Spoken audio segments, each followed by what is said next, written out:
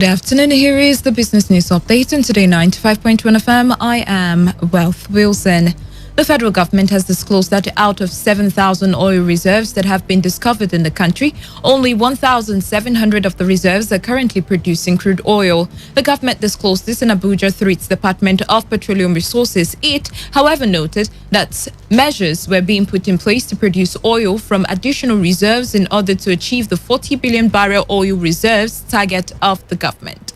According to the department, Nigeria had the capacity to produce about 3 million barrels of crude daily. Crude oil production in Nigeria has revolved around 1.4 million barrels per day following the production cut recommended by the Organization of Petroleum Exporting Countries. The Nigerian National Petroleum Corporation says it is currently considering equity participation in some private refineries across the country. The NNPC said this was in line with the federal government's policy directive, which stipulated the mandatory participation of the corporation in any privately owned refinery that exceeded 50,000 barrels per day capacity. The corporation stated that it had identified at least 6 refinery projects in which it had intentions to seek equity participation. It said 5 of them were at the development stage, with the Dangote refinery being the largest of them all. The Ministry of Finance, Budget and National Planning, Zainab Ahmed, has said it is important for government agencies to be committed to the pursuit of the earmarked 40 deliverables. Ahmed stated that attainment of these deliverables would guarantee improved national productivity, promote business resilience, and attract the needed foreign direct investments that will create jobs and enhance the standard of living of all Nigerians. The minister disclosed this at the Ministerial Alignment Meeting, Federal Ministry of Finance, Budget and National Planning. Operationalization of the 9 presidential priorities, according to a statement by her special advisor, Media and Communications, Yunusa Abdullahi. The Nigerian port authorities have revealed it is making substantial progress in decongesting the ports in Lagos with the e-call up system. The NPA said a total of 11,596 trucks gained access to the ports via the Eton platform in the period under review. On the foreign scene, Elon Musk says the price of Tesla vehicles is increasing due to the supply chain pressures across the auto industry, particularly for raw materials. Musk was responding to an unverified Twitter account which said it did not like the direction Tesla was going, raising the prices of vehicles. In May, Tesla increased its Model 3 and Model Y prices, the automaker's 5th incremental price increase for its vehicles in just a few months. Earlier on Monday, the Electrek reported that new Tesla Model Y owners are reporting that their electric SUVs are being delivered without lumbar support on the passenger side. And that was the business news update on Today 95.1 FM. Do not forget, take responsibility, wash your hands frequently with soap and running water, avoid touching your face and high contact surfaces to prevent the spread of COVID-19. Once again, good afternoon. I am Wealth Wilson and thank you for listening. Today's news, today's entertainment, today's sports, today's issues. Today on Today 95.1 FM, Port Harcourt. You're about to listen to 5.1. Get ready. It's the world of broadcasting as Today 95.1 FM brings you entertainment, information, education as they unfold every day. Today 95.1 FM. Do you know that I'm a petroleum engineer? Do you think I used to climb some tree alone in this building? So, you say you've not benefited anything from Nigeria? What was your favorite Nigerian movie growing up? 1, 2, 3. Isakaba. You took time. Conspiracy. Today 95.1 FM. Don't touch that dial. Make sure you are tuned to your numero uno. Tell me, where's your money now? Why, man? Oh, woman,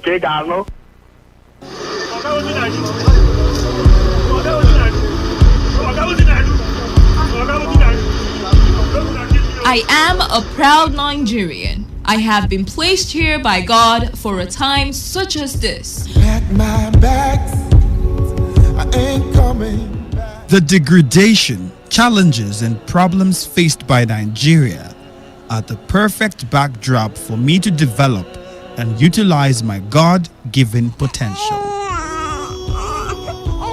I will not complain. I will not criticize. Rather, I will use my skills, gifts, relationships, and experience to find long-lasting and revolutionary solutions to the many challenges confronting Nigeria.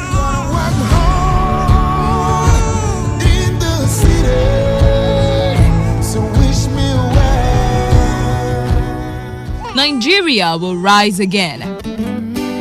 Because I am here, I will leave this nation A better place than I met it. I will work to make Nigeria a praise on the earth.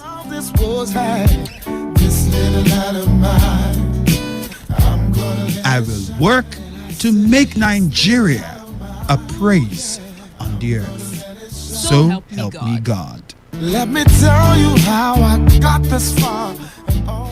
This message is brought to you by Today 95.1 FM, Voice of the People. Talk radio. I listen to a lot of talk radio. 95.1 FM.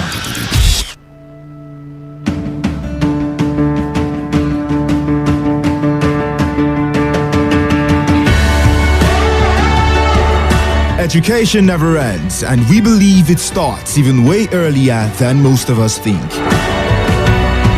On Andre Gorgie, every Tuesday, 1 to 2 p.m., we unravel these various building blocks and its challenges that make you and I better versions of ourselves. Andre Gorgie on Today 95.1 FM.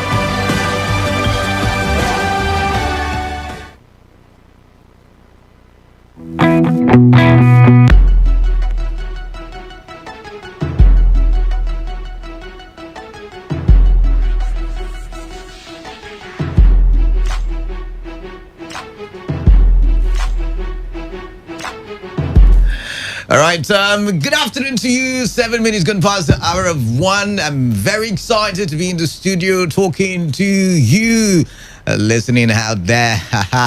Thank you for staying tuned to Today 95.1 FM, the voice of the people, your premium talk radio station. I am the man of the people and I go by the name Kalada. And today we will be having a very wonderful conversation. Remember, the name of the show is Andre Gorgie. It is an educational 1 hour show where we look at the educational sector and talk for development, like I like to say as well. Before I go into the nitty-gritty for today and introduce my guest of the hour, I'd like to give a birthday shout-out to a very favorite person of mine, Emanuela Eraswa. She's +1 today, and I wish her all the great things life has got to offer. I wish her God's mercies, God's goodness, and plenty money in our pockets. All right, today's topic. What are we teaching our kids? That's how I like to put it. What are we teaching our kids? And basically, it's referring to the educational institutions out there. Today is going to be part 1. I'm going to be looking at probably the primary and secondary school levels. And from next week, we'll look at the tertiary institutions. But we really want to know, because we've had times without number. Knowledge is power, right? But then again, I like to argue that garbage in, garbage out. So if you're giving someone garbage knowledge, the person is going to have garbage power, so to say. So we want to understand, for so long time, there's been the argument, the curriculum this, the curriculum that, the curriculum is not good enough. And so I decided to talk to an expert in the educational sector. She's laughing because I called her an expert, but she's an expert, don't mind her. And she's a friend of mine. And today we will be charting our way as we get to unravel what we are teaching our kids in school. I have with me in the studio Abigail Chinedu. Abigail, good afternoon to you. Good afternoon, Canada. Welcome back to the studio. I should say that. Wow. All right, so you had the introduction. Yeah. First of all, tell us, I called you an educational expert, and you were laughing. What really do you do? I'm a teacher, but you know that this, when they say this thing expert, it means that person is like perfect. And because not perfect. You have a good enough knowledge. Well, because of the job that we do, we're a work in progress. We're always a work in progress. I'm a work in progress, and I can dare say I'm an expert in the radio. It's just funny coming from you, because I know you're the one that is always saying, you say you're a teacher, you do this. You say, so you get. All right, fine. So you are an educational expert and Kalada. Could you just stick to? Okay, you're a teacher. Thank you. And you teach the kids in primary. Yes. Yeah, and we want to really understand what is the curriculum like. Back in the days when we were in primary, nursery and primary schools, the curriculum was basically mathematics, English, health science. Subjects, but I'm saying basically what we were learning were based on these subjects, the things that these subjects had to offer. But can you give us a little bit? Not a little bit. Okay. Can you tell us the difference between the then and the now? We're evolving. All right. And then everything, whatever you're teaching children in school, there are some things that are applicable then that might not be applicable now. All right. I didn't use it, but I heard our parents talk about using slates. All right. Going to school with slates and then trying to use their I think they used to go with slates and then chalk. They go with all of that are not applicable now. And then the way technology is now, the use of phones were not so much the other time like now. Now everybody uses phone. Every child wants to use phone, and then you can't say don't use phone. All right. So curriculum is more like a course. It's like a model that walks through a walkway. All right. So we're working towards a particular goal, but how do we get to that goal? So the curriculum directs. It's like the walkway. It's like a direct. It's everything that is put in place. Okay, let me bring it Bible small. All things work together for good. So all everything that's working together, everything that it's working to, everything you bring together to get to that goal, which is the development of the child. Yes, what you're teaching the child, what you're letting the child know. So I know that some teachers, what they actually do is they just teach exactly what they see. But one of the major things that affects curriculum in schools, that's why you go to some schools and then they say, oh, we use British, and they're supposed to say, oh, we use British with a blend of Nigerian, and then but you have to understand the child's environment, the child's traits and all of that when you're putting your curriculum. So there are some schools that are in I wouldn't say low sats, medium class schools. All right. And you know that these children, they literally don't have holidays outside of Nigeria. They're always in Nigeria. So if you're setting up curriculum and if you're setting up all of that, you have to specify. You have to say, okay, if you're giving examples in classes, you have to say things like, if you're giving an example and then you say, for instance, when you travel to London or you go to America and then you go to this place and then you see Statue of Liberty, the children might not relate. Yeah. So, but when you are setting up your curriculum, set up a curriculum in a way that it's relatable to the children. Okay. Because understand that you are teaching them. All right. I hate to even say, I do not like to say teaching. You're trying to make, because if you say teaching, it means that you're impacting. It means that you are, what do you say? You say knowledge is power. Yeah. Yes. You're empowering them. What's that word? I have it here. Like find the word. Find the word, please. Because it's the application of knowledge. There's actually power. Really? Yes.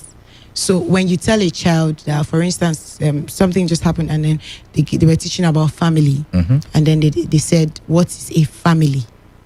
A family is a group of people related by blood, and then they say nuclear family. Now, during the exam, the question that was given was, what are the members of your nuclear family? All right. Are you here? Okay. I can what hear are the members of your nuclear family? Yeah.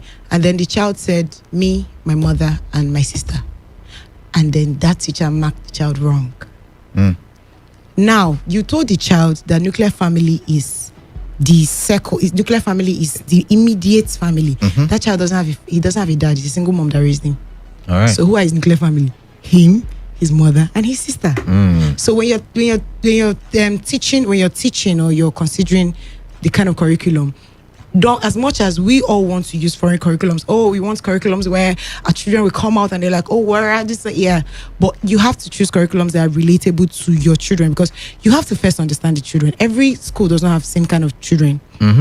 Every child is different. Every child is unique. There's some children that can learn, that can be playing and learning. There's some children that need focus. There are children that need to they need to read over and over again. Yeah. So in all of this, I always say that parents should get involved, because if parents are involved while the teachers are doing what they are doing, the parents are also influencing. So all right. So you talked about the Nigerian curriculum, and then you talked about foreign curriculum. What's the Nigerian curriculum like? If I were a child in your school, how would you teach me to be able to apply knowledge? Okay, firstly, I'm very impressed about they brought back. There was no history before in our topic, but they brought it back now. So I think that makes so much sense. That means that we're getting somewhere. Yes, because we need to, with the way the country is, we need to understand some of these things. We need to understand the history. Okay, how did this happen? Instead of just you are just there. So I think the Nigerian curriculum is actually, yes, there's room for growth. We can get better. When you say there's room for growth, give us numbers. 10%, 50%, 100%. When you say there's room for growth, we're getting better. We're getting better. I mean, see, we're trying to understand where our kids are, because this conversation is very, very pertinent, as we're trying to catch up with the rest of the world. Yes. And for we to catch up with the rest of the world, we need to get the requisite knowledge. Getting the requisite knowledge, is the responsibility of educational institutions. And that's why we want to know, when you say there's room for getting better, are you saying 50%, we're halfway there, we're 70% there, or we are still... Remember I talked about work in progress. Oh, so my. Yeah. She's giving me political answers. We are a work in progress. But I know that because the thing is, now I've seen schools do better. I've seen schools, before now, we used to have children would just go to school and they learn, and then they come out and that's it. But schools are doing better now. Schools are adding up subjects, vocational. There's some vocational, deep vocational, not just the major vocational. You go to schools and then you see children do not cooking. You see children do behavioral. There are some behavioral subjects where they teach them how to behave and all of that. All of that is included. All right. So schools are now becoming very intentional about the child, and they are following up with the modern reality and equipping the child. Like you said, knowledge is not really power, the application of knowledge. So when you teach that child, for instance, there are some things that we talk about, and then you see some people say, there's some things you used to say when somebody says, why am I learning how to draw cockroach? There's one joke that was going about skeleton and all of that. What was I going to use it for? But you need to know. You need to. Okay, for instance, the cockroach thing. Before we consider any topic, we give like reasons. So I always say, so why do we have this topic? Why are we teaching? Probably that teacher is teaching cockroach just to teach about growth process, to teach that you can get better. This is what happens. Not to draw. I don't know why. Now we don't even draw. We get pictures. Abigail, I'm going back in time and I'm remembering my biology classes and integrated science classes when I had to do rats and cockroaches and all of that. And I'm not seeing how it has helped me. I've grown. Not killing cockroaches. I've grown, but I've not seen how it helped me. So, but anyways, well, I know that there are some things that actually helped us, like the knowledge I have, the little knowledge I have of Hausa. I'm terrible, but the little knowledge I have of Hausa, I started in school. We had this. You have to choose one of them, either Igbo, Hausa, Yoruba. So the knowledge I have of Hausa is because at that time I would just breeze into the Hausa class, and then I hear one thing, I'm like, okay. So it's the application, it's the knowledge. When you get the knowledge, what do they do with it? All right. So I know that there are times where some people will teach some things and they'll be like, I don't need this. But whether you like it or not, there's some things that you need, as in there's LES Foundation. There's some things you teach. What we do now majorly in LES Foundation is the child has to know those things before they start to write, and then we focus on their behavior, because those are things that they can learn now while they're small. Teach them how to be nice to people, teach them how not to be rude to people, and all of that. So the curriculum is a work in progress, she said. And the Nigerian curriculum, and it's a work in progress, you said, and it only gets better. But she's brought another angle to the conversation, and I want to ask you, Abigail, Are you saying all the subjects being taught in schools these days? Because from my days, I will disagree with you, but let's leave that. all the subjects being taught these days are relevant. Is that what you're saying? Because you said there's a way to apply it to reality. That's what I gleaned from what you were saying. Yes, because in us, just like when you're in JS1 to JS3, you do all the courses. But when you're in like SS1 to SS3, it's now streamlined to what you want to be. Either you're an art student or a science student. So whatever they teach now, that's why parents should get involved. Okay. I always say it. Yeah, you keep saying I'm that. always, because it makes the work easier for it makes the work easy for the teacher, and then it makes you get your results. Because remember, we said curriculum is like a course, it's like a model, it's like a runway. Yeah, so it makes you get to that goal. So if they are teaching your child something that you don't understand or is not applicable to the now, if the truth is, if schools know that parents are involved, they will do better. They will do way better than what they're even doing now. If schools know that, okay, when this child comes back home, they go through this work and all of that, they will do better. But is that not why we have the homework and assignments that we give to our kids, even after spending lots of hours in school? I mean, I hated the homeworks, but what do I know? Yeah. No, but you know that there's sometimes when children do something in class and then when they go back home, some of them forget, some of them it just keeps their memory, some of them the homework is supposed to be like a follow-up too. Yeah, but that's what I'm saying. It gets the parents. It's just like sometimes they give homework just one. If they've done like 4 or 5 things in a day, and then they give just one subject. Okay. But if parents follow up and then go for we have PTC conference meetings, parents teachers conference meetings. If you are involved, you'll be able to influence, because the child's background, the child's traits, the child's environment, all of that influence the curriculum. But if the parent is involved in the curriculum, you'll be able to the parents also be able to influence and say, oh, okay, no, I don't like this. Then you'll be able to say, oh, let me take my child out of here. Let me take my child here because this is the place. Some parents come to inquire and then they ask, what curriculum do you use? Can I see? All right. So it makes it makes it easier for the teacher to be able to if you have the backing of the parent, it makes it easier for the teacher to be able to take the child on the right path and take him to the goal that is giving him the knowledge he can be able to apply. And you know that, okay, usually for nursery school, before we're all used to A, B, C, D and all that, but what we do is we actually do the sounds. We teach sounds so it's before. Changed. It's not changed, but that's the thing. Everybody, we do sounds before we do the A. What do you use ABCD for? Tell me the truth. I speak good English, right? No, what do you use AB? Because when you spell a word, I'm trying to go, okay, today. So the first, I was going, while I was preparing for this show, I was researching and all, and I realized that, for the nursery school and the pre-nursery school, the goal is to ensure that, there is literacy of, people, or literacy of kids. So ABC 1, 2, 3 helps you with a little bit of literacy. Sounds. You know abacus. I mean, alphabets. Okay, she's showing it. When I call her an expert, work in progress. But anyways, you talked about the teacher parents conference, right? Yeah. You talked about something like that.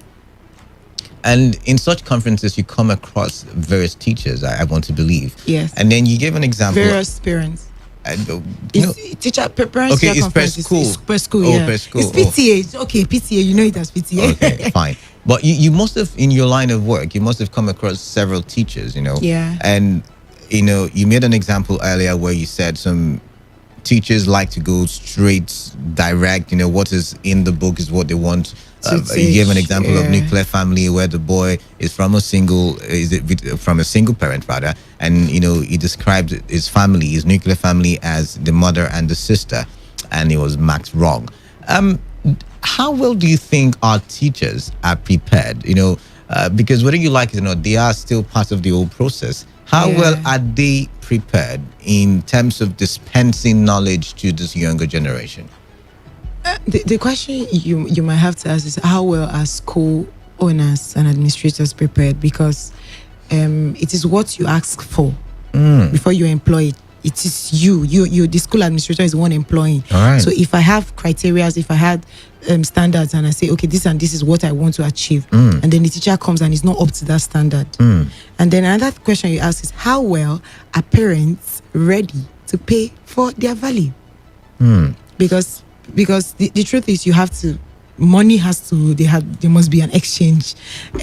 So if I understand it very well, for there to be effective learning, there has to be effective spending. Well, it depends. It is relative. But that's what you said, you know. I'm saying it's relative. Okay. It's actually relative, because there are some. Okay, I had a case of a parent that they had some issues at home and all of that, and what she did was she came to school. She asked, okay, how are we going to do this? I don't have so much money, but what I want to do is I could register the child for home lesson until we're able to. That's a parent that cares about. Some other people would have just dropped their children at home and said, whenever I get money, you go to school. But that's a parent that is involved in the child. All right. She had some issues, but she didn't let it stop her. She paid for a lesson teacher. All right. And then she started going to Google. The child, of course, they will not do as well as when there's school, someone directing them directly. Yes, it's not a zero. It's not a zero case. All right. So now, if I understand very well, the efficacy of a teacher depends on two things: the proprietress or proprietor, and then of course the parents. Yes. Interesting. So because now, if I'm thinking what I'm thinking, a lot of schools created to just make money, so they don't really care, so they just open the school. Heard people say, do you know some parents don't know the class? Yeah, I know of that. I know of that. It's sad. Why would you not know your child's class? So, for there to be effective learning, all hands must be on deck. The stakeholders in the learning industry would have to work in collaboration. That's the parents, the school administrator, what do you call them now? The proprietor, the owners of the schools, and then of course the teachers. All right, interesting. Let's open the phone lines now. If you are listening, I still have questions for Abigail, but I'm going to let her take a chill pill now. Let her relax. You know, she's still trying to let her relax and all of that. I'm going to open the phone lines now. 0817-000-0951 and 0810-951-0951. I want to hear from you. What do you think about the content that we give to our children in schools, whether primary, whether secondary? What do you think the contents are?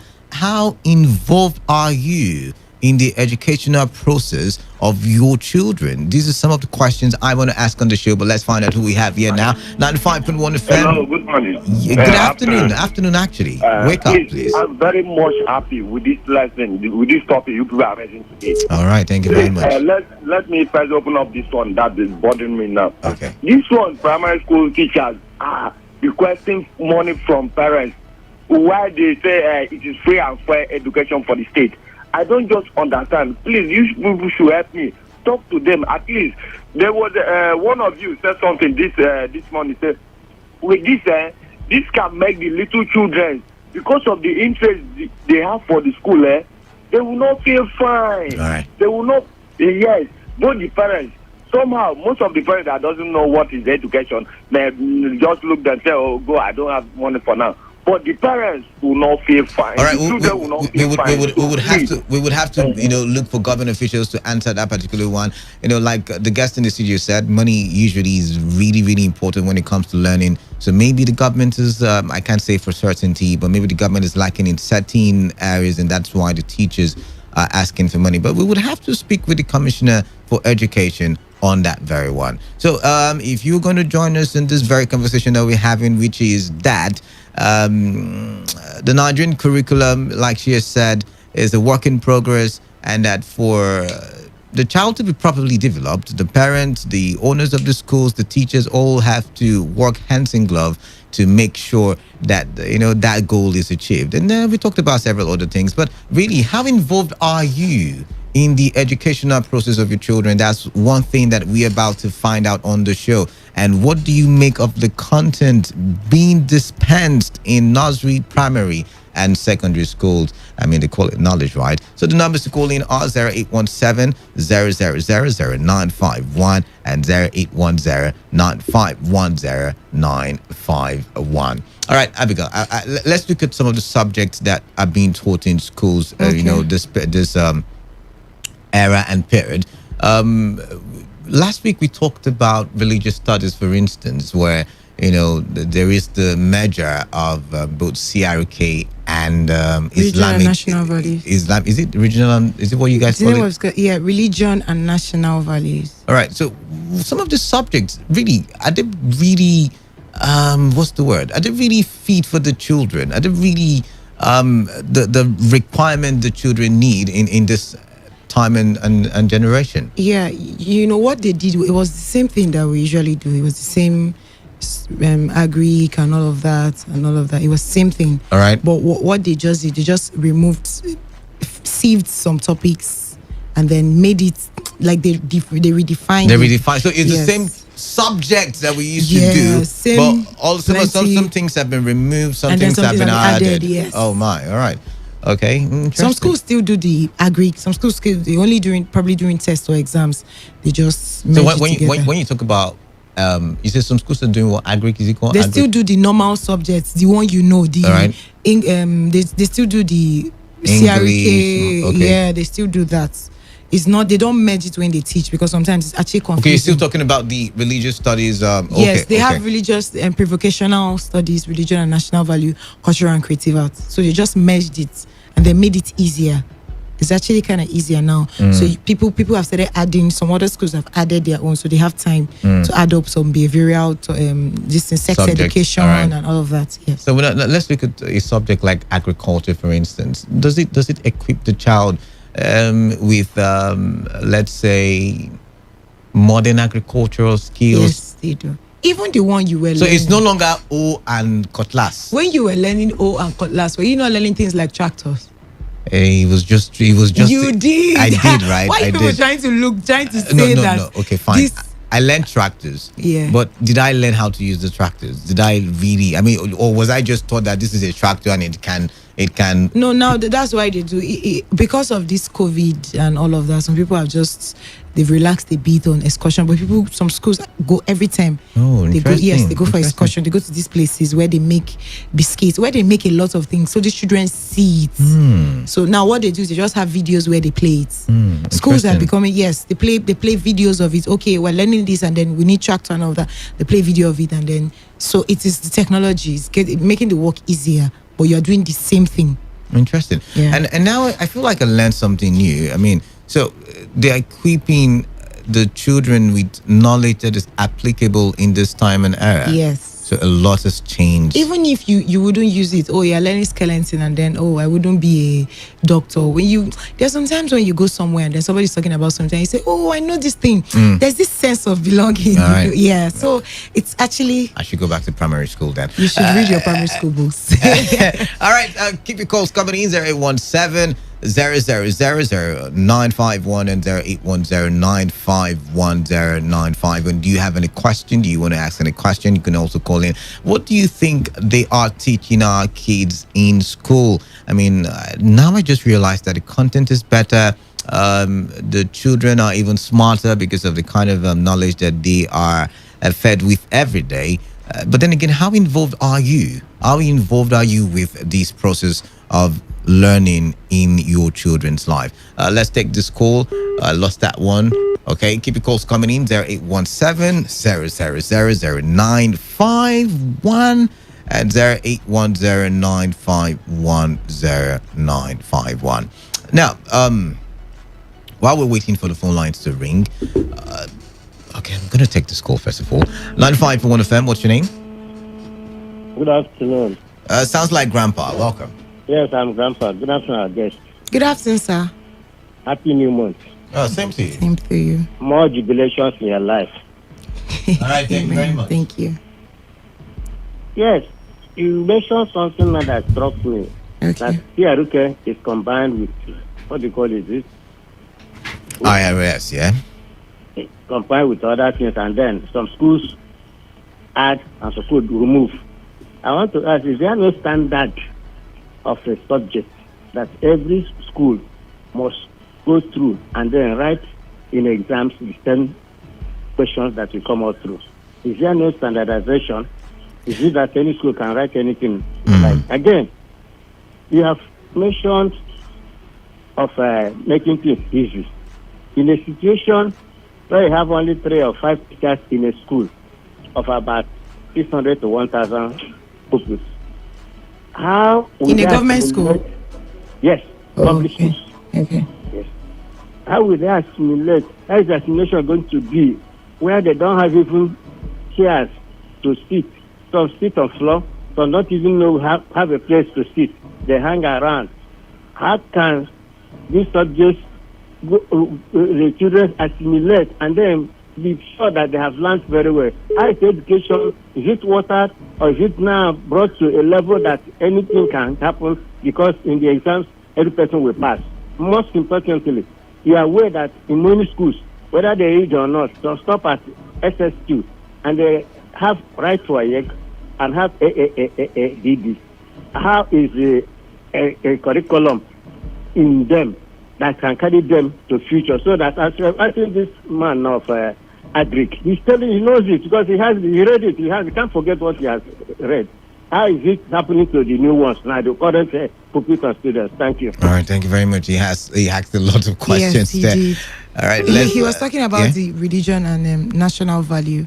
And then I actually didn't say we'd add and remove. No, he was asking why they don't have these subjects the way they have it before, like CRK. So Scalada has had new names. He has had religion and national value, and he's like, is that a new subject? So I was trying to say there's like some redefining, so something that can suit us now, instead of just continuing to do all of that with the old way and the old style. So there is a new process, there is a new style, and it's just the same subjects, but it's been modernized. It has evolved. I believe that's what she's saying. Yes. But then again, you asked a very important question. I know the public sector is not really your field, but let's use your expertise.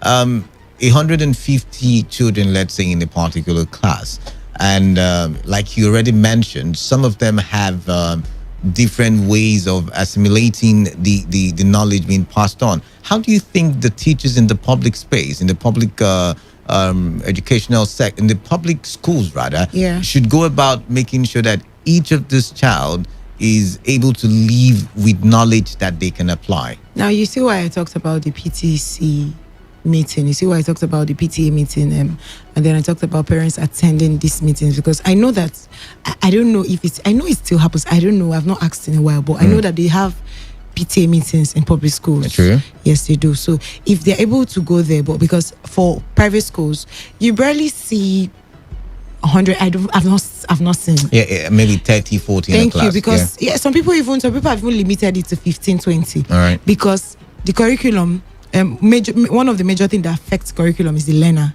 All right. You have to first understand the child. I am not a witch that can come into a class and understand 100 people at the same time.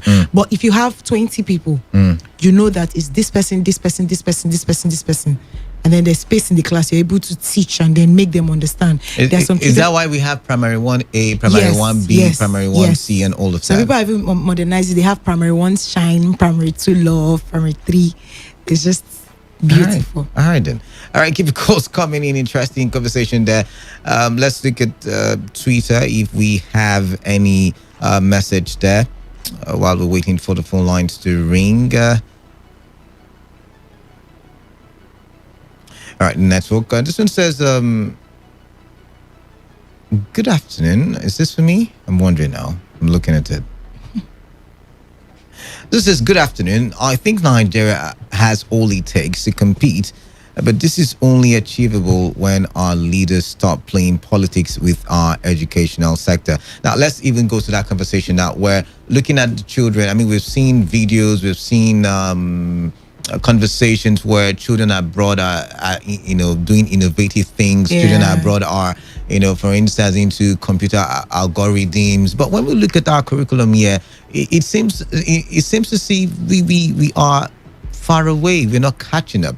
You know that there are some schools that use those curriculums. Actually, there are some schools that use because of the monopoly and all of that. There are some schools that use those foreign curriculum. There are some children in Nigeria, after they finish their nursery and then primary and secondary, that move over there, and then they are doing well. Many of those children that are in Nigeria, most of them schooled in Nigeria. All right. So they have they have school for it's the way it is, but we have schools for different levels. Yes, so we have. I think most of those things is just they have more opportunity. But then again, the curriculum, like you said, now the curriculum is the runway at which we achieve that goal, and the goal, like we all have agreed, is getting to educate the child and educate the child properly. You know, the way you teach the child is actually different. Now you teach this other child, you say, oh, you use hoe and then you use knife and then you use tractor and the video. Just that they are learning the same thing, but in different ways. So you show the child tractor, and then some other people go to an extra mile and take the child to a farm, and then the child has the opportunity to drive. It's the knowledge. When this other person is talking and this other person is different. For instance, a computer, you see some children that know how to use Microsoft Word and all of that. Some other children just know that, oh, a computer is something that makes the work easy. They don't even know the kind of work it makes easy. So it is the same thing, but the application and then the things that come with it. So can we now make it a standard, in your own opinion, or personally, can we make it a standard where every school, whether public or private, every school gets to the point where there is the application of knowledge, where the children can actually use a computer and do just learn about it. If it's at the school, there was the introductory technology, we call it Introtech. And a lot of the things that I can do in my house today is as a result of what I learned in Introtech. I can wire things for myself. You can. You have to be very careful. No, don't worry. I can wire things for myself. There's certain things I don't really need to call the technician for, because I learned that thing in introductory technology. So do we need to get to the point where we make it a standard for every school to teach the application of knowledge? Yes, we do. But you know, one other thing that I don't like that some parents do is trying to say, if to say I get money, the kind school I will carry you go. The truth is, even if you get that money, you might not get that money today. But that child is 6-year-old in primary 1, going to a public school, and then you are praying to have money to remove that child. I'm not swearing for anybody, but you might not get that money now. You might get it next year. The 1 year has already gone. The time has already been lost. So I think parents should try and work according to like their means, their circle, their presence. Like, okay, this is what they are teaching my child. Public schools are not as terrible as they make it look. All right, interesting. I don't know of the one on my street, but go ahead. No, they are not. All right. One day, just pass and then just ask, talk to a teacher. Talk to a teacher from public school. Just talk and then ask, okay, where's your lesson and all that. They take very good teachers actually, Canada. Yes, they do. They're not as terrible as everybody makes them. Don't they learn? They do. They do some learn. Parents, I know some parents that are friends with their child's teacher in a public school. She has the girl is actually a maid, so she put the child there, but she comes to the school at least once every week to ask the teachers how her child is doing. Some of these children do not even enter the classes. True. But this kind of child does not have a choice, because the parent is always following up. So the parents have to follow up. That's what you're saying. So that's the thing. Most people come with the excuse of after all the money I've paid. Parenting is a full-time job. Yes, I know you've paid a lot of money, but it is a full-time job. The way I'm a parent, you are also a parent. We're all doing this work together to make this child, to make this runway beautiful for this child to walk on and then get to the end. So I think that we should try as much as possible to work, because I wouldn't say, okay, go and register your children in those schools that pay lots of money where you cannot afford it. That would be another stress on the parents. But you know that, okay, this is what I can afford, and this is what I can do. Some parents even go as far as doing like private lesson. When you see that, if you understand, the thing is understand the child. All right then. If you understand your child, you'll be able to help the child. Okay, now let's go back to the curriculum where we left it, and we said it's a work in progress. The phone lines are. I want to ask this question before I pick this call. You know, what are the challenges that the curriculum faces, in Nigeria? We just be thinking about that while I take this call. 95.1 FM, what's your name? Sorry, Canada. I don't know. Since people don't want to call, let me ask another question. All right, then. Grandpa. All right, I know it's Grandpa. Go ahead. Okay. Our guest has spoken about good teachers in public schools. Certainly, you can't become a teacher in public school if you don't have NCE. All right. But in most of the private schools, Some don't even have school cert. I'm quoting, I've been around a lot. Parents, when they are told that what you did was wrong. And such a person, I can just transfer good knowledge to these children, to our future generation. And I want to ask, the one I said here, whether you will talk, whether our guests will also help me to ask the governor. Schools are without teachers. I mean, public schools, 5 or 3 teachers are the worst you have in schools. And the children are languishing for the past 1 year, 2 years, 3 years, not even 3 alone. How can you send them for training again? It's not possible. Thank you. Thank you very much for calling in. All right, before we go to the challenges of the curriculum, let's answer the question he asked, where he was saying some teachers, I think I asked that question earlier. He was saying some teachers don't have the requisite qualification. So them just have WIAC, and I think you said something about it depends on how much money the parents are willing to pay. Apart from people that everybody needs to train. That's why I said I'm a work in progress.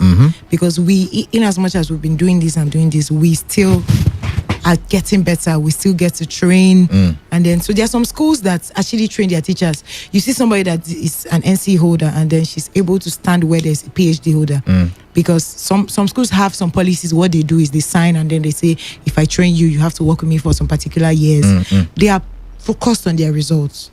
Most of these school owners are focused. We're more focused on what we want. The bad child is actually the child that is not doing well. That's the child that is your child, because that's the child that when the child does well, you take the glory. So most schools, but government schools do. I'm not a government school teacher. All right, so you can actually speak for them. I can. 95.1 FM. Hello, good day, my brother. Yeah, good afternoon to you. I like the discussion you have in there. All right, thank you very much. I'm Senior Nanya. All right, welcome. I happen to be a retired teacher. Okay. And I taught agricultural science. Oh, did you teach me tractor when you were teaching? Welcome on the show. Welcome. I taught it for quite 35 years. All right. The single subject there. All right. But by the time I left the school, they have now split it into almost 4 or 5. So you have animal husbandry, fishery, and forestry, and so on and so on. And then the worst is that the schools lack the facility to teach them. So, as much as it's good to split them into a smaller, but the schools must be equipped. And you know what? The school, I left, they don't have agri sciences. I happen to be they don't have what? Sorry, I didn't get that. They don't have what? They don't have a new agri sciences. I happen to be the last one that left there. I was having SS1 to 3. That is the problem. Schools to university don't have teachers. You don't have teachers. So you're saying the lack of quality teachers is a problem in various states in terms of dispensing knowledge. Even those that attended Ajuru University that has have a B.Ed in agri or so on, I cannot say that those ones are not so qualified to teach until you go and test them, because I think that the test of the student is right?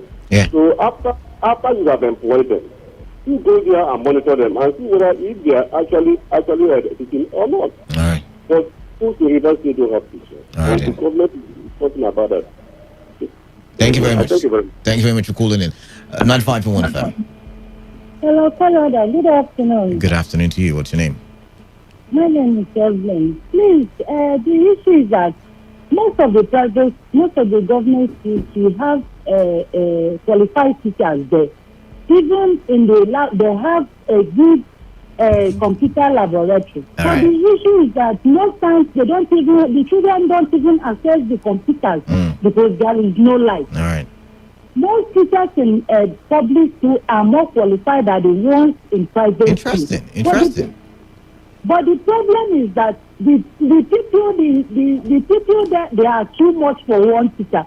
You find out that in a class of a class of 45 people, you see one teacher attending to them. And you know that in teaching, we say that we have individual differences.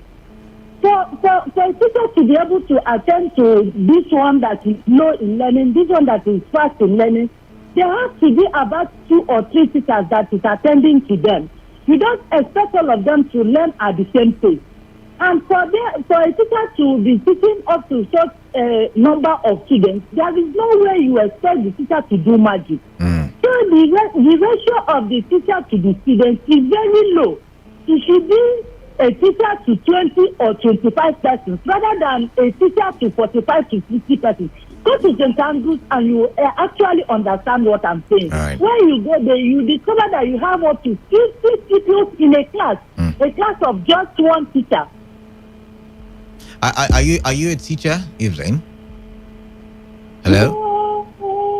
Yes, I did. Some time ago, I did my TP there. That was how I came to know what is happening. So the teachers, they are really doing their best. But the problem is that the pupils, they are more than the teachers. So most of these government schools, they need teachers so that they will be able to attend to all these children. All right, then. Thank you. Thank you very much for calling in. All right, a lot of complaints about public schools and the scarcity of teachers. Maybe, Abigail, who's the expert, can do some miracle over there. What do I know? But not 95.1 FM, what's your name? Hello. Yes, what's your name? Salada. That's my name. What's your name? Yes, I don't want to mention my name because I'm a teacher. Okay, welcome. So I want to tell you what we are passing through in the government school. Oh, okay. Like the school I left last transfer. The last transfer they did, they took me to another school. The school I left, we are about 150 children in a class. I'm telling you, if I mention the name of the school... No, don't worry, don't mention it. Thank you very much. You will believe me. You go and do your this thing, your research there and see what I'm complaining. A teacher is teaching 150 students in a very big school, first century schools in Ahoda. And you see, once you enter in the class, you see this thing that will come out of the class, the heat that will wow you. Bam! You start sweating as a teacher. I can imagine. After I have said it, those who are teaching there now know who is talking and who is complaining. All right. I'm telling you, we have more qualified teachers in the. All right. Thank you very much. Thank you very much, there, anonymous caller. You were nodding your head when one or two people said that there are more qualified teachers in public schools than in private schools. You agree? It's relative. But you were nodding your head. No, I'm saying that you wouldn't just write off because there are some people that cannot afford. There are actually some people that cannot afford the kind of private schools that they want to go to. Yes, so I'm saying that we would not just write off government school like that. All right, we need to follow up on the children. They can still be something. But you see, follow up is really now a lot of complaints have come out from the public sector. Public schools are lacking teachers. Public schools, this, that, and I'm thinking of all the things you said on the show. If parents in the public schools or parents of children in the public schools had followed up, maybe they would have been able to together give a complaint of such magnitude that would have caught the attention of the government. I don't know if you agree with me, because if there's anything I've learned from what you said today, imagine the parents were following up and they not realize that you don't just relax and say, okay, because the government school I can't do anything. But that's the school.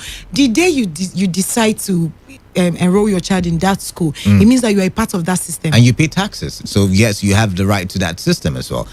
But I'm going to take some more calls, and I'm going to have a question waiting for you. Yes. All right, 95.1 FM. Can you speak up, please? Hello. All right, no bedroom voice allowed. 95.1 FM. What's your name? Good afternoon, Canada. Yeah, good afternoon to you. My name is Iberi. I'm calling from Oyibo. All right, Iberi from Oyibo, all the way. Welcome. Yes. You see, in the issue at ground, the private teachers, the private school teachers are really qualified.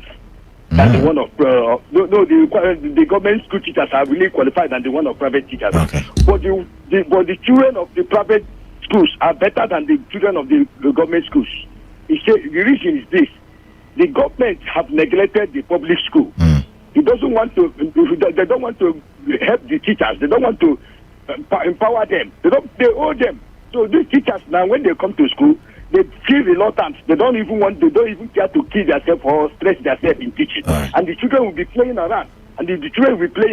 But in a private school, that the private school is just like a competitive in Nigeria because it's business.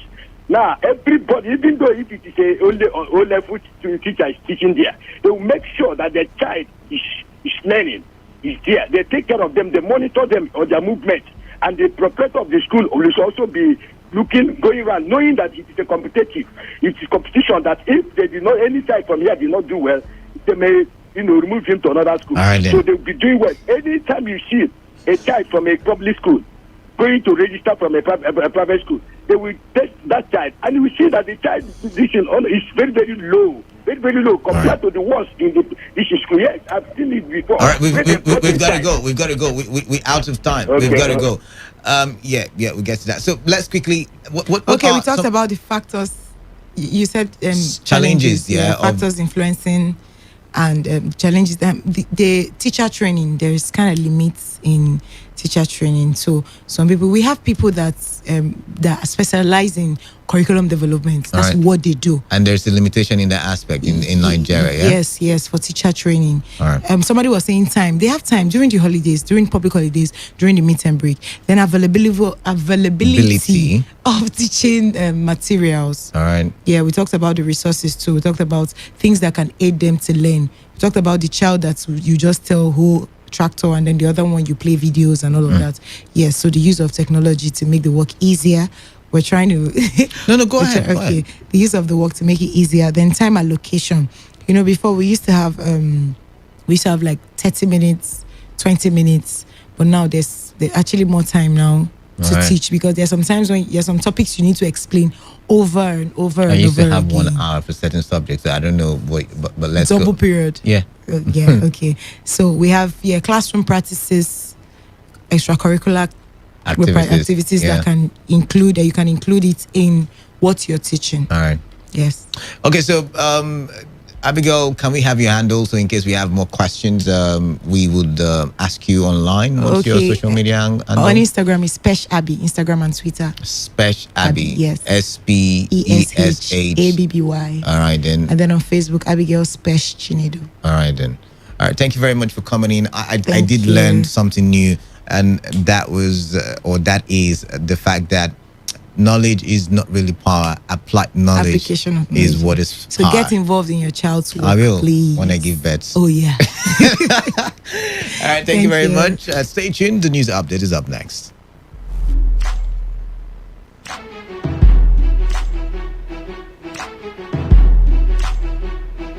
Every day, every hour, when the big stories break, depend on our 24-hour news team to bring you the latest. Today, 95.1 FM. Today, 95.1 FM. Port Harcourt. News update.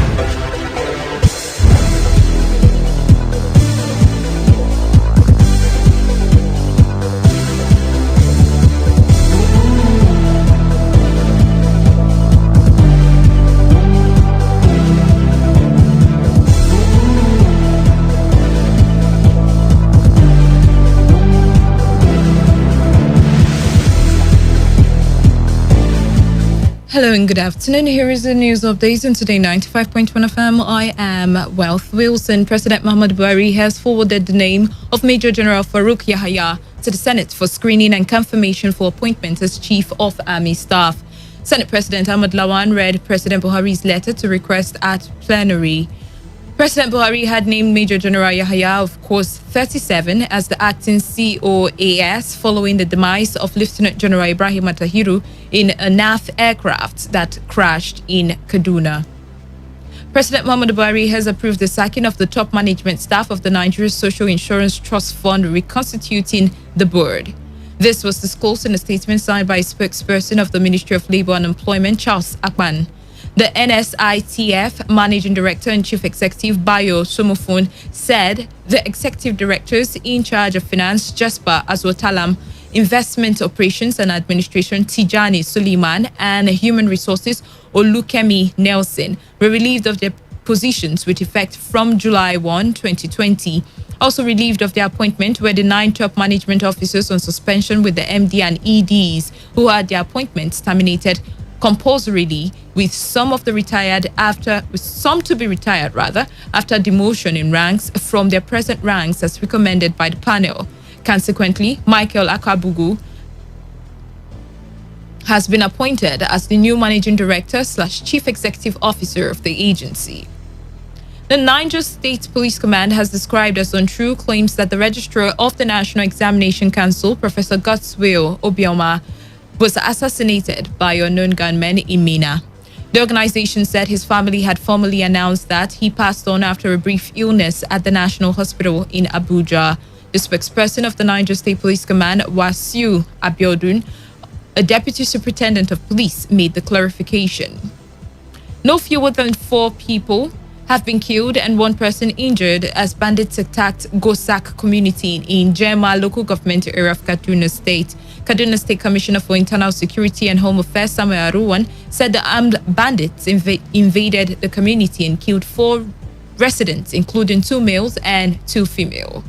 The 2 males, according to the security reports, were attacked and killed on their farms by their assailants. A woman also sustained gunshot injuries and was rushed to the hospital, while security patrols are ongoing in the general area alongside investigations into the attack. Meanwhile, Governor Nasser Rufai has expressed sadness over the incident. On the foreign scene, British Prime Minister Boris Johnson and his fiancée, Carrie Simon, married over the weekend. The media described the wedding as a secret ceremony after Boris' office confirmed the ceremony. He is the 2nd British Prime Minister to marry while in power and the first in nearly 2 centuries. The pair got engaged in December 2019 and have a 1-year-old child. They had planned to get married last year but were delayed by the running water. Avoid touching your face and high contact surfaces to prevent the spread of COVID-19. Once again, good afternoon. Do stay tuned. Today's hustle comes today on Today 95.1 FM, Port Harcourt. You're about to listen to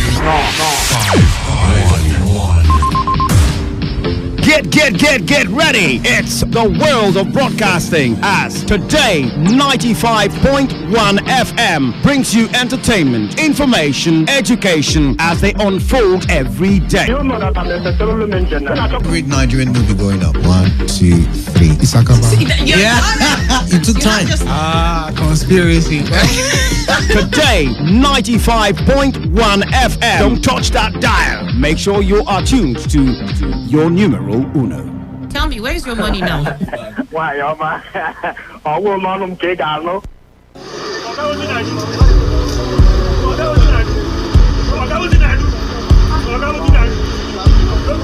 I am a proud Nigerian. I have been placed here by God for a time such as this. Pack my bags, I ain't coming back. The degradation, challenges, and problems faced by Nigeria are the perfect backdrop for me to develop and utilize my God-given potential. I will not complain. I will not criticize. Rather, I will use my skills, gifts, relationships, and experience to find long-lasting and revolutionary solutions to the many challenges confronting Nigeria.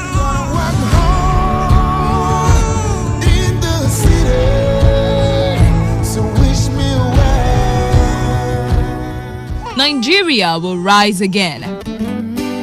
Because I am here, I will leave this nation a better place than I met it. I will work to make Nigeria a praise on the earth.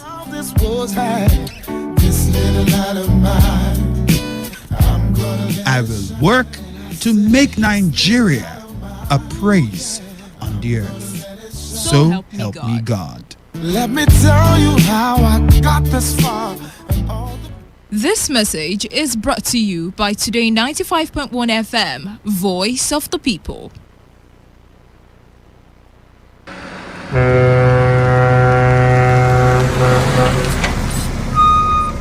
Officer, take. Officer, give me number.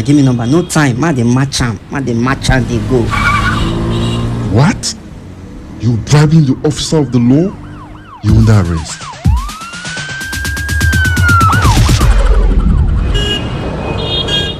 Let me see your papers. You can go. They're in order. Drive safe, okay?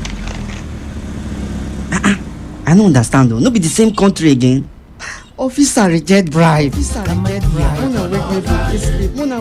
arrest me yesterday. That yesterday, I go do my papers. See as I pass now. I pass without fear. You too, make you do wetin dey right. For we country to better, it dey for we hand. If you like, do like say you no hear am. To give or to take bribe, na offense.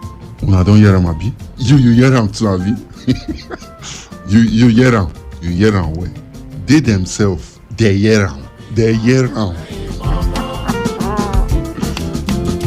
Now the voice of the people. Now him bring this message give una. Today 95.1 FM. Now we be the voice of the people.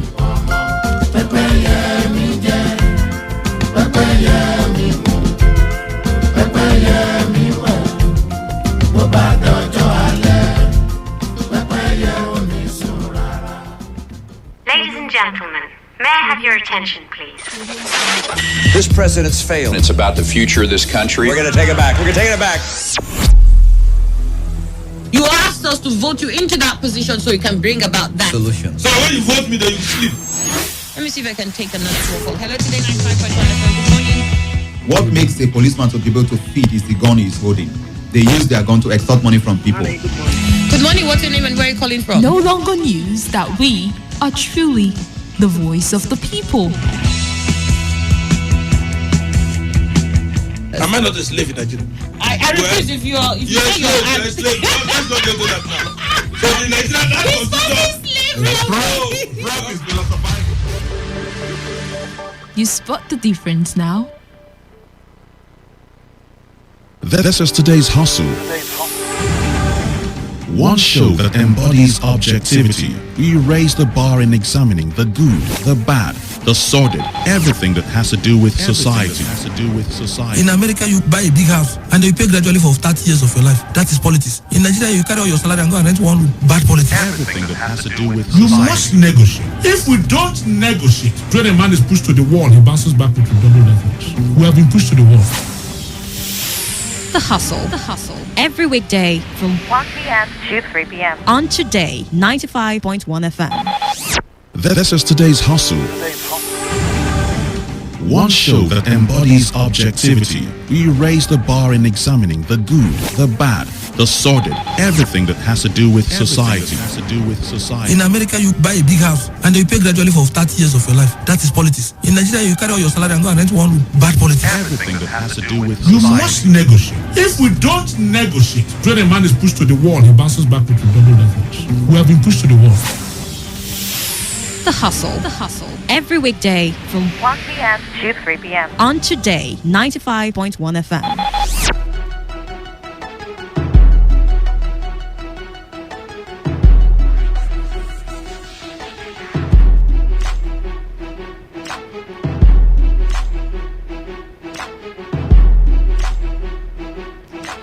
All right, 10 minutes gone past 2 o'clock, and you are welcome to another exciting edition of today's Hustle on your Premium Talk radio station, Today 95.1 FM. I am Wealth Wilson, and it's time again for us to talk and prefer solutions for national development and a better Nigeria, a better River State for us all in general.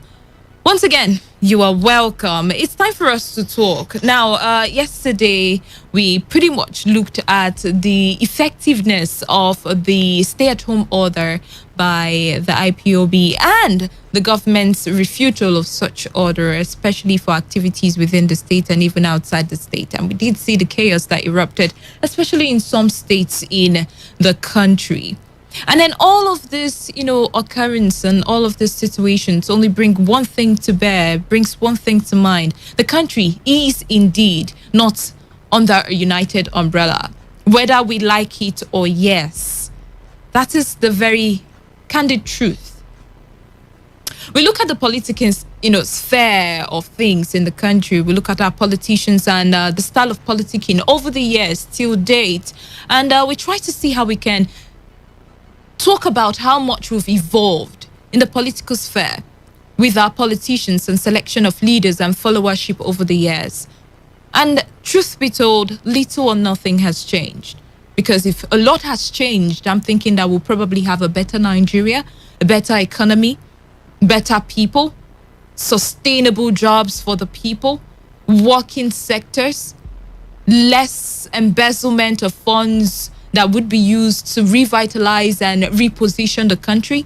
I mean, all these things will be in place. This is pretty much, or those are pretty much the evidence of a good and working system, right? But we really cannot say that much for Nigeria over the years. Over the years, we've seen leaders come and go, and we've seen opposition do what opposition know how to do the best. And the current administration, either on the defensive or offensive, especially, it's pretty much like a football game.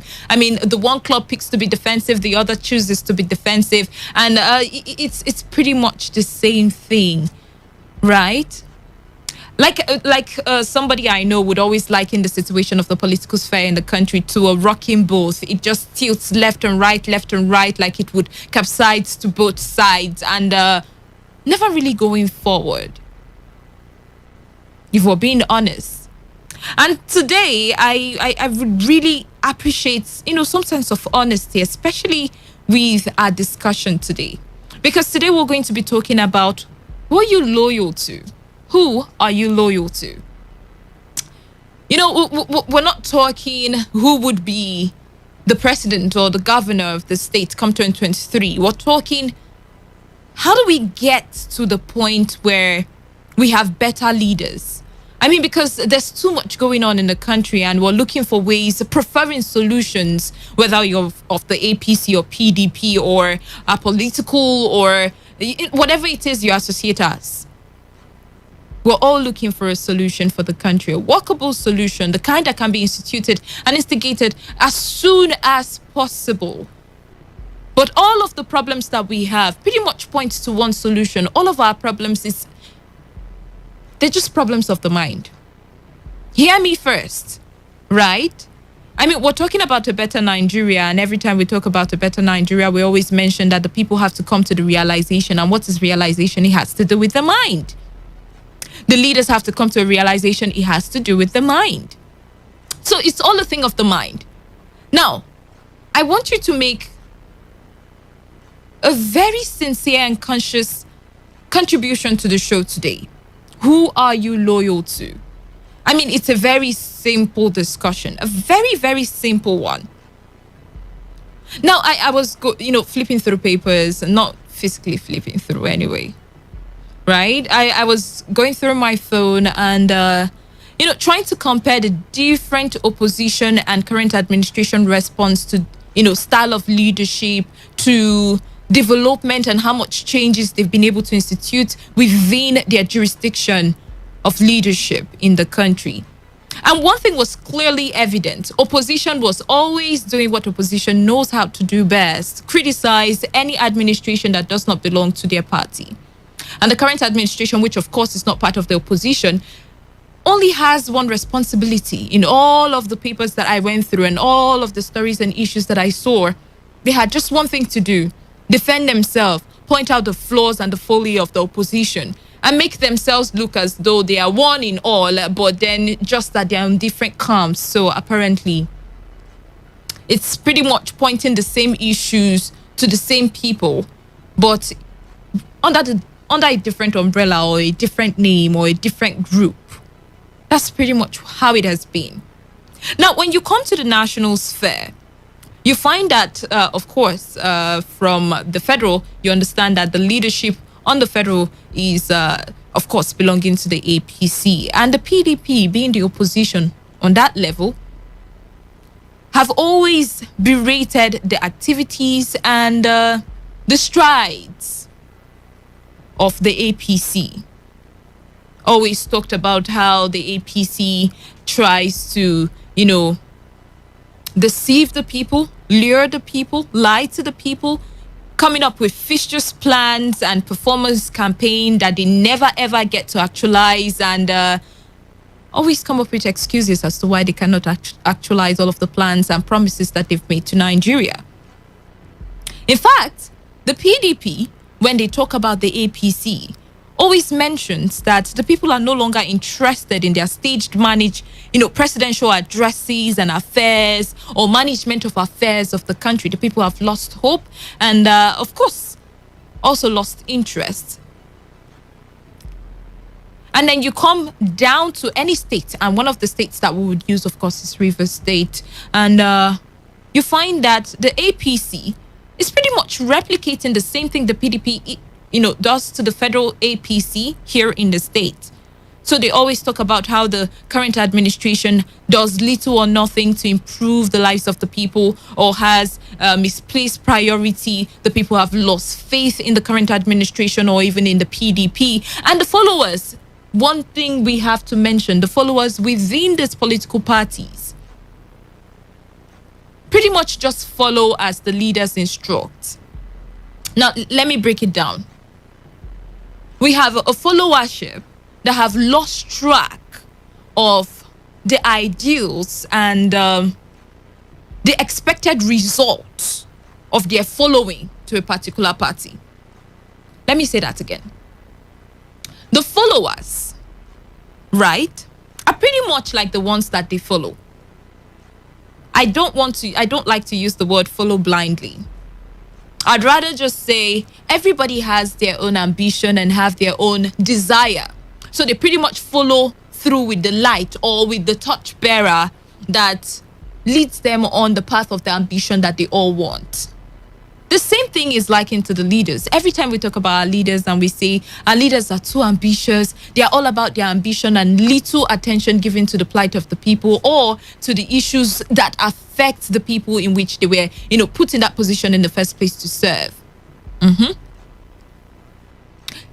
The same thing replicated amongst all politicians, especially in all political parties. I mean, every time there's a defection, we always find a way to point out the fact that the person who is defecting is doing so because, party ambitions and his own ambition probably do not align anymore, and they're looking for greener pastures or better and safer ways to execute all of their ambitions and goals in their political career. The same thing likened to the followers as well. Followers follow the leaders that they either envy in their style or their lifestyle and activities and hope that one day they could be like. So therefore, the followership is based on personal interests. A good number of the followership, don't quote me that I said absolute followership, a good number of the followers within these political parties are the same thing. So we say politicians are loyal to their ambitions. That's fair. And loyal to spearheads, people who can point out different ways in which they can go about executing their ambition and dreams in the political sphere. That's fair. And on the flip side, we can also say the same thing for followers.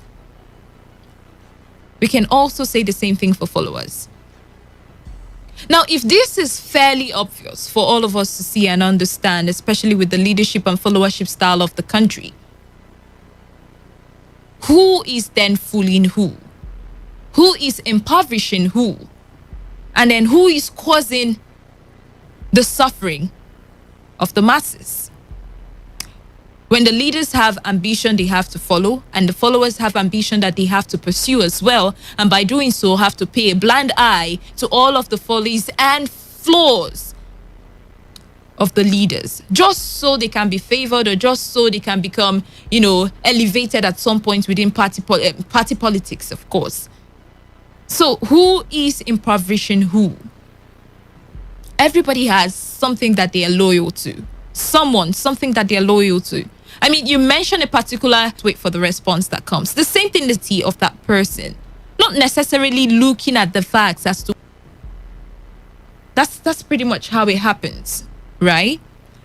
Now, I won't be doing this discussion alone, definitely. Away from the fact that I would be having your own opinion and having your own contributions on the show. By so doing, by calling in. And through our various social media platforms, of course, we'll be getting your contributions. We'll also be talking to a political analyst. We'll be talking to him and having him explain to us how to select loyalty.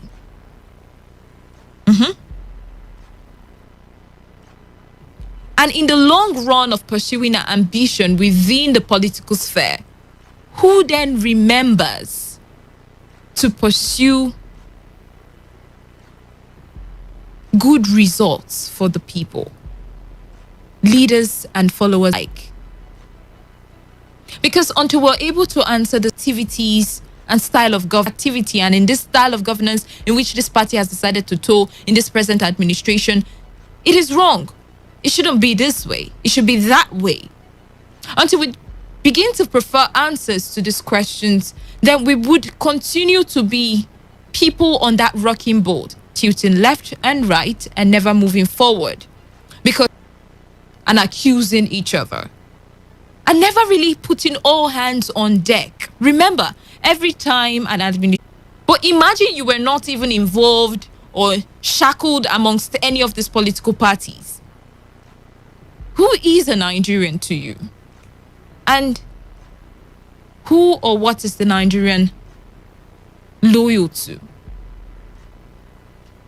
Because until we find out where our loyalty lies, we'd always have issues with whose authority we are to abide under, whose words or sanctions would be sacrosanct, what should be priority in the country. We'd always have these issues.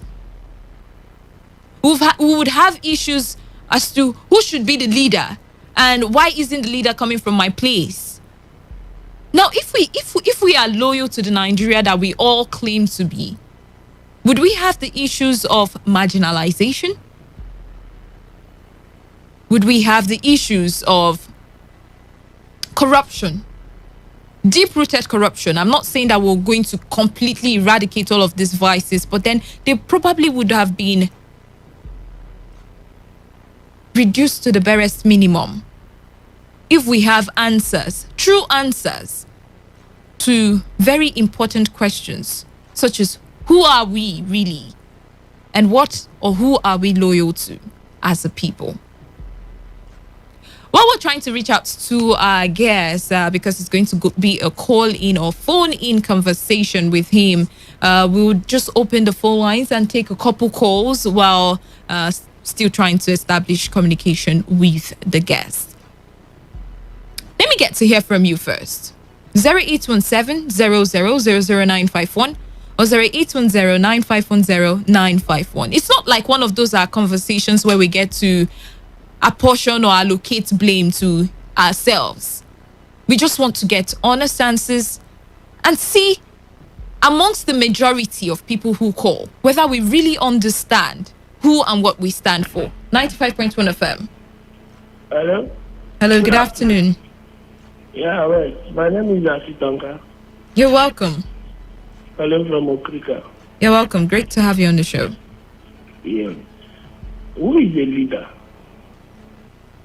One, a leader is a person who has the will, the aspiration, and the vision of the people who he or she is leading, who knows the problem of the people and how to communicate effectively to the people with respect to the vision of the people.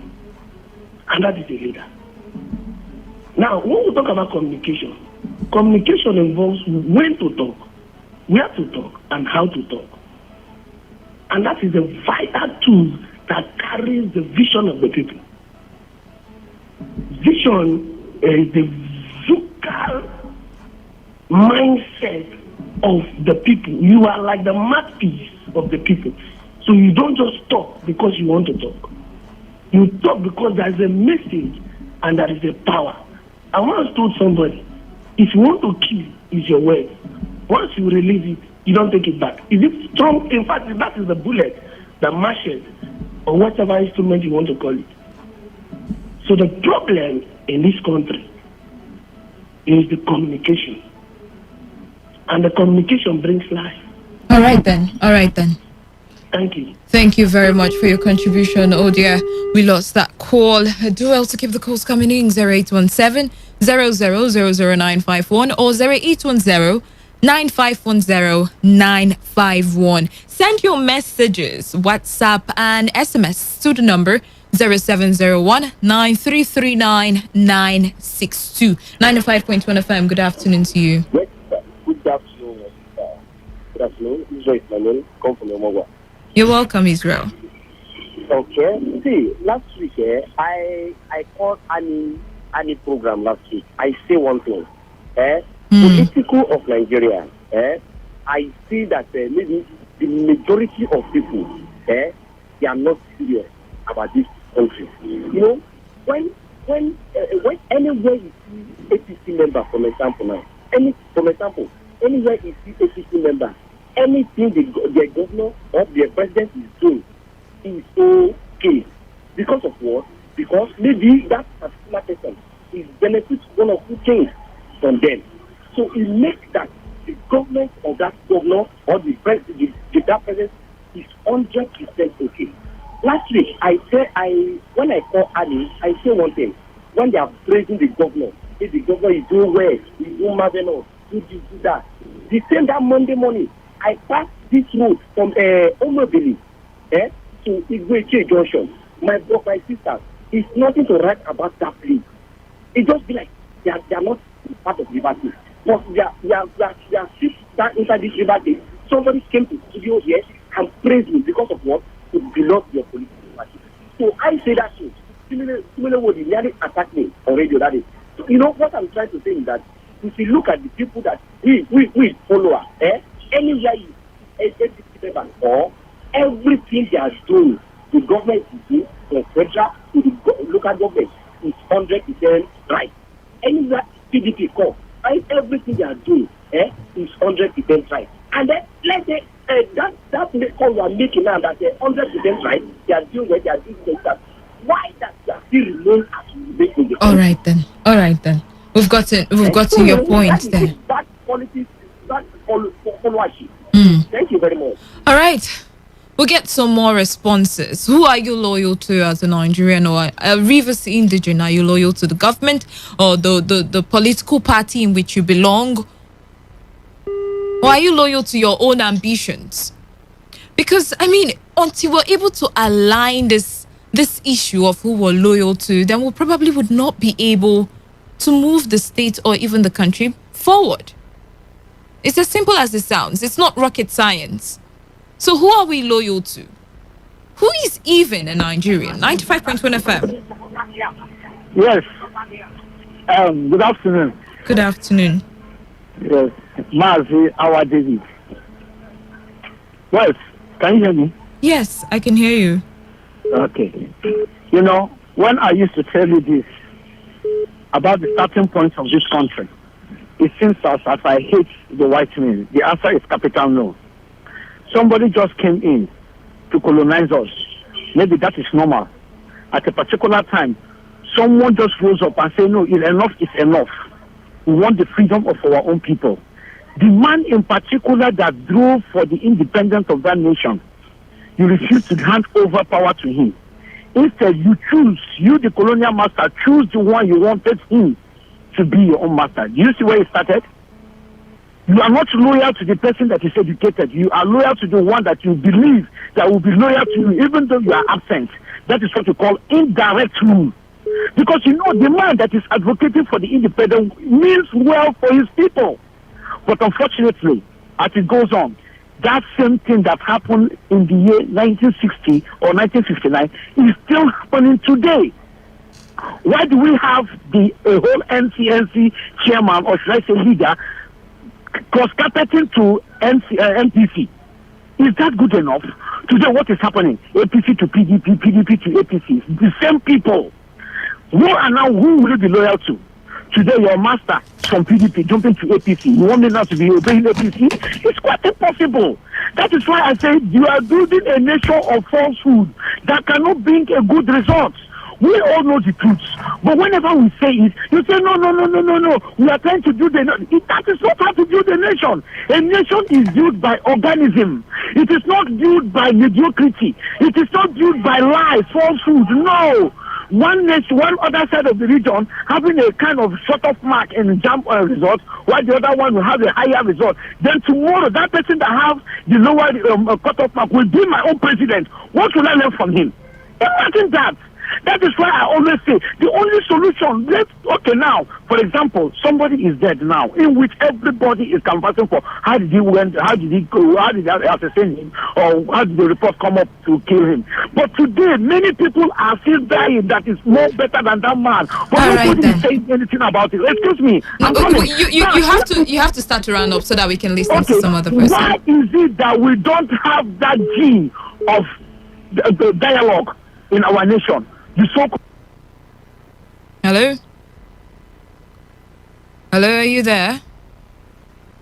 Oh dear, I think that was network kicking you off there, but then you can call back, so you can call in right back so that you can wrap up what you were trying, the sense you were trying to make, okay? 95.1 FM. Yeah, good afternoon. Good afternoon. Yeah, my name is Honorable Chris. I'm calling from Port Harcourt. You're welcome, Chris. Yeah, you see, there is one adage I normally use. This adage says, on the side of finances, you can't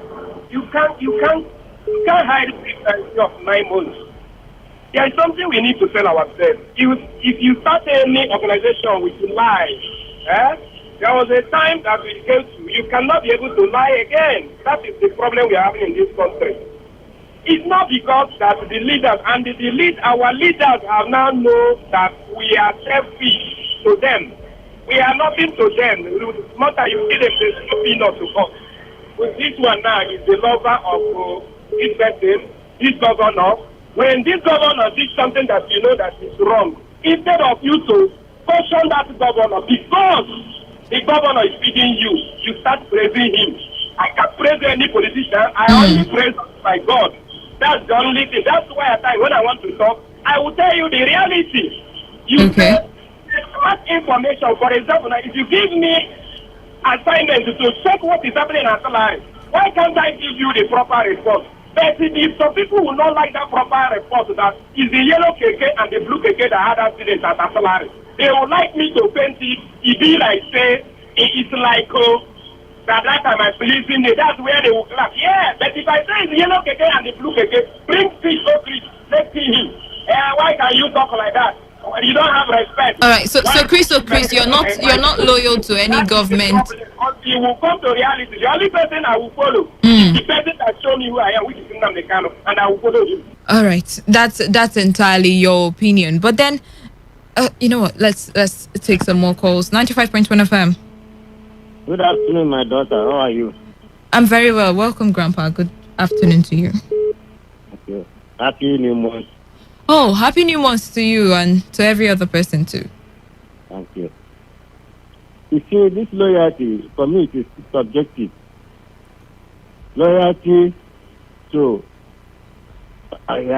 spirit and loyalty to politics. Because I am loyal. For me, I'm loyal to my God. That's the person I say I'm loyal to. But when it comes to the nation. I'm coming now. I'm coming. I'm loyal to the constitution of the land and all the laws of the land. And they tell you I'm loyal to my wife who controls my stomach. But politically, or what happens in government, loyalty to government, as I've seen, is that you must belong to where they belong to. Write it down that this is what I'm saying. If you don't belong to where they belong, all your efforts for years will be in futility. I've been in politics for over years, since 1979. I've been involved deeply in politics, but I've not gained one cup or one coke because I don't belong to where they belong. I don't do what they do.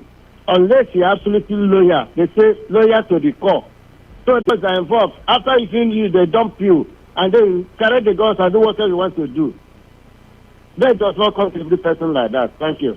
All right, thank you very much, Grandpa, for your contribution there. 95.1 FM. Loyalty of a thing is what is putting even though some youth in trouble. We are feeling that when we are loyal to you, you will do a tangible thing to us and for us.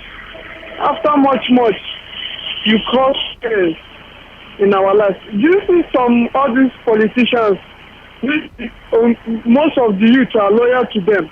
In terms of campaign, they come to the market side and buy granules, buy biscuits from you. After they enter the seat, then demolish the place. Then forget that their demolition is the side they come with the time they want to be something for their life. There's something that makes you to be some in your own life, then come and demolish it. Like, let me, as a instance, as a governor of the state, we can say that.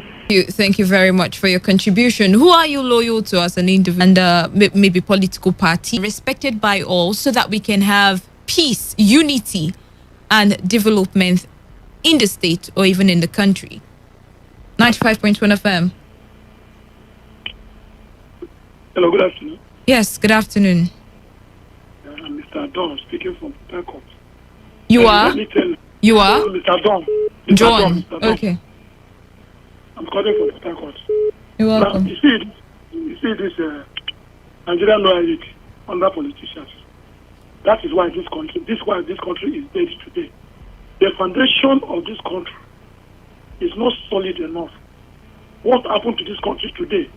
That is why, if you see what is happening today, if an Igbo man is the president of this country today, if he's doing bad, the Igbos will say yes, he's doing good, he's doing good. If Yoruba man is a president, the Yoruba will say yeah, he's doing good, whether he's doing bad. If the outsiders they say them, that's the cause of loyalty. That's why the foundation of this country is not good. So loyalty has caused a lot of damage in this country. So how do we change that narrative? How do we now get them to see that it is the country, the common good of the country, that should be the cause of the focus of the people? Okay, see, let me tell you something. I've traveled from this country because Nigeria cannot adopt the system of other countries. And what have killed this country today is what? Corruption, nepotism, and a lot of things have caused a problem in this country today. Let me tell you something. Before this country can be, unless it's the hand of God. And let me tell you what God will say that. God say, I hate a corrupt nation, and a nation shall not send the blood. If you go one point generation, give them evil leaders. What is that the country? I believe that the hand of God is here. Because look at how they are killing people like fowl. Fowl is more value now in Nigeria. All right, we've gotten your point. We have to move on to listen to some other person. Sincerest apology. We're still trying to establish contact with our guest. I don't know why today, of all days, network decides to play around with me. All right, let me read some of the messages. Remember, you can send in your WhatsApp or SMS to the number 0701 9339 962. I'll just read some of the messages that have come in so far. All right, this one coming from Asitonka from Okrika says, wealth, the leaders are the problem of the nation. Hate speech, poor ideas, poor communication for the people, and no respect for the people. Those are the problems, but then how do we fix it? Fixing it is the question I've asked. Who are we loyal to, and how do we ensure that our loyalty is not based on what we want to gain or tend to achieve as individuals, away from the collective good and unity of the nation? All right, this person says, good afternoon. Nigeria presently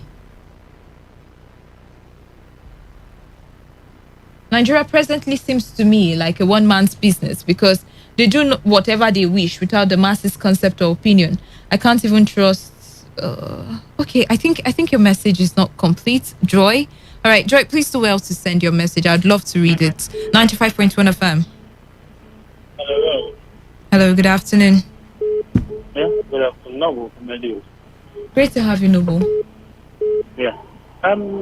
Just like what I was talking, being loyalty to who? I can be loyal to someone that I know who defend me when I'm in trouble. The question now is that our governors, our government, are they defending us? How can I trust them? Is it not HFI even said that Fulani, they are not forgiving, they are not forgive? So when you hear such a word from somebody, how are you going to trust the person? Maybe if anything, you are from Igbo or South, from South, then anything happens to you there. How do you even think that such a governor will come to your defense? Our government have made us to just believe in ourselves. For us to fight for our, this is what is happening in Imo State now. How are we going to believe in one? Let us not stop pretending. If we believe, yes, are we going to be one? Yes. Okay, see what we're going to make us to be in unity. Then we'll go by the way. But if we continue playing this game, by 10, 15, 20 years, it will be getting worse. It wasn't like this last 2 years. It wasn't like this last year. It's getting worse day by day, week by week. Yeah, but fixing it is what we're looking at, not completely splitting it. But Noble, thank you very much for your contribution. Oh, there we lost that call. Hello. This is Dan James calling from Choba. You're welcome. Yes. The fact is this: Nigeria can hardly be united, no matter how we deceive ourselves. Why? We would have started building this unity from our diversity. And what do I mean by that? Recognize each and every ethnic group and allow the members or those who come from those ethnic groups to be loyal to their unit. And this gradually will transform into them being loyal to the nation or the country.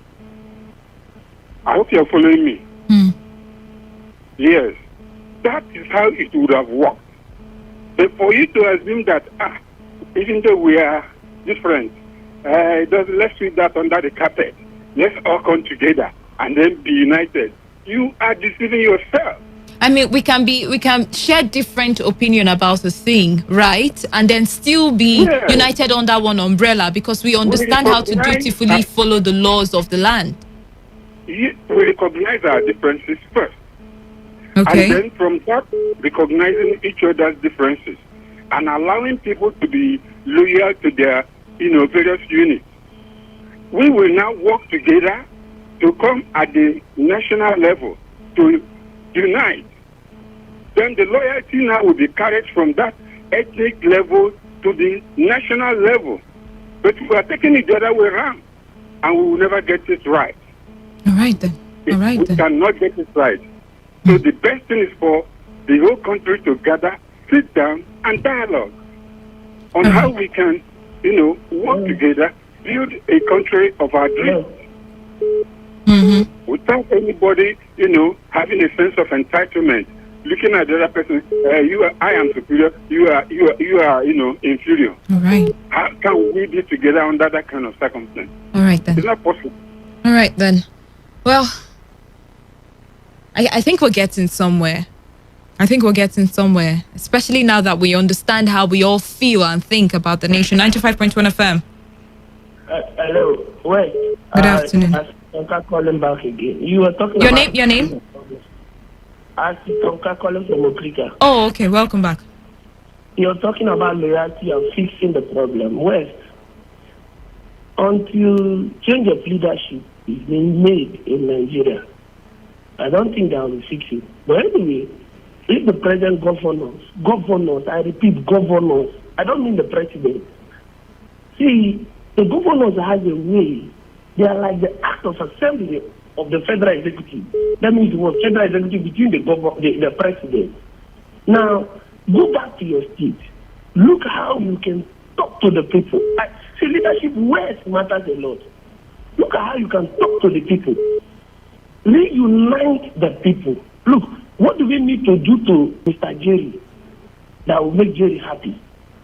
Like we're talking about herdsmen, we're talking about bandits. Okay, the problem is not money, not. Hello? Yes, I'm listening to you. The problem is now what? But you're not an individual. Once an individual is going contrary to the constitution and to the will of the people, that is leadership. Then you must quit from that place. Thanks and God bless. All right, thank you too.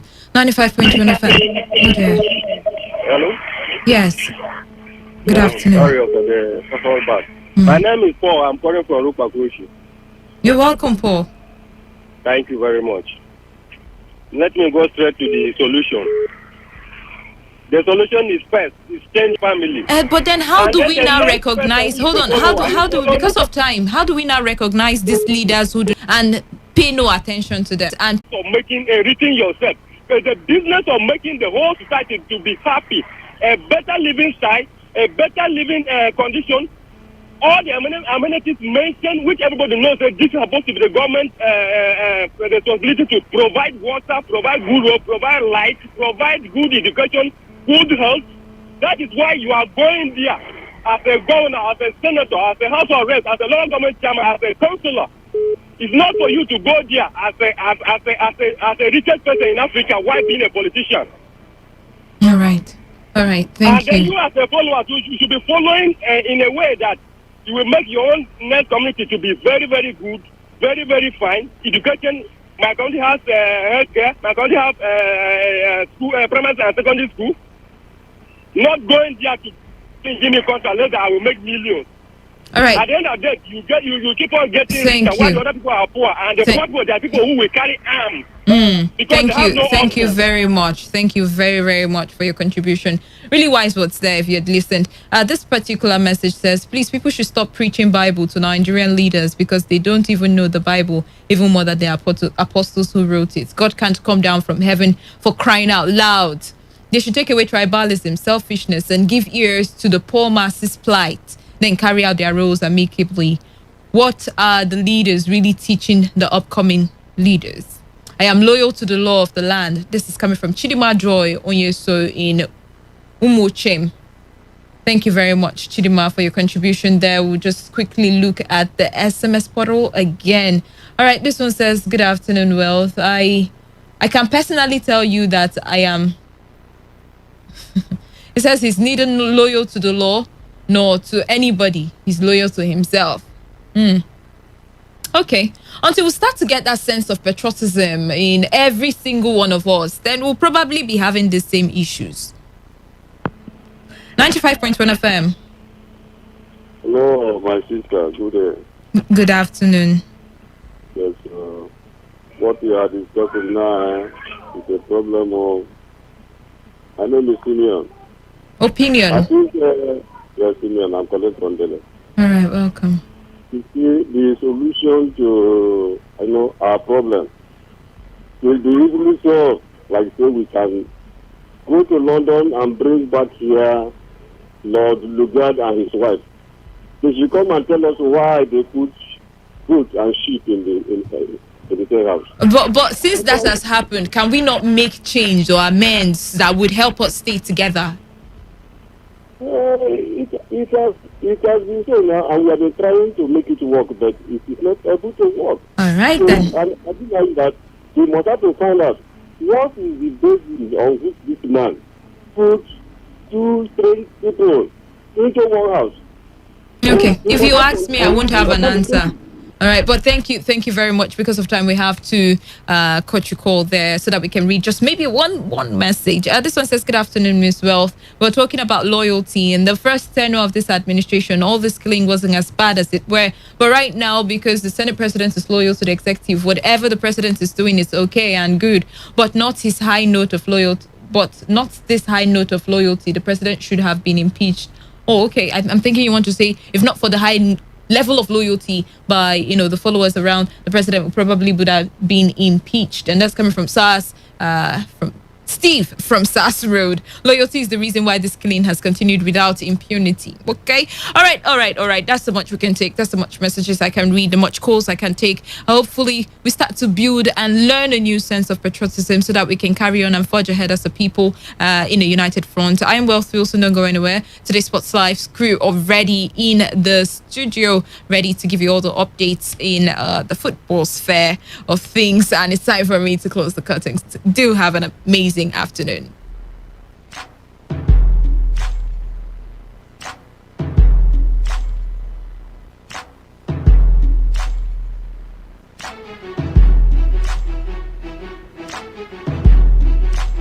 Port Harcourt, are you ready? Today, 95.1 FM, the voice of the people. Radio has never been this good. Today, 95.1 FM, Port Harcourt. What a goal! Hangs it up for Ronaldo. Hanuanko aka Papilo. For the latest and trending sports stories, always listen to Today Sports Live on Today 95.1 FM Port Harcourt. My name is Gianni Infantino, FIFA president. For the best of us.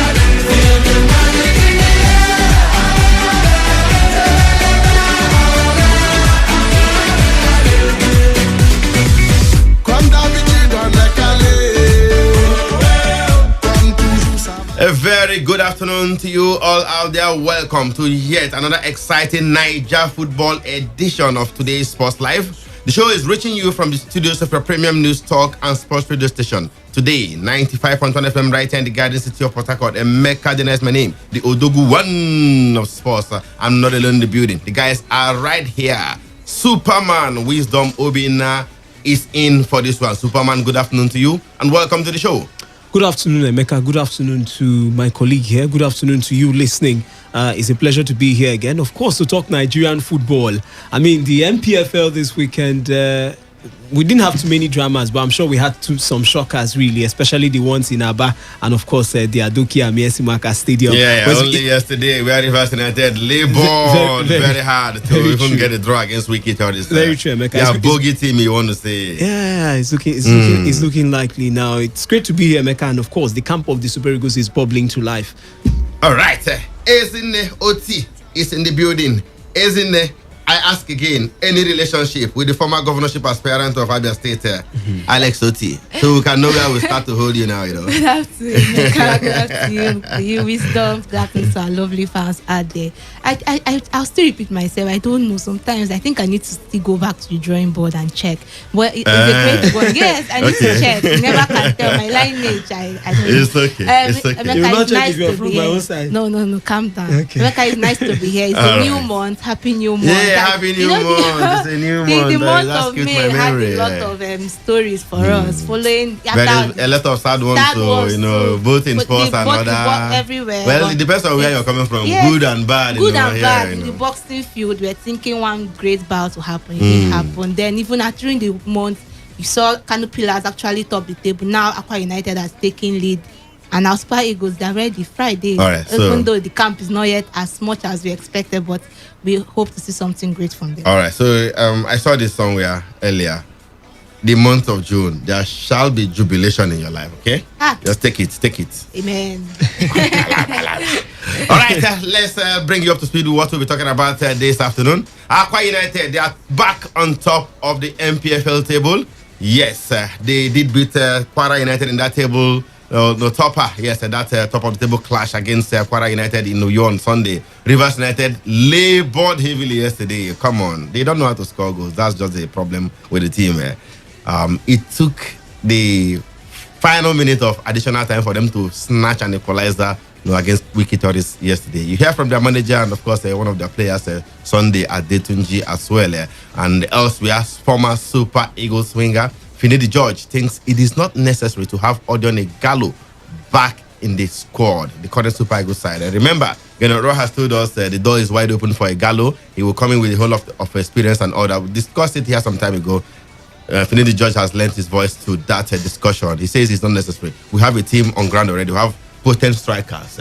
And the likes of Paul Onuachu first. Mention Onuachu first. That's Kelechi Iheanacho. That's Simiwa Nkwo. That's Victor Osimhen. That's Terry Murphy now.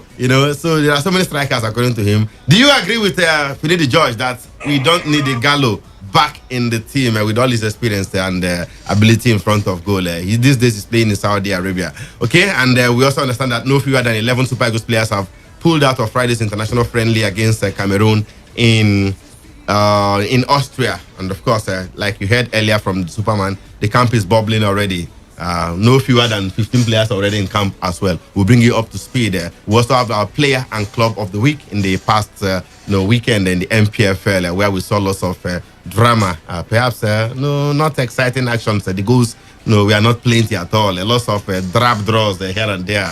So many draws there, and we didn't even see any win as it were. Right, the show is interactive, like we give you the opportunity to have your say. Yes, you can do that using the text message or WhatsApp platform. They share the same number, 070-1933-9962. That's 070-1933-9962. On Twitter, we are TodayFM951 at TodayFM951. My handle is at Dana Emeka. Superman is here. His handle is at Wisdom_OB. O for Orange, B for Banana. Later, between the phone lines wide open for you to have your say. Let me also put this one in. The CEO will be joining us as well at some point in the show. He's stuck in traffic, but of course, hopefully before the end of the show, he will be joining us to talk about the Port Harcourt City League that is well on the way, I tell you. Don't go anywhere. The show will be right back after this timeout.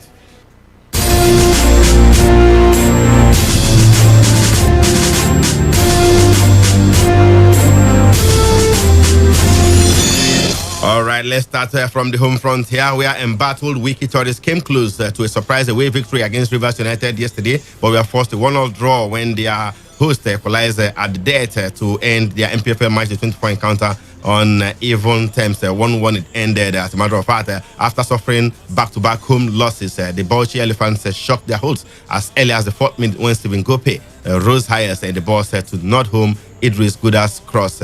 Now, all efforts by Rivers United to cancel the goal proved abortive as Wiki Tories, desperate for revival, deployed the best defensive tactics they could muster to frustrate the opposing team. On resumption, Rivers United mounted more pressure on their visitors for the much-needed equalizer and eventually paid off in the 4th minute of additional 4 minutes added, as a matter of fact, with Malachi Ohanwume grabbing the equalizer for Stanley Eguma's side. Let's hear from Eguma himself.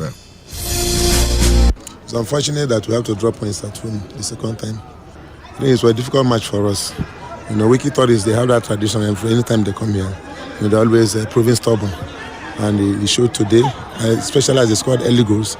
They were well motivated with that goal, and we really pushed them. And after that, they were now packed the box behind, and we were just defending. So it affected our boys. We tried to calm the ball, to keep the ball on the ground and play, play compactly in the middle. In the second half, we came out, tried to use the wings when we introduced Paul for the Ghanaian boys. So yet it did not, work out because we had so many scoring chances which we lost. I think the goalkeeper was good on today. If we have converted the goals we missed, which have been avalanche of goals. All right, Superman, this is arguably the best post-match reaction Eguma has ever granted in his life. I don't know what to make of his thoughts after the match. Emeka, you guys seem to forget that these guys listen to the analysis you do here at times, even though you guys don't call now, according to Zazi on our WhatsApp group yesterday, Zazi says this this post-match reaction is about the best. It can pass for what we see on Sky Sports from the Premier League managers and what have you. You have to give it to Eguma. Wonderful analysis of the match, from tactics to the opposition to the overall outcome of the game and everything. I mean, you have to give it to the man. We want more of this. Not a question of we thank God, we thank God, we thank God.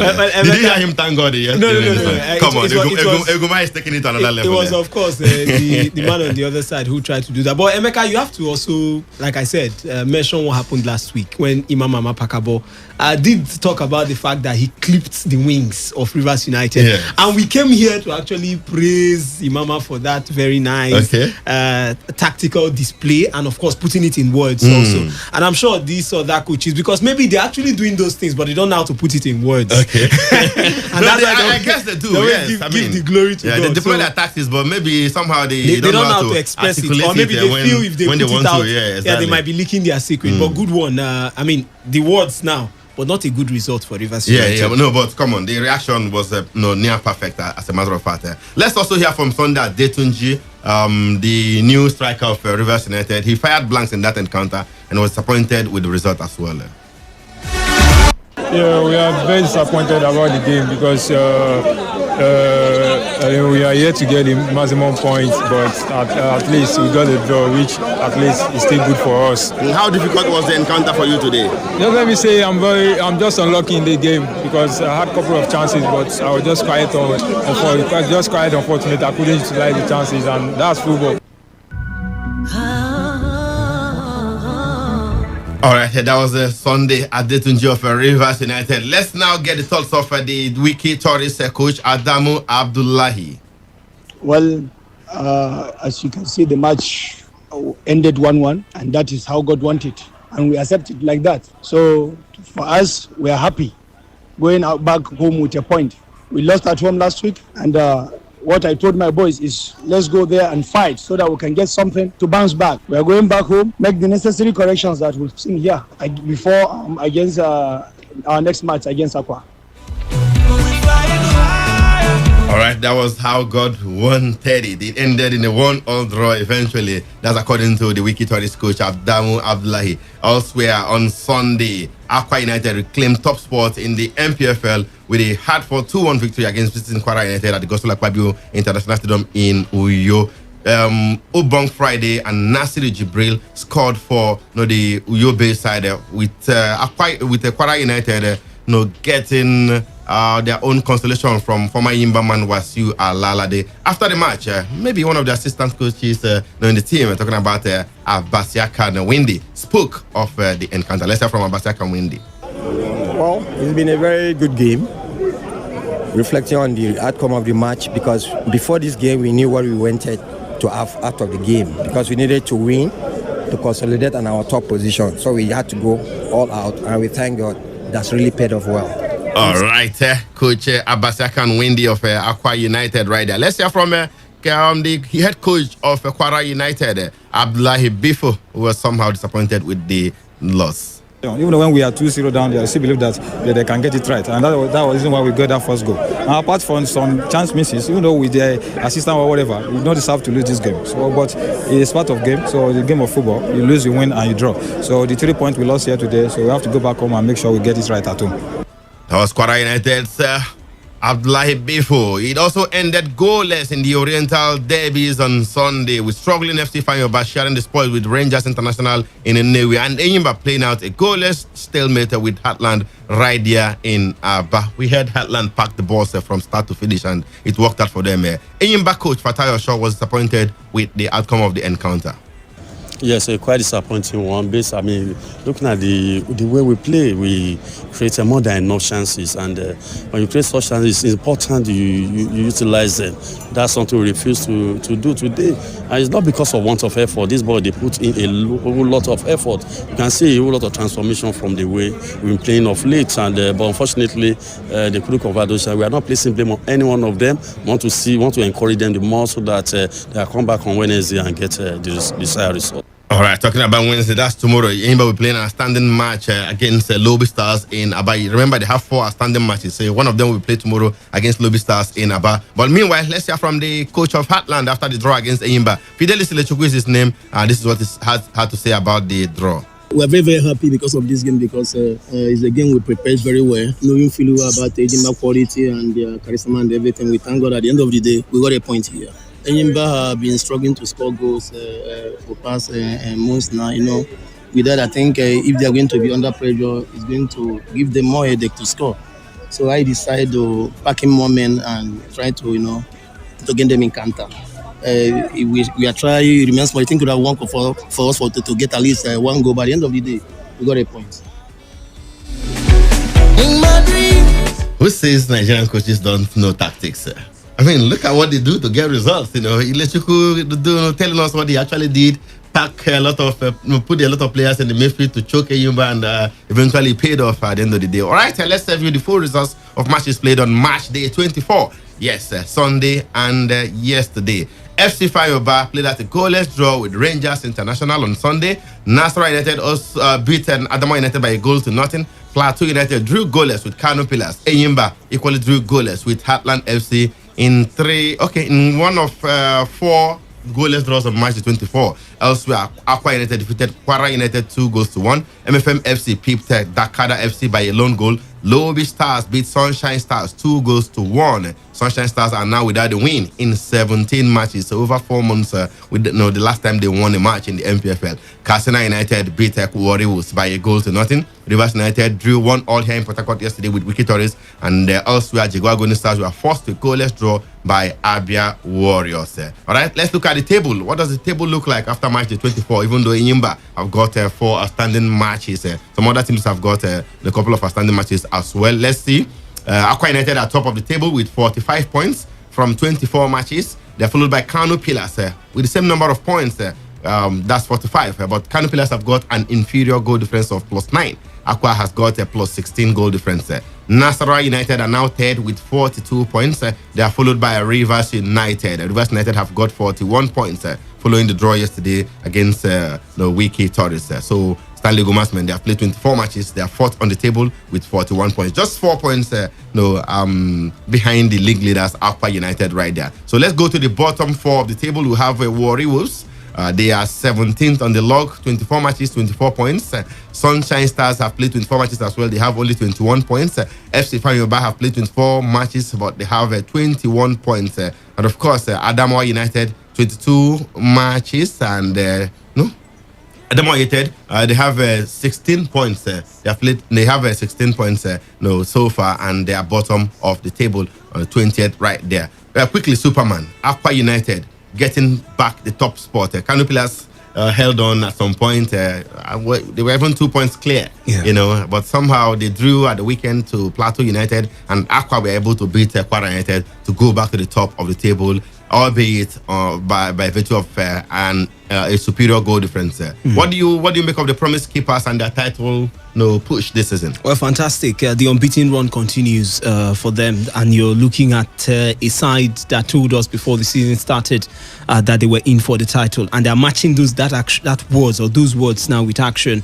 I mean, they did everything. They ticked all the boxes before the season started. I mean, the ones they needed to take, they kept some players.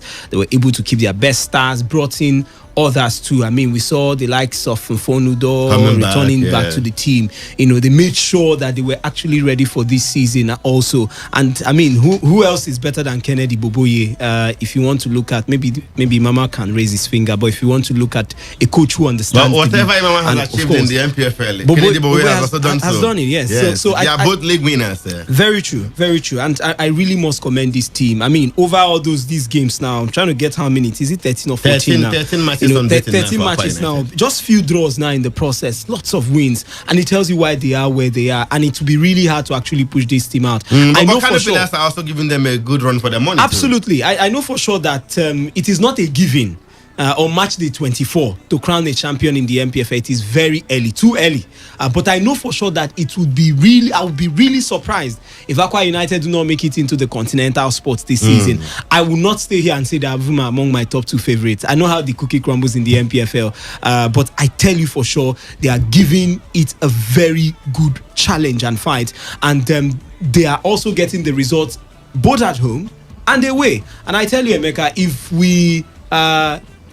if we don't actually sit up in Rivers United, that's talking about Rivers State now, if we don't sit up now, I think we might end up seen a case where we might not even make it to the continent. I'm talking about Rivers United now, but we would actually not be shocked. I mean, as a football family here in Nigeria, if Akwa United make it to the continent, I mean, the performances have been brilliant. And like I mentioned, they're also doing it at home. We know the home is a fortress. You must win at the Uyo International Stadium. But doing it away also, I tell you, it tells us that these guys are in for some serious business this season. All right. Isn't Eyimba, their struggle continued, especially at home these days? They labeled to a goalless draw against hard-fighting Heartland, who have sort of become a boogie team for them. They hardly beat Heartland these days. 5-6 years now without a win against Heartland in the league.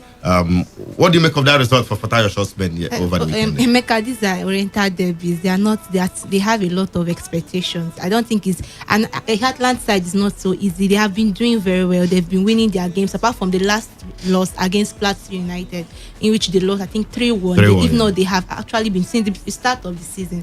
They have been doing very well for themselves. Not to talk about the Eyimba side that was struggling. Last week, I told you that Eyimba winning 2-1. We saw Rivers United labor at home again. It's goalless. And what is the guarantee that what happened yesterday will not repeat itself subsequently? The players found it very difficult to score goals yesterday. They had so many scoring chances, they couldn't put the ball at the back of the net. For me, I think it's the mindset, the mentality of the players. How do they prepare them? It also boils down to the management of Rivers United. For me, like the gaffer said yesterday, there is no cause for alarm. They will go back to the drawing board, see how they can get the players to be psyched up for the next game. Like CEO said, if you look at it, it's not that they have been losing matches. It's just that they've not been able to win. The finishing has been very, very poor. For me, yesterday, I saw a Rivers United fighting like a wounded lion, especially in the first half when they conceded. And I was like, is this Rivers United?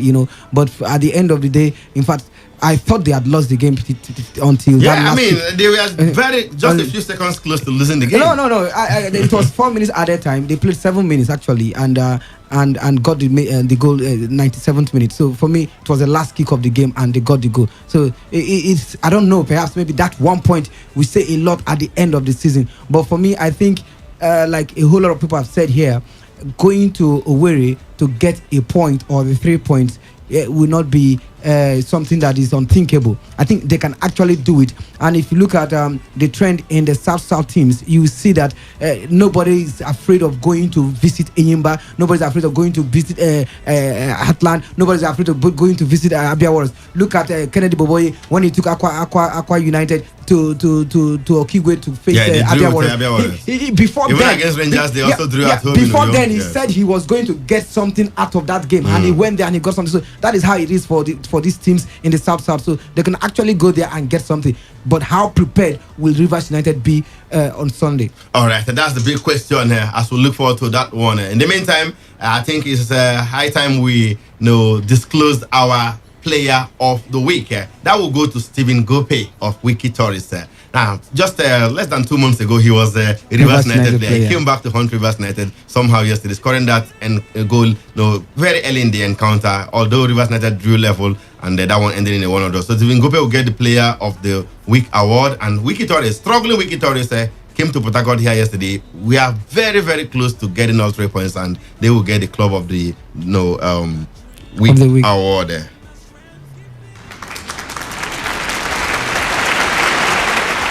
Okay, we will shift our attention from the MPFL to the Port Harcourt City League. The CEO is here. The Chief Operating Officer of the competition is equally here in the person of Sanipe Damiete Tonte, the voice. All right, so what's up, guys? How far have we gone? No matches today. That's why you guys are here. Otherwise, you would have been in the field putting things together, right? Picking balls and making sure everything runs well. For me, we're kind of like it's a league, and 6 months playing a league, normal league, the way it's drawn everywhere. So how far have we gone? How many matches? Week two gone. Okay. By next week, we'll be going to week 3, where we're also changing or shifting camp because it's the Port Harcourt City League. Our intention is to make sure that every part of Port Harcourt feels the Port Harcourt City League, because this is a city that is known for its football. So will be going to the other side of town, Iwofe to be precise. Okay. Ignatius Ajuru University. They have a very, very good pitch. Yeah, they're also part of the competition. Yeah, they're also part of it. They won one through one, so they've been doing very well lately. So I'm sure their VC2 is also excited, and I'm sure the students will be very excited to see their team. Or they've been through what the Secretary of FIFA and CAF they are going through. You understand? It's not that easy, you know, when you run these things from inside. It's easier to criticize from outside, but then a whole lot of stuff, information, destination, you know, understanding the players' attitude, team attitude, preparedness, and a whole lot of stuff. So it's not just. It's not been easy. Yeah, it's not just been easy. It's not just the football you see on the field of play. A whole lot of things that happen, you understand, and all that stuff. So, you know, you have to clear players and all that stuff. So, but then it's the tempo. The only thing I am so happy about is,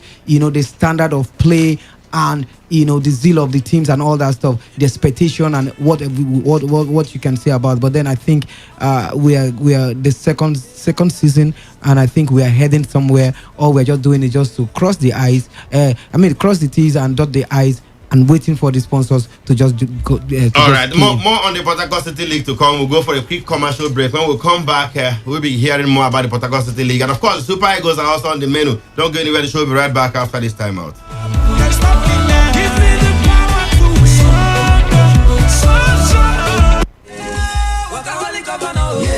The member representing Abua Udval and Auda East Federal Constituency, Representative Solomon Bob, heartily welcomes His Excellency Chief Barrister Yasom Wike, CON, GSSRS, POS Africa, and his entourage to Auda East Local Government Area for the official flag off of Auda Omoku Road and Auda campus of River State University on Wednesday, 2nd June 2021. Rep Solomon Bob also calls on all and sundry in Auda East to come out and mass to rousingly welcome our dynamic August visitor and son-in-law to Auda East. Welcome, Your Excellency.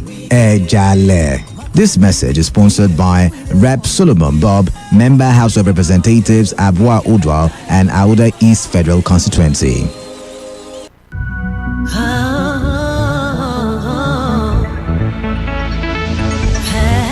Here I come with my voice, here to win. It's my choice. All right, welcome back. Still today's Sports Live on Today 95.1 FM right here in the Garden City of Port Harcourt. Before we went on that commercial break, we were talking about the Port Harcourt City League. It's in its second season. We saw the first season last year. It was massive. I mean, I think it was 16 teams last year. Yeah, 16 this time we have year. 24 teams. Amazing. Divided into two groups. And we hear there are lots of innovations already as far as this season is concerned. One of them is that the matches will not only be played at the Joseph Yobo Mini Stadium in T-Line. We're taking it around the city of Port Harcourt. Yes. And of course, going to round 3 next week. We're going to the University, Ignatius Ajuru University of Education. Sanipe, we also hear there's a League Cup. What is the League Cup all about? Is it similar to what we have over there in England? Yeah, definitely. If you look at it, I always tell people every league has a limited number of teams that can actually participate. You know, so at the end of the season, what happens? Last year we couldn't relegate anything because we saw the loyalty, you know, the zeal and all the contribution of all the teams. But then at the end of the season, a whole lot of teams wanted to participate in the league, but we don't even have the funds to, you know, get that much number of leagues and all that stuff. So when I said, okay, what are we going to do? Government personalities, a whole lot of people, teams, people that you know, everybody wanted to. So when that was how the pressure was so much. We had to increase the team to 24. But now we increased the team to 24. More people still wanted to participate. So when I said, okay, fine, how do we do it? At the end of the season, we're definitely going to be relegating 2 teams. Four teams. 4 teams. So at the end of the season, so what will be the criteria for us to get 4 teams? And you know, for the Port Harcourt City League Board, it's all about transparency. It's all about doing it professionally and all that stuff. So when I say, okay, let's get another, because of the number of people that are calling in, okay, we're going to have a League Cup, which is the way this is, so which is going to be running concurrently with the league. They're going to finish the same time, just a week apart. You understand? So what happens in the League Cup? Who is eligible for that one? So every team that is in Port Harcourt is eligible to play as long as you have a team. Okay, and you believe that, those that are not registered in the Port Harcourt City League will now play the League Cup. Yes, the top 4 teams will be promoted. The top 4 teams will be promoted. So they are the ones that would now. So kind of like there is it's kind of like standard. Mind you, the Port Harcourt City League has come to stay. It's going to outlive me, outlive Kingsley, you never can tell. That is also that is that is the dream. No, that is the dream. Okay. You just have to start dreaming before you begin to implement it. But for whatever it is. So when is the League Cup starting? Yeah, the League Cup. So now registration is on. Okay. Starting from today, though people have been registering all the while. People that have been in the. So how many teams are you looking at for the League Cup? I'm looking at 128 teams. No, do you have the capacity to organize? It's a League Cup. And first and foremost, no, I do not dream. I always carry them out. See, let me tell you. No. What I'm saying yes, for the League Cup itself, you have like it's a knockout. In the league proper. It's a knockout. Okay, it's a knockout. Straight knockout. It's a straight knockout. Okay. It's a straight knockout. From 128, you have 64, 32, and if I have 64 teams, if I have 64 teams, definitely I'm not going to play more than up to 48 matches. That's just what it means. It means I just have to play 32 matches, 16 matches, 8 matches, 4 matches, and that is all. So that is just how it is. So I can't take 124 matches. 124 teams, I'm not scared to say that. So as many teams that believe that they can actually participate, because some people are feeling as if this team I go fit beat them. I go fit beat them. They no great take me. You understand? Now it's an opportunity for you to come register in the League Cup and test yourself. And not just that, we're also checking out for discipline and all that stuff. A lot of teams are not, they don't do things the right way. I don't want to say professionally because they are not professional. They are amateur and grassroots teams. Yeah. Going forward for the League Cup, when is it expected to start eventually? Yeah, definitely the first week of July, because we wanted to close registration at the end of last month, May, which is yesterday. But then because we've not started publicity in the light that it's supposed to go, a lot of people are not aware of what's going on. Because it's only those people that were left out of the league that are aware. So with what you just said now, they will be flooding your phone lines. So now we're not saying, okay, let's try and see how we can give them 1 more month for people to hear and to register. Okay, so and that is give and take by July, it will. By the end of this month, we are doing the draws, open draws, because everything about the Port Harcourt City League Board is transparency. So we'll now do that, and they will take it up from there. Interesting stuff. I'll go to the CEO on this one before we talk about the Super Eagles. What do you make of the quality of football you've seen so far in season 2? Season 1 was massive, no doubt. At least we saw the benefits. At least 2 players from the Port Harcourt City League made it to the MPFL. A couple more, made it to the NNL. More like an upgrade for these guys. So far so good. Have you been impressed with the standard of football these players have exhibited? A lot of them are amateur players. Yes, I think you really need to come spend a day and watch. So you will have a better. I haven't watched any game this season. We are coming near you now because once we come out from warfare, we should be somewhere around NTA or thereabouts. So we are coming closer to you. For us, for me, I think the quality of football has been quite impressive, and part of the innovation we brought for this year season is the introduction of what we call Team of the Week, Player of the Month, and Coach of the month. So tomorrow, the organizers are going to release their nominations for the team, for the Player of the Month and the Coach of the Month. And after 3 days, they will be able to call the winner. So I think it's something that will also encourage the players. And a few persons also have tried to also come in with what I would call ambush marketing.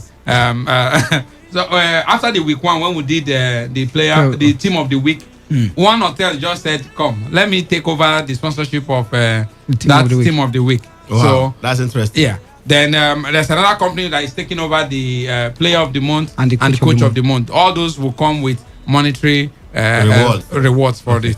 That's great. Okay, keep it up, guys. You're doing a wonderful job there. And we are an integral part of this one, I have to say too, because we support what you guys are doing, giving back to the youngsters, the grassroots, going there to fetch them and see how we can make stars out of them in the coming years. In the meantime, just before we go to the Super Eagles, it's not just only about playing football on the field of play. We also organize capacity building for the coaches, the players, and all that. So it's interesting. Even before the commission started, it's a whole last year there was a seminar where the referees, the teams were taught a lot of the game. Even this year, we did 9 in January alone. 9 capacity courses for them. That's great. That is it's a whole package. Where these ideas they come from? That's what I want to ask. You all these kind of things. Like this. But you know that we've been trying to see how we can take over football in Rivers State now. No. I don't deal. I don't constant. No tension. You are winning. By the grace of God, you shall win. Zawa. No matter where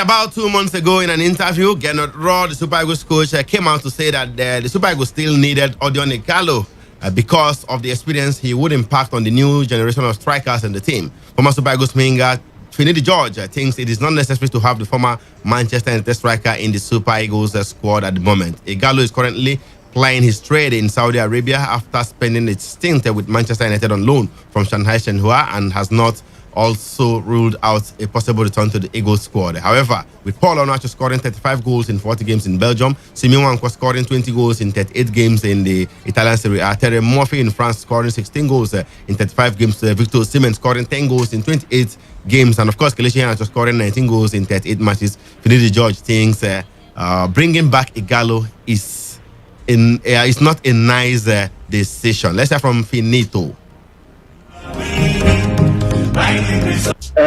I don't think so. Personally, I don't think so because these players. Well, I think what they need it doesn't really mean they need an attacker. Already we have Ahmed Musa there. I think somebody that has played 2 World Cups. He has gone to various Nations Cup. He should be the key figure. Ighalo's time, he retired. He personally retired from the national team. So bringing him again it will not even create good atmosphere in the team. Superman, do you agree or disagree with Finidi George on the return of Odion Ighalo to the Super Eagles? He says it will not create a good atmosphere in the team because he has retired already. Some people have taken his place. Coming back will now create some kind of negative atmosphere in the team. Do you agree with him? I really do agree with him in totality now. I know experience matters, but we also have experienced players in the team. We compare our players with their counterparts, all over the world. I mean, you want to say, okay, an average player now doing wonders should be around 25, 26. I know we have the 30s and the 29s and, late 30s and all that. But, of course, on an average, Kylian Mbappe, Erling Haaland, the boys who are making waves in Europe and would also be the ones, at the forefront when you have the World Cup or the Nations Cup or even the Euro Nations Cup and all that. Sergio Ramos was dropped, So I think for me, bringing the man back would actually destabilize the team. Now, we have an idea that Victor Osimhen, if he's available and it's an A game, would almost be the man to start. Maybe pairing up with Kelechi Iheanacho, who these days would just coming around that top two up front positions. So I think for me, it would not actually all go well with the team or go down well with some of the players. I'm looking at the likes of Terry Murphy, Paul Onuachu, who looks like he's even there by effort, and the likes of the Crotone man who has not even gotten a chance. I would not think it's be a nice idea at all, and I go with Finidi on this CEO, one. do you think otherwise? My position with Rohr is still the same. I won't change. He's the coach. He knows what he wants, and whatever direction he feels he wants to go, I think it's now left for every one of us to support it. However, we must also consider that this team is a young team, and if the coach feels Ighalo will provide some needed experience to guide these youngsters, of course, he should go ahead with that. All right, do we really need Ighalo back in the team going forward? With the array of strikers we have in the squad right now, do you think Ighalo will even be a perfect match coming back to the team? Emeka, being a perfect match, I won't say, but I don't think we should actually outright him out from the team because Ighalo comes with a lot of experience. Let's not forget he was our top striker when in AFCON. He helped us in different games, even in his club, in Saudi. He has scored over 9 goals. He's still there. He's still banging in those goals. This club is where? Al-Shabaab in Saudi Arabia. Yeah, you might say that's like Adamawa United. It doesn't really matter. Emeka, they finished second in the league, in their own league. It's not still an easy feat. Still, it's a game of football. You don't just get the goals easily. You still have to struggle. So, you have to if you are going to run now, would you want to bring back Ighalo into that team? Considering the Emeka, we have a lot of young players in that team. I think Ighalo coming won't be a bad thing. He brings a lot of experience. Let's not forget, Germany just brought back Gerd Müller. France got back Karim Benzema. They are not the youngest of players. They are still getting old. So experience counts. Emeka, why are we bringing him back? He's not experienced. It doesn't feel. Is Musa not experienced? Let's see. Musa is just there. Musa is not an outright striker. Sadipe, what do you think about this matter? So, the Igalo people are winning it. Well, I don't want to say the Igalo people are actually winning it. This argument, I think, is no brainer at all. There is no even argument. There is no controversy at all. Igalo is not needed. See, I will give you statistics. You understand? If anybody has made impact lately for the attacking role, it's even an Emenike. You understand? An Emenike. Okay, in terms of age and the past, Emenike even did better than Igalo. And when Igalo was there, a lot of people say, let's bring back Emenike. People say, no. The guy said, no, I'm done. I'm going. Do you understand? And for me, these guys, as young as they are, I think they will even make more impact than the Igalo that you're talking about experience. And for me, even the Victor is even has a lot of experience when you talk about national team compared to the Igalo that just managed to get to the Super Eagles, because these guys started from the youth ranks. So if you look at Iheanacho, these guys, they have a whole lot of experience when you talk about national team football. So I don't know. And they also played at the top level in Europe. Top level, and this guy is coming from Saudi Arabia. Where? Adama United. Iheanacho will be 25 in October. Let's go for another commercial break. Let him just go and rest in Saudi Arabia. Let's go for another commercial break, and then when we come back, more Super Eagles, and we'll throw the phone lines wide open for you to have your say. Don't go anywhere. The show will be right back after this timeout. A Bobby movement is at it again. Capri Zone and Lingua with a Bobby Eddie roll. Featuring Magneto, Ida Harms, Wanda Banton, Dr. Bars, Romeo Without Juliet, Sisi Boma, Dr. V, Danny Spry, and ITK Concept. 5th June, time 3 p.m. Blue Carpet. Main event 4 p.m. at Eddie's Wine Bar, 11 MAL Street, GRA Phase 3, Port Harcourt. Come get the vibe, the talkie, the cruise. Regular 2 Sabi Boy, 5 Senior Man, 50 For inquiry and sponsorship, call 0803 710 9489. Official media partner, Today FM.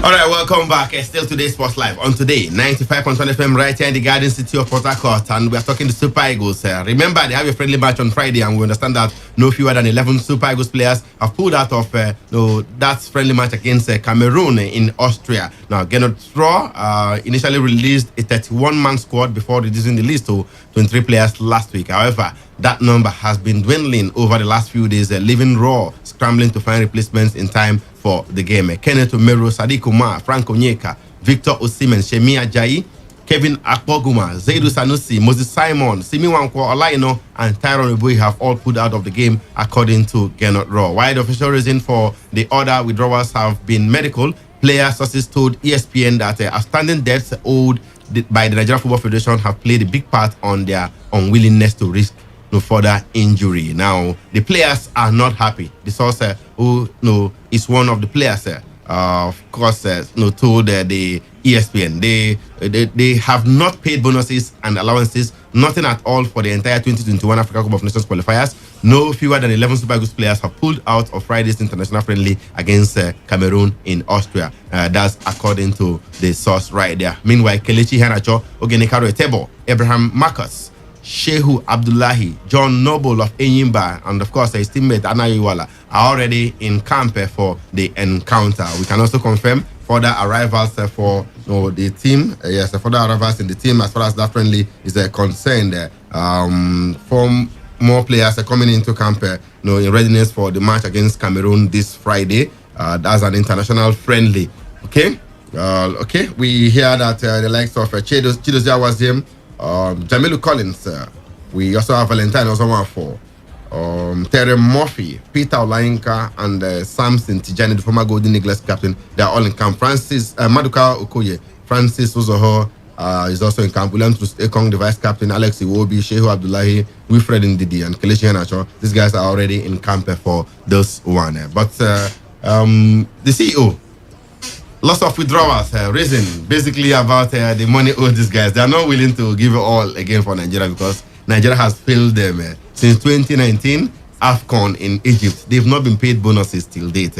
Promises after promises, and nothing has been done to that effect. So the guys are pulling out. Besides, the friendly match is not FIFA. It's not in the FIFA window, as it were. They are just taking advantage of the fact that the leagues have ended, inviting these guys to come and play. A lot of them have pulled out. Yeah, again, you also have to put into consideration that a lot of these guys who pulled out may have done that on the BS of their clubs. They've come from a very long and tiring season, and you also have to put into consideration that for the last summer, there was no break. A lot of players just continued playing. So clubs would have also told their players, take this 5-6 weeks holiday, ease off, so that when you come from for pre-season, you come in more fresher and more fitter. But again, the other question we need to raise, why is nobody talking about this money being owed the coaches, the players, and all that? Because the bottom line or the downside of this whole thing is these same MPFL players that a lot of people are saying are not good enough for the Super Eagles will suddenly get those call-ups to come and play these games. And these are people that over the years or months and weeks have been told you are not good enough. So what are you going to now? They will play for free now, They want to make a name for themselves. It's not about playing for free. It's about making sure that the country, the badge of the country is not disgraced in a game. No matter how irrelevant we think the game against Cameroon is on Friday, it's still a rival. Definitely. Yeah. I mean, it's something that friendly you have to do and prepare yourself, because we are going to face the World Cup qualifiers anytime soon. All right, isn't there high profile withdrawals, so Seamen and the likes pulling out of this one? Does it take the shine off that friendly between Nigeria and Cameroon? First, it's already taking off the shine when we talk about them, even owing them the money. These players are not really coming, but still we have our own senior man. He's there. We have Anaya is going to be there. We have many players at least to take charge of that game. Not minding the withdrawals. It's still going to be as hyped as it is. We hope the players do better. Not mind. I know it's not easy to actually play for Nigeria, because when it comes to it's not just in the men's league, it's not just the Super Eagles. Even in our league here, we complain about payment of salaries, how they are being owed months. When people actually give services, I think they should be rewarded. That's true. Right, so now, if General is being owed for 7 months, and is unwilling to resign, a lawyer who is being owed for over 17 months. Yeah. Emeka, why are we speaking for them? These guys happy where they are. You can't climb on the belief. Yes, they are happy where they are. They would not prefer to go be idle at home.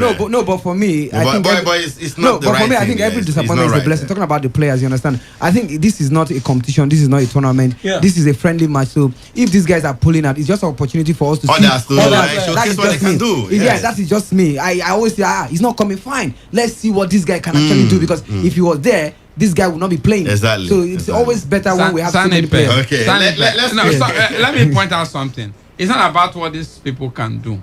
They are not in the plan of the coach, and the coach has said he's not going to invite any new person during the qualifier. Yeah, but you can break into the team with the decent performance against Cameroon. It's impossible. All right, let's go to the phone lines to hear from you guys out there. 0817 0000951 0817 0000951. Alternatively, you go to the other number 0810 9510 951. Those are the numbers to call. You can also send us your messages via text or WhatsApp to 070-1933-9962. And of course, you will be live on the show this afternoon. The lines are buzzing. Let's go there. Hello.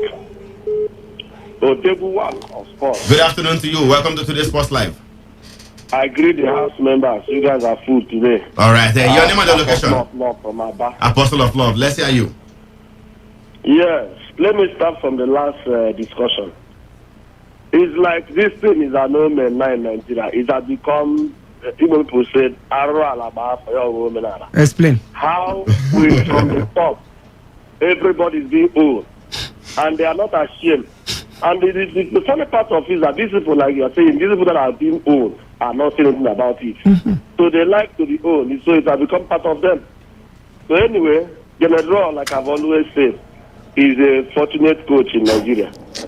So let him do whatever he wants to do with the national team. All right. Let's leave it there. Apostle of Love, and go to the next caller. Hello.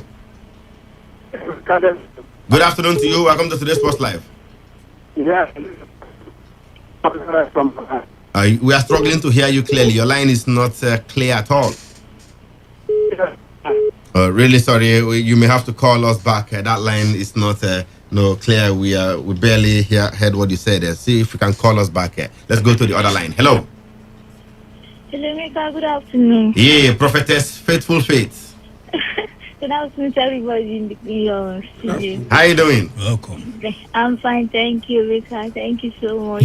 Listen, let me start with this person's audio dialogue, the excuse. See, I agree with Finidi George. Like, we don't need him, and he voluntarily resigned. So why is he giving us the? I think that excuse of him having experience is ridiculous, and we are not actually buying it. And coming to the national team, for those that actually withdraw from the listing, I think their reaction for now is good. And for now, I think they'll end up inviting more indigenous players, believing that these ones can execute the game. But I think if they continue to withdraw from matches like this, it will make our national team handlers to stand up and pay these guys when they are due. And instead of, if they allow that team, then the national team will now turn into a charity organization. Off your mic, please. Thank you so much, Faith. Let's go to the next caller. Hello. Hello, good afternoon. Good afternoon to you. Today's Sports Live. You know the location? Yeah, this is Darlington from Uwechi. Good to have you on the show, Darlington. Talk to us. Okay. Shout out to Sanite the Voice. Thank you very much. The only person that gave him shout out today. I am glad that he pointed out that game is to be 4 minutes of added and it ended after 7 minutes.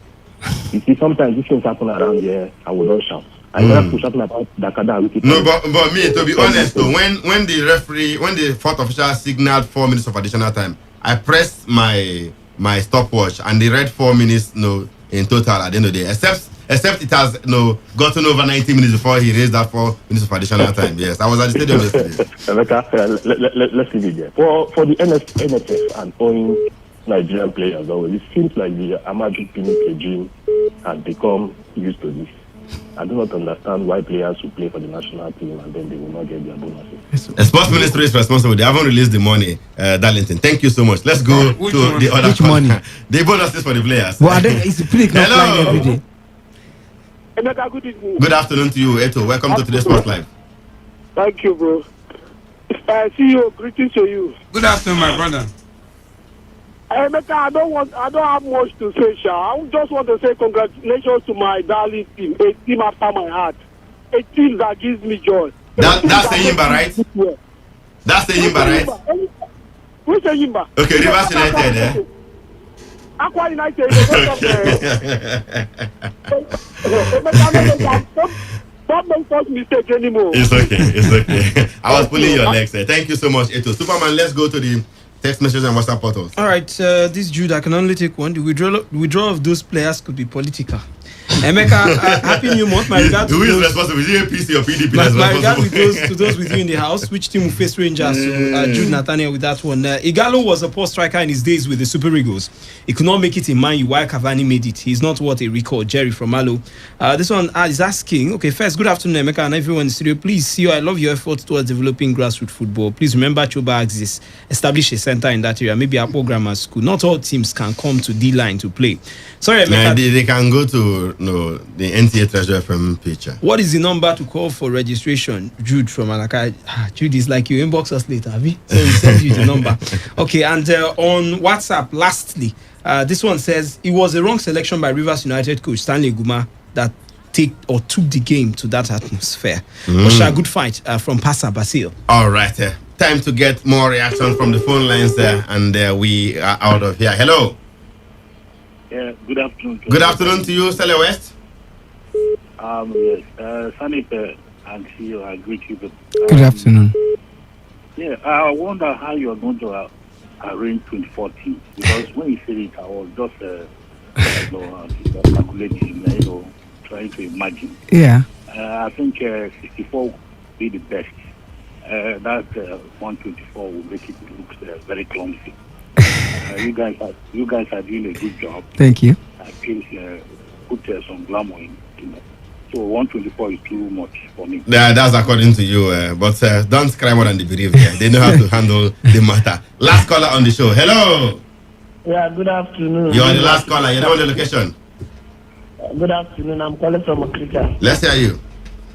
Yeah, I want to first of all thank Sanite for that Port Harcourt City League. That's a welcome development. And I think I will encourage one of my brothers. I have a team called the Cricket Stars. Okay. Come and register. Remember those days in Churches Field, State Field. All right, my brother, I have to let you go. Thank you so much for thanking Sanipe and the Port Harcourt City League. That's the most you can take. We'll be back same time tomorrow for today's Sports Live, and 7:30 a.m. Sports Attack will come your way. Do well to join us for that one. Until then, have yourselves a wonderful evening and keep it locked on this dial. Just go out there, grab on. Oh yeah, I've been one of the godfather. Super Eagles, oh yo yo. Handle it, go. Every day, every hour, when the big stories break, depend on our 24-hour news team to bring you the latest. Today, 95.1 FM. Today, 95.1 FM. Port Harcourt. News update. Good evening. Here is the news update at 4 on Today 95.1 FM. I am Kala Kuribatibo. President of the Senate, Ahmad Lawan, has said that a national public hearing to amend the provisions of the 1999 Constitution will hold on Thursday through Friday this week. Lawan made this known in a statement issued on Tuesday by Special Assistant on Press Israel Tabiowo. The statement said Lawan described the zonal public hearings which held last week in the 6 geopolitical zones of the country as quite successful.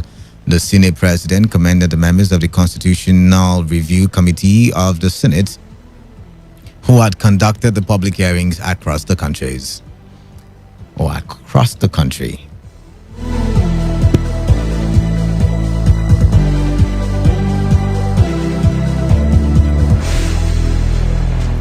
A former presidential aspirant, Professor Kingsley Moghalu, has announced his intention to run for the office of the president in the forthcoming general elections in 2023. Moghalu made his intention known in a statement on Tuesday, which is a year and 9 months to the scheduled date of the poll. While he contested the 2019 presidential election on the platform of the Young Progressives Party, Moghalu said he would announce the political party he would join within the next few months. He also unveiled the swag agenda for a 21st century Nigeria and sought the support of those who were tired of the present situation in the country. Moghalu, former deputy governor of the Central Bank of Nigeria, promised that if elected, he would run a government with a dream team of highly competent Nigerians from all parts of the country. The Independent National Electoral Commission has fixed February 18, 2023 to conduct the elections. The Niger State Police Command has described as untrue claims that the registrar of the National Examination Council, Professor Godswill Obioma, was assassinated by unknown gunmen in Mina. The organization said his family had formally announced that he passed on after a brief illness at the National Hospital in Abuja. The spokesperson of the Niger State Police Command, Wasiu Abiodun, a deputy superintendent of police, made the clarification. One Ogechukwu Okereke has been apprehended by members of the Rumaolu Planning and Advisory Committee in Obiakpor local government area of Rivers State for alleged fraud and crime in the area. General Commander of ROSPAC, Henry Inyebuchi Amadi, in an interview with today's FM Sandra Kenneth, revealed that Okereke has been on their trail after members of the community reported cases of robbery and theft carried out by him. He, however, noted that further investigations will be made to ascertain the number of persons involved in the act. The suspect, Okereke, who confirmed the allegations against him as true, said he was apprehended after a woman identified him. On the foreign scene, Uganda's transport minister, who used to lead the armed forces, was attacked by gunmen on Tuesday, which left his daughter and bodyguard dead. Government spokesman Chris Bayomunsi said the Minister General Edward Wamala, who was chief of the defense forces between 2013 and 2017, came under fire while driving in Kampala. Witnesses to the attack told local television stations that 4 masked men riding 2 motorbikes fired at Wamala's vehicle. And that concludes the news update at 4 on Today95.1 FM. Do not forget, do take responsibility. Wash your hands on a regular with soap and running water. Alternatively, have with you at all times alcohol-based and sanitizers. Avoid touching your face and eye contact surfaces to prevent the spread of coronavirus. Good evening. I am Kalada Korubatbo.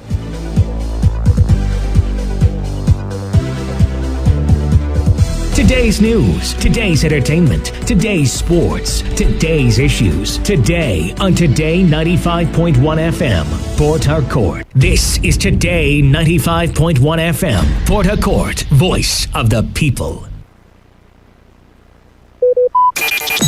Talk radio. I listen to a lot of talk radio. 95.1 FM. It all begins with breaking news. Now, make no mistake, this is a difficult mission, and it will remain difficult for some time. Then it keeps trending. Events, issues, personalities, all struggling to gain attention. But in the race for deadlines, the intrigues, power play, undercurrents are often missed or underreported. Insecurity here is basically a product of poverty. But not anymore. As the platform on radio steps in to fill the missing links on events, issues, and personalities in the news. We are not afraid of anybody. The platform on radio serves all the hottest topics and trending issues. Only on Today 95.1 FM. 95.1 FM. Port Harcourt. Every weekday at 4 p.m. on the platform on radio. Every day. I mean, it's getting boring. I need some new questions to ask. So, and I am seeing. See, it breaks my heart. It breaks my heart. The things that are necessary to make sure they are protected. Because how long is it going to take? I mean, we should be briefed on the progress of the forensic audit. I might not support the activities of, attacking oil companies. I mean, I never would support that. But then again, you wouldn't blame the youths. You wouldn't blame the IOIC. NDDC was set up for the development of the region. NDDC was set up so that the dividends of oil production can be felt by the people in the Niger Delta region. All of these ulabaloo, all of this imbroglio, the obstacles in the way are unnecessary. But then he said that the youth should use their energy for more productive issues, should channel their energy for more productive issues. And I'm asking the question again, if the NDDC probably was doing what it's supposed to do, it probably might have engaged a lot of these young people in several sectors of society and make them very much productive. But that is not the case. And so this caught my attention, and I thought I share with you my thoughts. But then again, that's not all that caught my attention. Some farmers within Rumikini community in Obiakpo local government area of River State cried out earlier in the day, protesting over losses following the activities of suspected herdsmen in the area. Now, one of them, who spoke on behalf of the farmers, said they were surprised on their arrival at their farm early as yesterday to see all their crops damaged by the herdsmen. And yet again, I'm wondering, all of the resolutions made, the Asaba Accord, like we fondly call it these days, I'm wondering, when are these resolutions going to be implemented by the Southern Governors Forum? I mean, it's one thing to make a resolution. The resolution has caused a lot of reactions, some of them for it, some of them against it. But we've seen the Southern Governors come out with one voice to say the resolutions will stand. It's one thing to make a declaration, it's another thing to use action to back the declarations that you've made. I'm wondering in my head, when are we going to see the implementation? Because in as much as I want to believe that the headers are not bad people entirely, I also want to believe that stopping them from openly grazing will solve this crisis, because I want to believe this is how it started in Benue State. I want to believe this is how it started in Plateau State, 1 farm, 2 farms, 3 farms, and before you know it became a norm. And really, in reality, maybe these headsmen, I'm not making excuses for them, I'm just saying, maybe they don't really know which is a farm and which is not a farm, which is the more reason why we should put them in one place. And putting them in one place is making that law and implementing the law and ensuring that if they're going to do cow or any kind of animal business in River State or any part of the South, then they have to invest money in buying land, fencing the land, and making sure that they have enough grass in that land for their animals. But these issues and a few others caught my attention, but that's the much I can take. Let's quickly go to the platform proper right about now.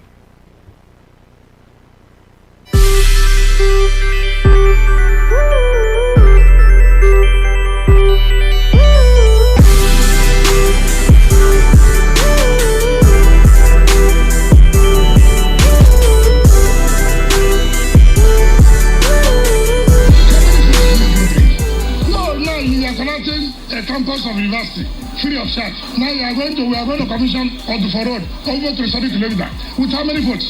10,000, 7,000 votes.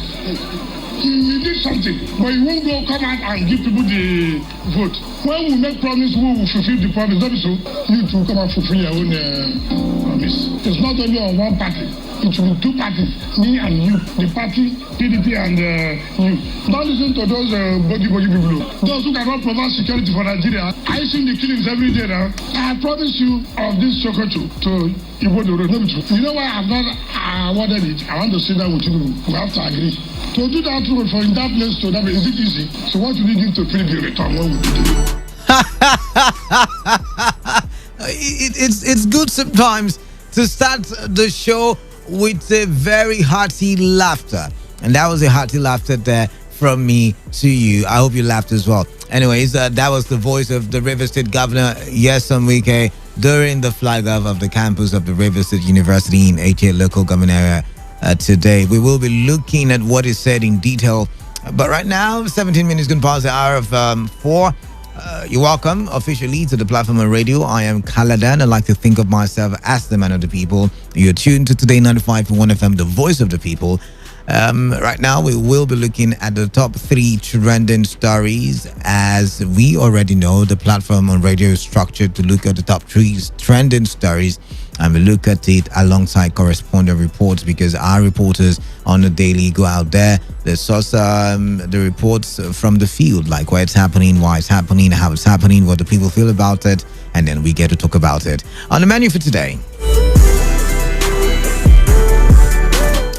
River State Governor Nyesom Wike flags off the construction of HA campus of the state-owned university, charges HA people on the need to increase their votes for the PDP. Interesting, right? Southeast governors uncertain about report by police that presidential aide or former presidential aide Ahmed Gulak was killed by members of IPOB. Former deputy governor of the CBN, Professor Kingsley Moghalu, declares interest in the 2023 presidential election. The calculations and the alignment and realignment has all begun. Stay tuned. Conversations will start in a jiffy.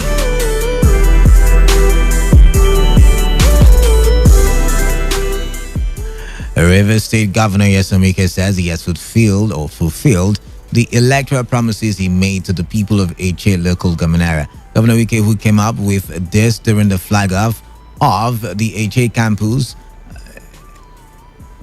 of the River State University today, charged the people of the area to also reciprocate the gesture by voting his party. The governor also admitted that the reason he is not awarded the Chokocho Road in the area is because he needs to have a discussion with the people of HA. While praising his administration for the number of projects carried out in the state since he came into office, he berated the government at the center for the level of insecurity in the country. Let's have a conversation. No, you are connecting a campus of university free of charge. Now we are going to commission on the road over to the study kilometer. With how many votes? 10,000, 7,000 votes. You did something, but you won't go come out and give people the vote. When we make promise, we will fulfill the promise. Not so you to come and fulfill your own promise. It's not only on one party. It will be two parties, me and you, the party, PDP and you. Don't listen to those body people. Those who cannot provide security for Nigeria. I see the killings every day now. I promise you of this chocolate to Igbo Road. You know why I've not awarded it? I want to sit down with you. We have to agree. To do that road from that place to that place, is it easy? So what do you need to pay the return when we do the road? All right, now, every day when I come in here and I ask the question, which way Nigeria, I don't ask it because I like playing or I don't have any other thing to say or it was intentional when I chose, we have a team song for the platform, but I decided to use my own team song. And it was intentional because a lot of things happen, a lot of things are happening, and the question revolves around all the things that are happening or that has happened or that is happening, and it's which way Nigeria. Now, the governors fingered, before I even go into what the governor said, where do we draw the line between governance and politics? Where do we draw the line? If you understand the question is a tricky one, but where do we draw the line between governance and politics and politicking? Where do we draw the line? Because for me, I think during the elections, it's time for politicking. Once you're elected, it's time for you to be a governor or to govern the people. It's time for you to be a president or preside over the people. I don't know if you get where I'm coming from, right?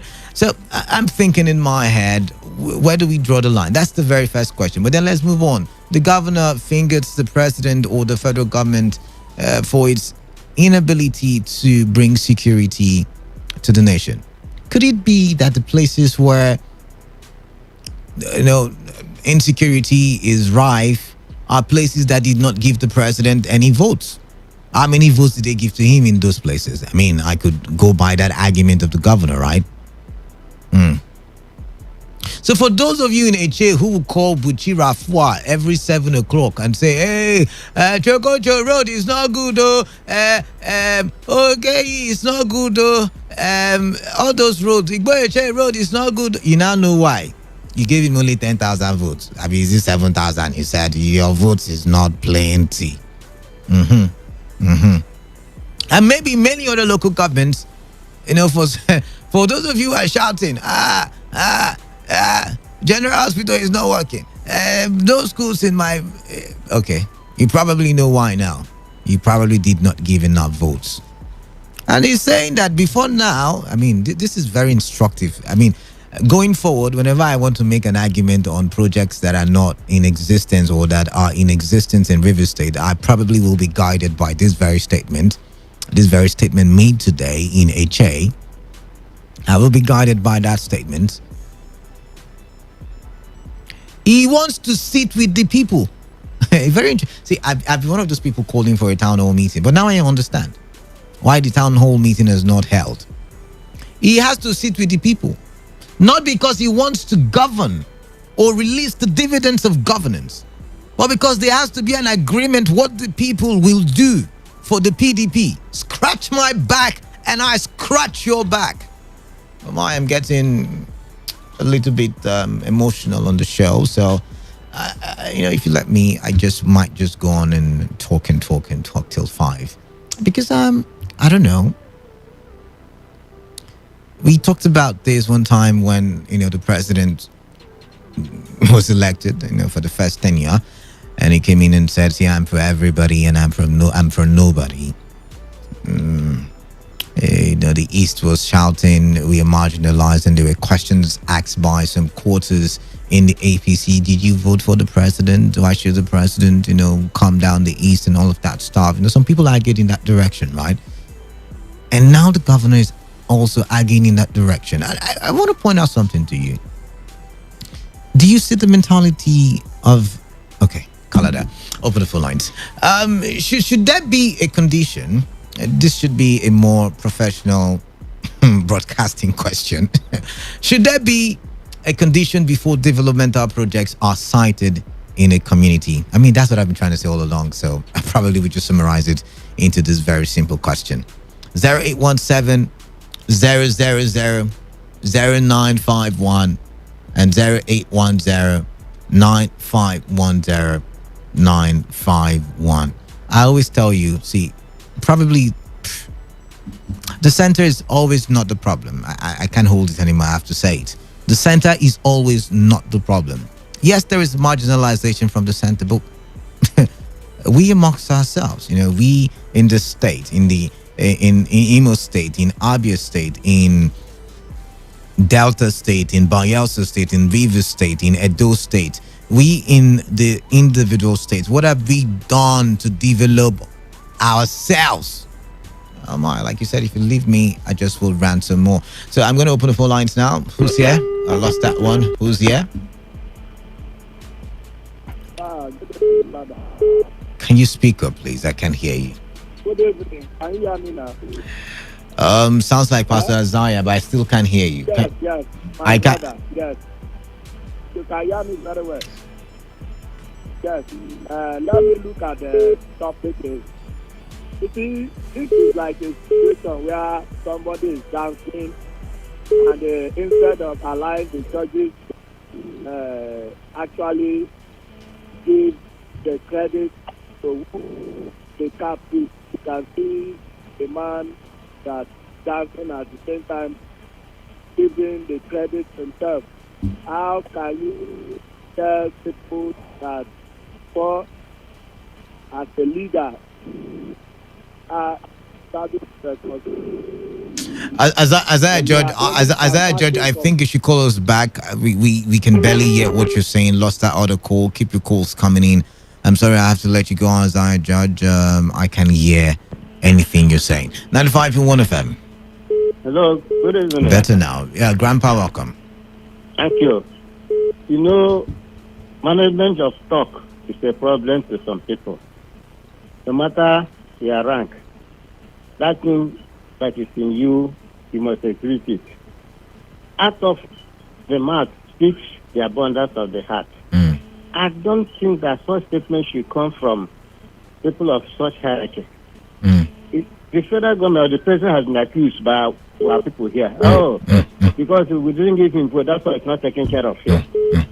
And we have been diplomatic and that can be true, that might be true. We're not saying it is. There's a possibility, But go ahead. So with what the governor has said now, that means that they are working on the number of votes that they get from area. But that is not supposed to be so. When you're elected, you are the president of the nation, you are the governor of the state. Everyone belongs to you. Like, if not for any other thing. I remember when God wanted to destroy Sodom and Gomorrah. He asked, is there any person? And they said they went to this city. If you can see 5 people alone that are righteous, nothing will happen to them. Right. So if they are in a place, you have people who belong to your party or who voted for you, for the sake of those people, develop that area and then use it to win the heart of every other person that area. Thank you very much. That is what suppose you win the heart. You show them that indeed you are for everyone and not for particular people and not for particular votes. This requires a public apology, please, because it makes me to feel weak. I'm crying here myself. All right, Grandpa, sorry, wipe your tears. God is coming soon. 95.1 FM. Is it better now? Slightly better. What's wrong with your phone? Are you not hearing me very well? Not loud enough. Nothing is wrong. Today I serviced my phone. I went to somewhere and serviced they spoiled it for you, but go ahead. It's not loud enough. Okay. Maybe I'll work on that. And I was trying to tell you that it is very unfortunate and laughable that we find ourselves in this political brouhaha where you see the leader is either, instead of giving his service to of leadership to the people, is either only going on the big where you are giving with one hand and you are ready to take back with one hand. Is that a good leadership style? You can see that the governor is always full of political actions. You understand? What he is doing, even the scripture, Jesus said, he came to serve and not himself to be served, you understand? He came to serve us. Now, as a servant, you are only to offer your service, that self-aggrandizement. But now you can see that the governor is going only wherever he goes, we will keep our promise to keep their own. What promise? And when the time for election comes, people, you don't because of what you put on ground that people must vote. People have, even God gave us the power of choice making. Because in every choice you make, the consequences behind that choice is left with you. So people, whether you give them billions of naira, they have that legitimate right to do things in their own. You understand? Even if you give me 1 billion naira, on the day of election, I can jettison you and then vote for any other person of my choice. You understand? You don't always go for a gift pattern where I must give you and at the end you must give me. That means you cannot give me something until when you take back something from All right, me. then. You can't give something. It is wrong. Thank you very much, Isaiah Judge. Thank you very much. We've got to go now. I struggle to hear you all along. 95.1 FM, what's your name? Where are you calling in from? Yes, Father, good evening. Yeah, good evening to you. My name is Prince Andy, and I'm calling from London. All right, Prince Andy, welcome.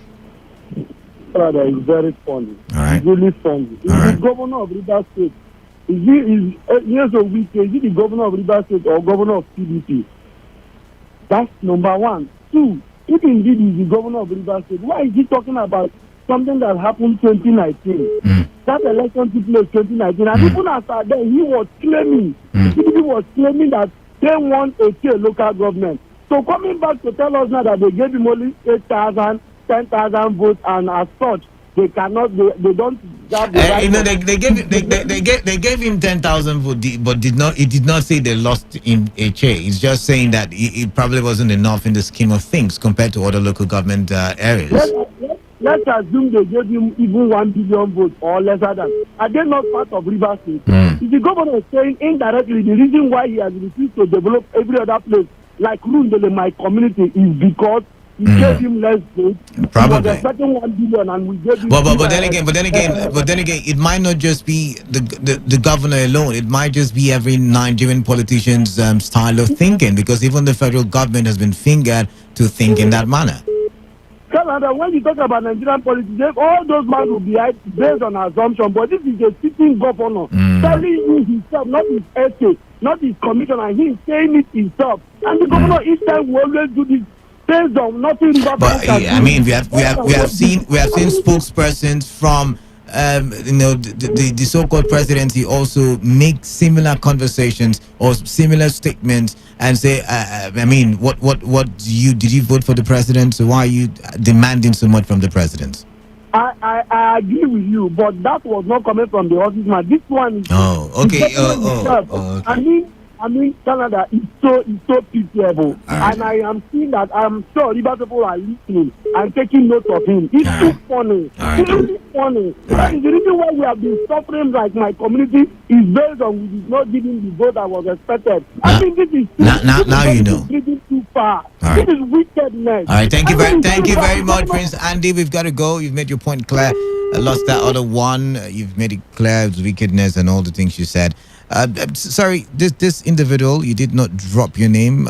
Sorry, I'm presenting the show. You're not presenting the show, so I'll present it how I feel like it should be presented, please. Thank you very much. This one says, my presenter, the governor's position is a common practice in both the federal and state governments. The problem is that Governor Wike is one man that does not hide his feelings. If you follow up with Governor Dave Umahi, or if you follow up why Governor Dave Umahi dissolved all standing agencies and commissions, it was based on the reason stated by VK Ekoji in Onelga. Okay, if you say so. 95.1 FM, turn off your radio set. Thank you very much. Canada, good evening. Good evening. What's your name? Stanley from Port Harcourt. Stanley from Port Harcourt. Welcome. Yeah, Canada, please, what you are reporting, is it the statement governor made when he was talking of the areas he has done this and he has done that? Did you listen to the audio clip, or did you listen to the part where the governor was talking himself? No, I just joined the program. Okay. But I listened to the governor when he was making a kind of. Let me help you. Let me help you. Yeah, the governor was talking with the people of Eche, and he was explaining why he has not done certain roads like Chokocho Road was because the people did not give him enough votes. Now he's bringing a campus to Eche for free, even though they did not give him enough votes. That's what we're talking about. But he said that he is doing this. He didn't say that he is not doing anything for them because they didn't give him votes. I'm telling you what I heard. Should I play it for you so you hear it? I'm telling you what I heard the governor say. He said they gave him only 10,000 votes and now they are getting a campus for free. That before he would do the Chokocho Road, they would have to come and sit with him and have an agreement what they can do for the PDP. He said it. Everybody has said it. Wonderful. Okay, thank you very much. I like the way you ended the argument there. Wonderful. 95.1 FM, last call on this one. Hello, good afternoon. Good evening, it is. Welcome. What's your name? Evening, sorry. Well, my name is Imaman. I'm calling from Baiti University. Eche people have started calling in. Eche, I say Eche. Mbaman, welcome on the show. Yeah, you see, I was going to say that Senator gave him 10,000 votes. First statement is kind of unfortunate. He's a governor. He has won the election. So you don't have any right of that's segregation. No. Oh, what the road for us? That road is not only the road. That road is a DC road. And that road is very essential. And the road he said that very soon that you go and commission the road. That road is uncompleted. That road is uncompleted. Right. So we have so many roads in the that you did not give him enough votes. You did not give him enough votes. We cannot vote. How many votes has he given to himself? How many votes has he given to him? How many votes? He left the chair. That campus, not after the campus. We should control the road and give us employment. What has he been doing? He has only 2 months to go. All right then. So such is unfortunate. Yeah.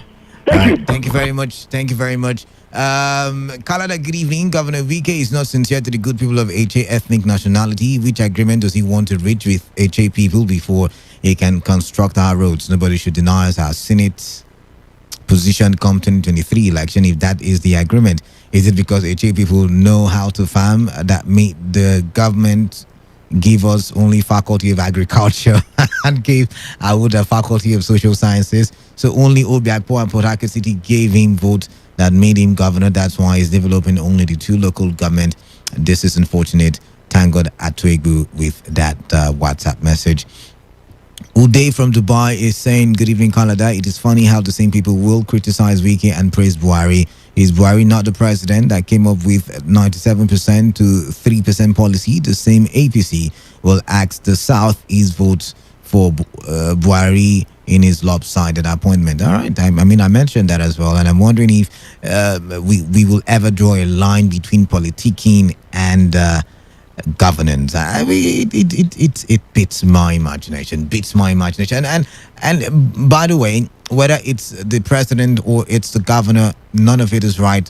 I feel governance should be governance. Governance is for the people, by the people, and of the people according to the democratic tendencies. What do I know? Even in military era, we don't hear such, you guys did not help me with the coup, so I would not give you, what do I know? Okay. Somebody saying something very, very interesting. It says, Canada, Anthony gave Wike one of the highest votes during this election. How many projects has he commissioned in Anthony for 6 years? Not even the Unity Road, which he promised, as it has been abandoned since we are watching and waiting. Our Jimelek, your votes one of the highest. Wasn't the highest. So he has to finish with the highest before getting to one of the highest. You get. So this was his good evening, sir. The topic just indicate that the governor is not different from the president. Onelga gave him a fourth vote. That was a fourth vote. I don't get. But what is really happening from Chime? Okay, this one, I can't, he's a governor, so I can't use such foul languages on him. You need to respect the office, so thank you very much. We are moving on now. There are indications that the governors of the southeastern region may not be in tandem with the report by the Nigerian police force that the killers of former presidential aide Ahmed Gulak in Imo State are or was done by members of the proscribed indigenous people of Biafra.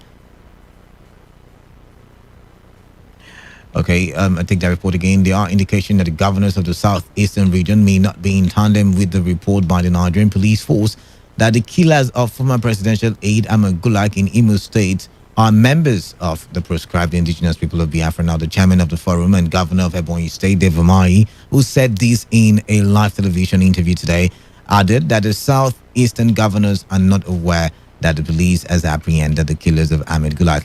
On the statement by the Imo State Governor, Uzodimma, that the murder of the former presidential aide is political, Governor Umahi said Governor Uzodimma has a right to form his opinion. All right. When you are confronted with a problem, you probably have, a number of, opinions. It doesn't make that opinion, if he said so, the right opinion or the wrong opinion. But the most important, point is that he has directed the security agencies, to swing into action, to unravel the killers. That is the most important aspect of it. He could form an opinion, and is entitled to form an opinion, but the opinion is not superior to his directive to the security agency. How do we, come to such a conclusion when even the governor of Imo State, where it happened, didn't come out with such opinion? The opinion of governor of Imo State is very clear, and our directives and our intentions and our positions are also very clear. We want the police to do their job. If police had done some killings, it's not to acknowledge. And even if it comes to acknowledge, we are not police people. We don't do security work. All right. Now, the back and the forth that the death of Ahmed Gulak has caused is one that we cannot ignore on the platform on radio. But looking at the statement by the Eastern governors, which of course is contradictory with that of the police, do you smell anything foul here? Do you think something is happening that shouldn't happen? Why are they quick to finger IPOP? Like I asked yesterday, I will be taking, or like I said yesterday, I will be taking with a pinch of salt the statement by the police that they have apprehended the perpetrators of the murder of Gulak. And I'm asking the question, do you think the Eastern governors are saying something that you can agree with? First of all, they're kicking against fingering IPOB. Secondly, they are not aware that the perpetrators of this act, they have been apprehended by the police. And then I'm thinking, what implications will this cause? Will this make the police look bad? Will it look like the Eastern governors are trying to cover something? I'm trying to place my finger on something, but it's not clear enough, and that is why you see me. I'm stuttering. I'm trying to think this through, but it's not forming well in my head. But maybe you can help me. What do you make of this? What do you think is happening in Imo State, most especially with the murder of Ahmed Gulak? 0817-000-0951 and 0810-9510-951. Who's on the line? Good evening. Yeah, good evening to you. Your name, your location, your contribution. This is Obuna calling from Echi. Obuna from Echi, welcome. My speech is that I was there like this at Abra. We've moved from that conversation. We've moved. Sorry, please tune in, and so you can catch up with where we are now. 95.1 FM. Yeah. Good afternoon. Hello, good afternoon. I can hear you. I can hear you. Yeah, look a man from a chair. Look, Are you man, hearing me? I can hear you. Go ahead. What's your contribution? I'm Yes, listening. what is happening in Imo State, or what has happened in Imo State, cause for serious concern. And the governors should not be, maybe, I don't know how to put it. You see, they are aware that the people terrorizing Southeast and South is IPOP. There's no other people doing that. How can you prove that? How can you prove that? I know. No. You made a statement. I know IPOB is prescribed, but I try to be a fair judge on my show. How can you? What is your evidence? What is your proof? Yeah, you are aware that in River State here, most of them were arrested and they confessed. Hello. Hello, Canada. We had David West confess and then go to court and say it wasn't me. So I mean, it's too early to conclude. Must they go to court before you know who yes, is guilty or not? Actually, yes. Somebody who confessed that yes, this is what you did. Like I said, like I said, David West under police custody confessed to crime of raping women in Rivers State. Then he went to court and said he was made to write that statement under duress. So we cannot conclude just yet until we go to court.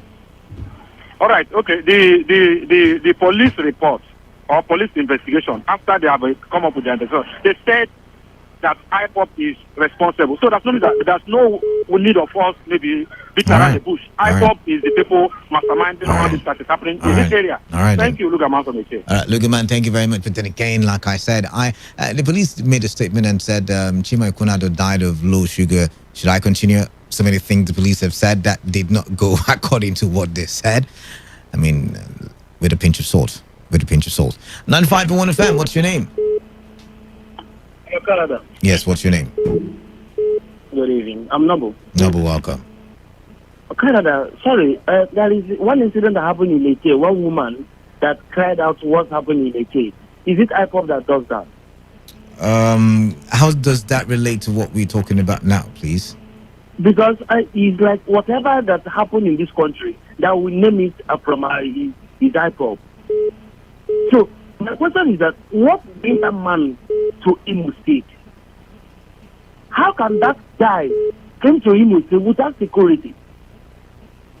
And another question is, how did this guy shot the guy?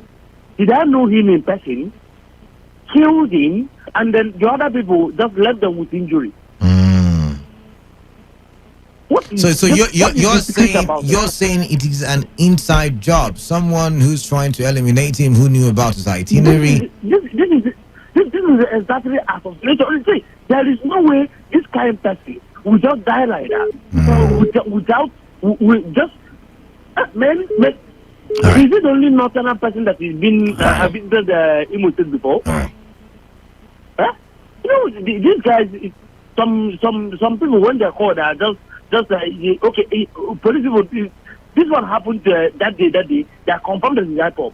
The people that are arrested, why not parade them? You may even hope people that will show you video that you are a member. Why not bring those people out in the public? Let them answer their questions. All right. Thank you very much. Thank you very much for calling in. One last call on this one, and then we move on. 95.1 FM. What's your name? Where are you calling in from? I call back on this very. And your phone seems to be louder this time. Did you go service it all over again? Okay. Yes, I serviced it. I told you I spent my time to do that. Yes. Okay.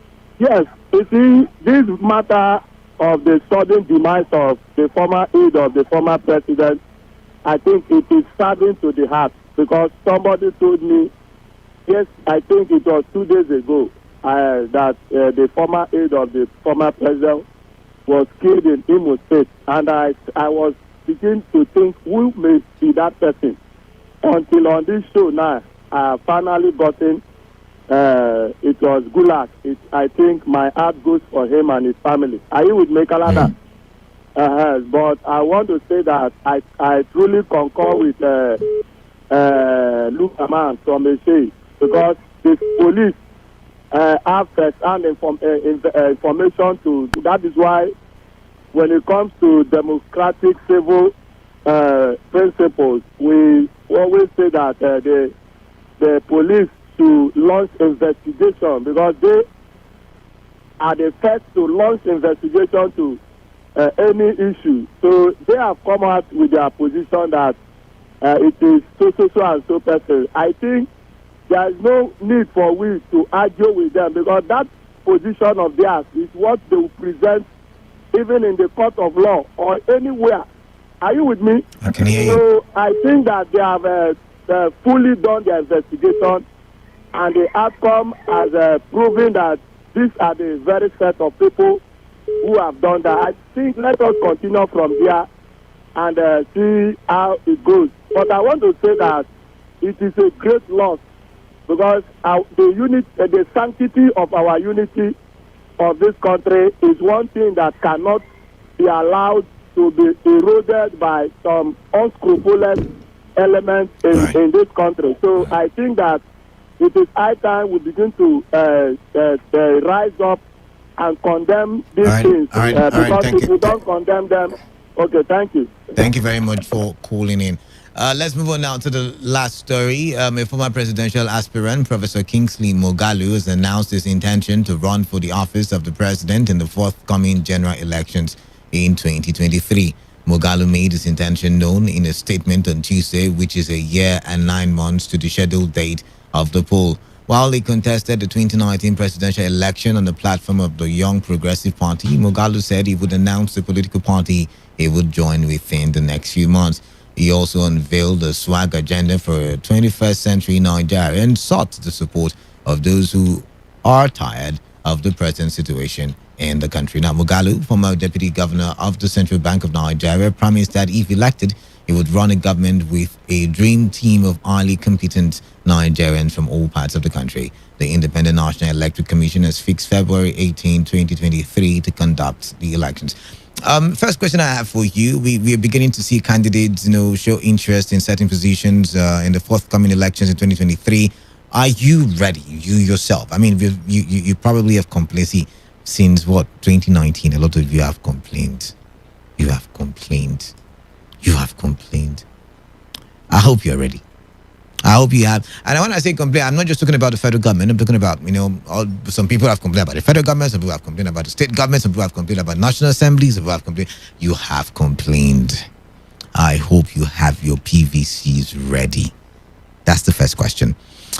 Second one is, do you think it is too early for anyone to begin to indicate interest, or you think it's time for people to begin to position themselves in the right places, align and realign the camp? And if you were in the PDP and you moved to the APC, you return to the PDP if that's what suits you. Do you think that's the time for all of that?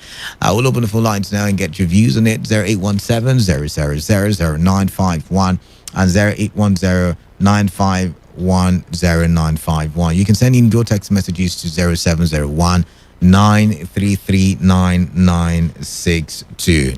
95.1 FM, what's your name? Where are you calling in from?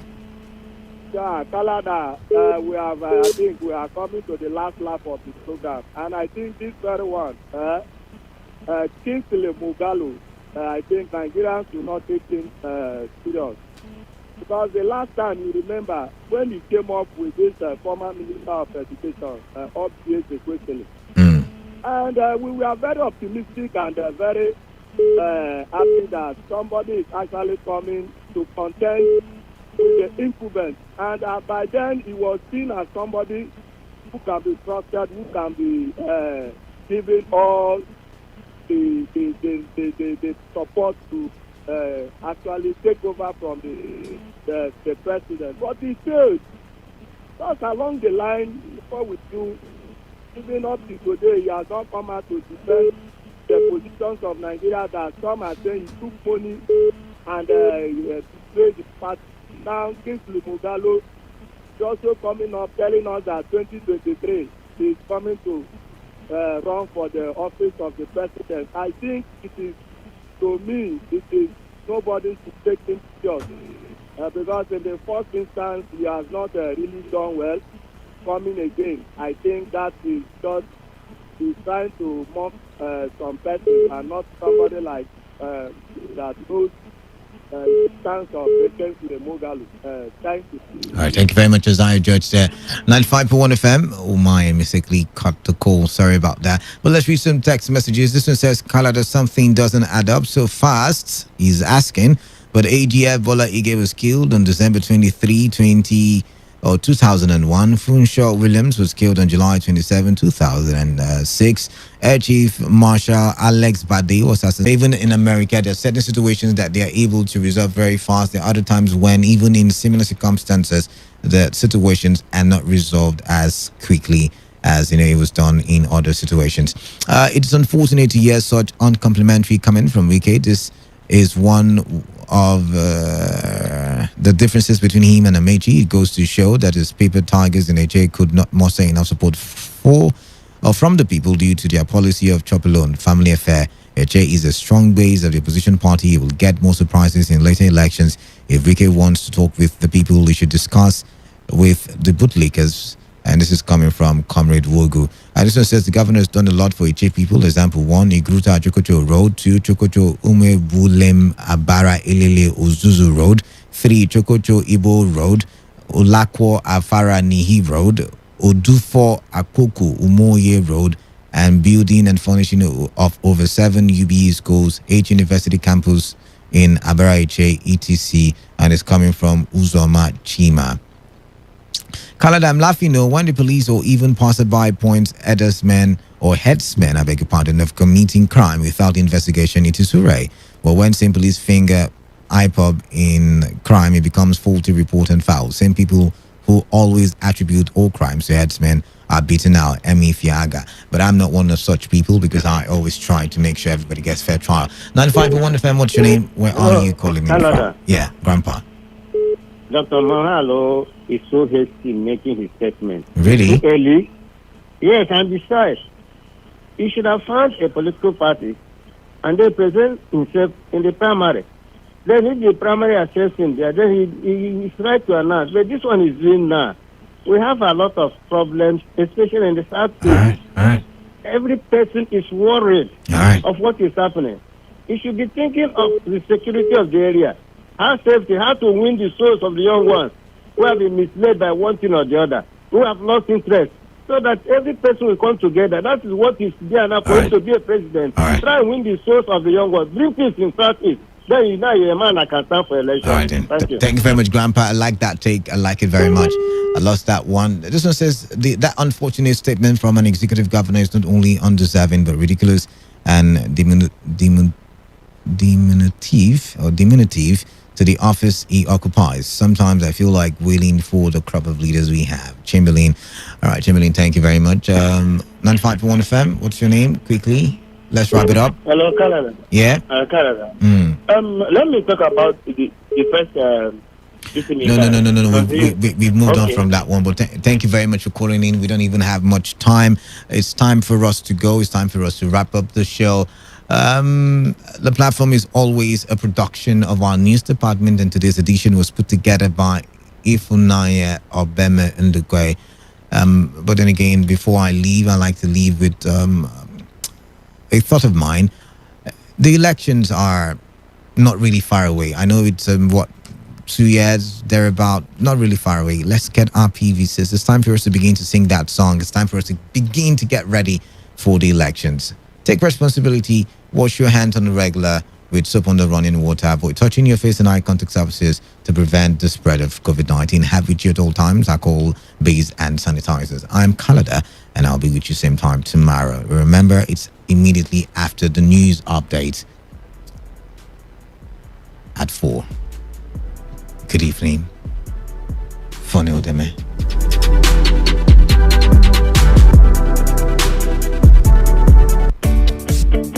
On Saturday, the 12th of June 2021, distinguished Nigerians from different walks of life will gather for the Forum, a one-day international colloquium series where seasoned speakers meet to discuss critical and burning issues about Nigeria. The forum with the theme, What Do Nigerians Want? Will feature the following speakers: Ibukwa Woshika, Henry Odei Ajmogubia, Mazi Samuel Ehaichuku Onwabumwa OFR, Judge Etome, Ona Ekomo, and DK Chukumirije. Date, Saturday, June 12, 2021. Time, 11 a.m. Venue, Aztec Arcom Event Center, 77 Ken Sarawiwa Road, Former Stadium Road, Port Harcourt, River State. For registration and inquiries, visit www.theforumnigeria.com or call 0704-213-2217. This event is organized by the Men's League of Christ Church, Port Harcourt. The Forum, for a better Nigeria. Port Harcourt, are you ready? Today, 95.1 FM, the voice of the people.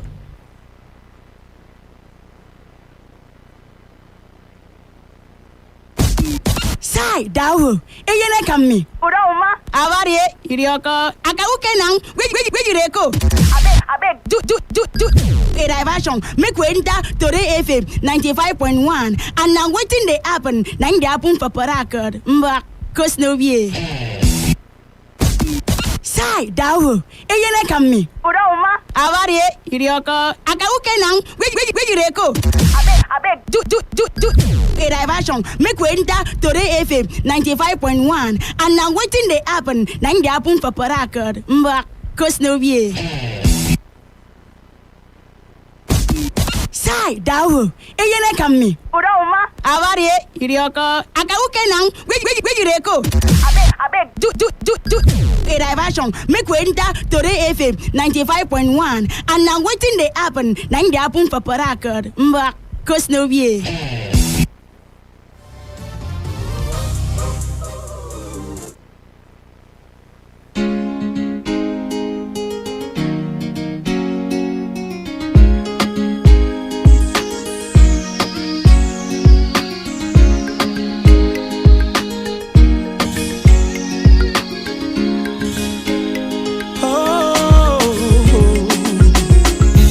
I'll do anything for you.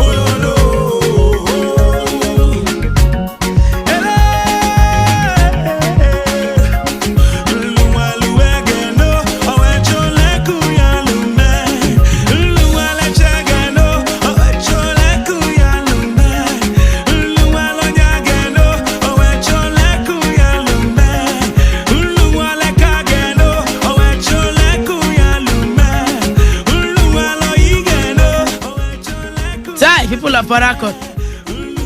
Now they hear the song now.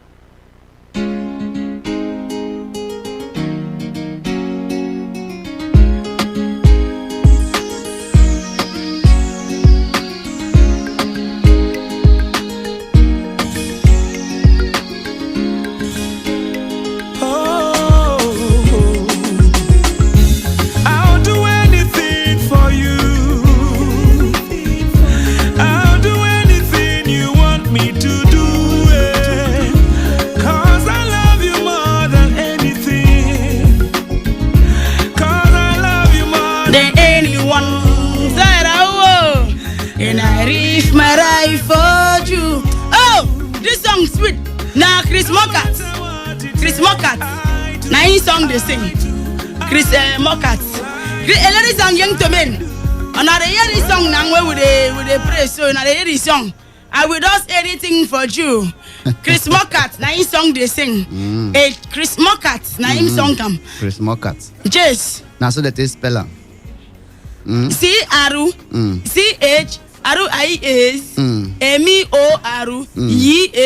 Maybe Chris Mockart. Oh yeah, pronunciation am now. That is Chris Morgan. Abe, come on here. Now Chris Morgan be name. You know, say you get the way Akwa Ibom people say they introduce somebody. See, no insult me. You go call yourself. You call they clap your hand for the person where they introduce. For guessing that you they call your name. I don't blame you. I don't blame you. And I blame myself. I don't go. I blame myself. I blame myself. Fun de me. What thing happen? Not be to brain yourself. Not be to carry brain. Take pop for your body. Now you go take survive. Now the truth will they tell now so. The whole I say they pronounce song. No, see. It is very concautious. Ask Akwa Ibom legend. Go and ask of me. Akwa Ibom legend and me. We know what thing with they talk. You know, tell me something that they talk. You know they correct. How do you? Who is you? And not be say I thought say what you talk no correct oh. But they try to tell you the repronunciation of what you talk. Listen to me. It is Chris Mockart. Yes. I know they ever make mistake. Now me be that over and up. Who is you? No wahala. In short, I beg people of Port Harcourt. I don't want my radio husband to come and spoil my joy. I am very happiness to see another month of June. I keep Arukbo Oyo, Eruyeye. All the praise. Arukbo Oyo, take all the glory. Eruyeye. You like cost yourself. But think you the talk. I call it okay. Call them for me make a year. Cost yourself. Call them now. Arukbo Ojo. Then the other one are waiting. Eruyeye. Erujeje. Oyo. Eruyeye. Na in Kotam. If you like go your state to anywhere you want go. See, if you like again, I don't endurance you. Confirm. You don't make me the face. But what I go rule you now after the evening service. Hallelujah. Now I will destroy you tonight. People of Port Harcourt, if you don't say you don't happiness to thank God for another month, now. We go bring our discussion out, Then we go put mat for the mattress, But you go do something for us, You go make one prayer, you go pray one prayer. You go like you they pray for person, Like me, I wish my radio husband, even if they insult me, I wish I'm long life and prosperous. You understand me? Now you're going to wish one person where you like will be one of our fan for our Today FM. But in the Apple Cathedral, left ambassadorial ministry.ng.yahoo. Are you with me? You understand me? You are going to wish one person better things for this month. You go put one for the mattress, but you can't talk. all the caller we go call, they'll come put my say, and they wish maybe Professor Ekiti, a royal acting papa, long life. You just call one person name. Say, see what's not they wish the person. You understand me? For the month of June, everything I wish myself for this month of June, I wish this person. I will see the person go through. After I don't put mat for the mattress, either you put mat for the mattress, then you talk about them, or talk about them if I put mat for the mattress. Are you with me? If you want to embrace my radio husbandry too, we embrace him. You know, saying don't give an joy. You understand? Since ever me and him became a husbandry and wifey, you the enjoyment in swag. You will pray for them too. Are you with me? So people are for record. Yeah, we don't care. We say we don't care.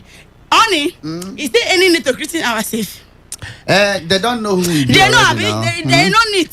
Who they carry first for class? The other people they carry last. Suppose don't know. Say this person I go see carry first. Exactly. You understand me? So the mattress be. So people are for record. Make we enter the spirit realm now because time don't reach.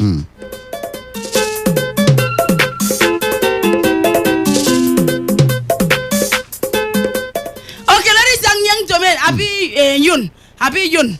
I don't tell you, I press a rope or yo, Eruyeye, for a dawn for you. Yes, God on do. Wait, what to make it look me like that? No, our eye jam. My eye no yam with yours. My eye jam. I know they look you. See me the cross eye. They press a rope or yo, Eruyeye. They look me. Na so, Arubo jo, Eruyeye. Na so, continue. Who am I? You know something, the mommy Yi-O, your assistant Yi-O. Are you going to correction the woman of current day on top of stage? I make cannot fit talk now. Mommy you.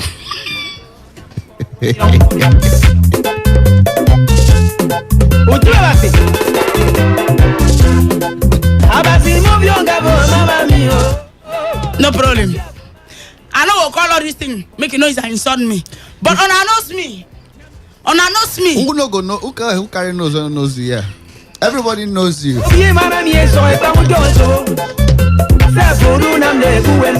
problem. God will watch me and you. Your fire, you ready to watch me and you. Of course. Yes. So people of record, my husband nobody say are wicked or they keep for mine for our evening service. Honey? See what you want to discussion, we look family crisis. You understand me? Yeah. Every Tuesday I say we do one. Confirm. See, the evening service here. What you want to discussion now? Something very, very simple. Okay. This one touch me, touch me. Wait. He say here that Nigerian ladies revelation what her husband did after she gave him almost all her salary. How many ladies? Nigerian lady now. Okay, because I hear you say Nigerian ladies. God bless you, they're plenty. No, you know they listen me well. Listen me. Oh yeah, talk again. Nigerian ladies. You thought they put for the talk now. Forget the answer. No, they provoke me. How many women? How many women? No, when are they correct here? May you learn. How many women they marry one man? Nigerian ladies. You know they see I'm here. See I'm now. You know they saw something where they right here. Now lady now. I not say it's for the thing now. I say Nigerian lady. That is one woman. Okay, if you want to correction me, no, they do it outside. And you, but you dey quarrel for correction. That be the problem. Now you on the way they do. You the wrong. I say you prank me. They be like all these students that be say teacher go tell you correction. You go say sir, this your answer of correction is not correct. You dey quarrel teacher now. You dey quarrel me. No, you dey cause am. You don't even so you go Bible. See now your voice now don't dey upstairs. My own still dey downstairs. Why you dey shout? Bring your voice down. You know say assistant then now. You know say na church we dey so. All this my membership I go say I don't sabi people. Wetin dey do you? No, they won't know. But they know it.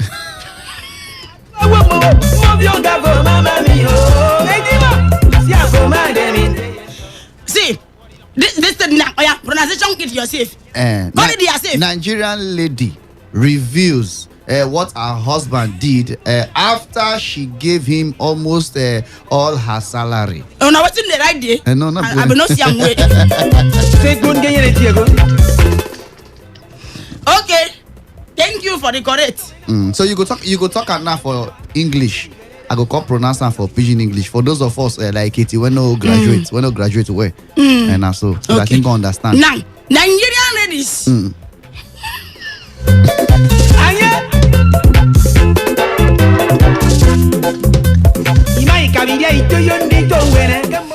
Listen, wait, Rumi. Mona, sorry for the me. always they mat. Even if you want to go buy soup things, manggis, afansis, they call them okazis. So it dey mat. Even for our wedding day at shop, will you take cervic? I said yes, I do. So it dey there. Mana forgive her. So just continue. More just manage your tongue day. Not be your fault. You're not cut away.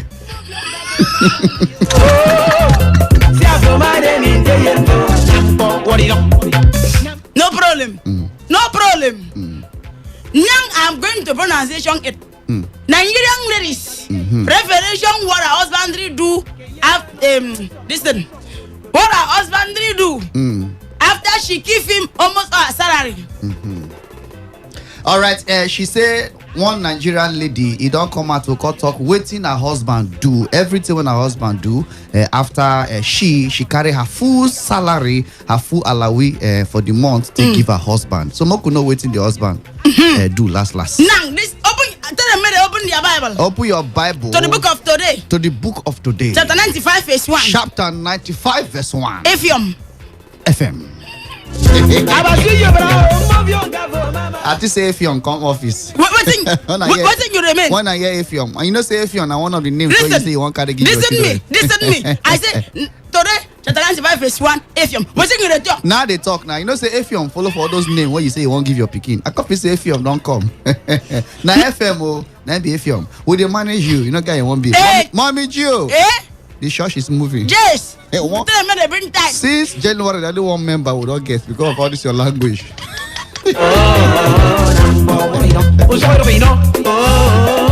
Okay. And the one member will come now deaf and dumb. I ain't want to hear it.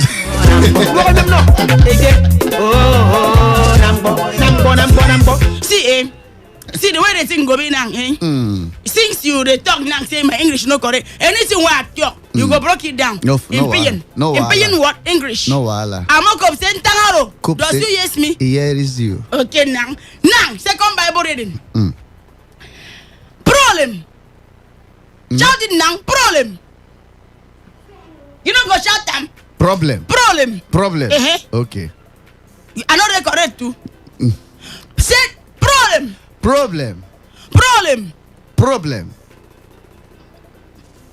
A Nigerian woman. They say one woman for Nigeria. In kids.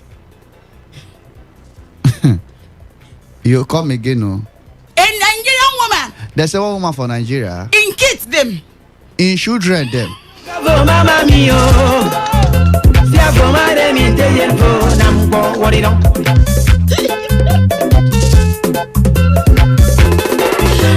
Okay.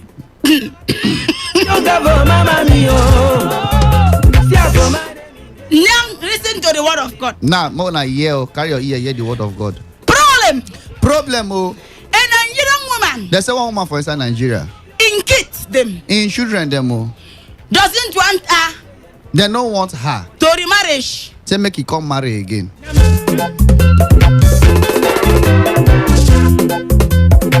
Now let me break this one down. The Nigerian ladies.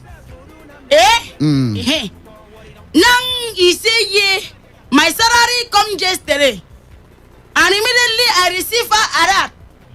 Are you with me? Confirm. I rush to my husbandry and questioning him how much he needs me to contribution after information him that my salary have been payment. Oka thought I was yoke. Are you with me? Oka thought I was yoke. Then I mentioned a figure thoughting I was going to contention about it because it was higher in price. What does that mean? Because many say the thing don't high pass in price. So I was going to contest because it was almost on my salary. Okay. So I just carried my phone and transferred it to him. I thought it was doing him like film. Then I went ahead to pay the salary of our children's lesson teacher so that he would stop thinking about it. Okay. That's when I realization that he was doing so much without complaining. You don't understand what I read? I go wound you. You know, say get the way you go preach finish. Now the interpreter go say, right down, mama, continue. So you talk now, say this thing no correct. Continue.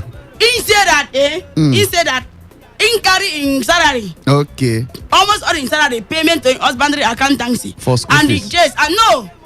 Aside the children lesson fee, the children lesson fee can't send them to the husbandry accountancy so that he no go thought about I ain't go take payment. Okay. So she can't some say this man they do work without complaining to all her. This why? Yes. So he sees it like his duty, and even when the financial burden is too much, he struggles to pay without asking me. He was so surprised and happy. I know that my money is just a fraction of what he brings, but he felt like I gave him millions. I then told him that I'm putting in the effort to make more money so that I can still reduction his stress. He didn't marry a responsibility. He married an helper. And he should be feeling more relaxed than when he was a single. I have never felt entitlement to anybody's pocket, and I wouldn't do that with my husbandry. Omo, Oka went to the market without even telling me. Store up the home. Are you hearing me that? Yeah, he store up the home. Cook and save me.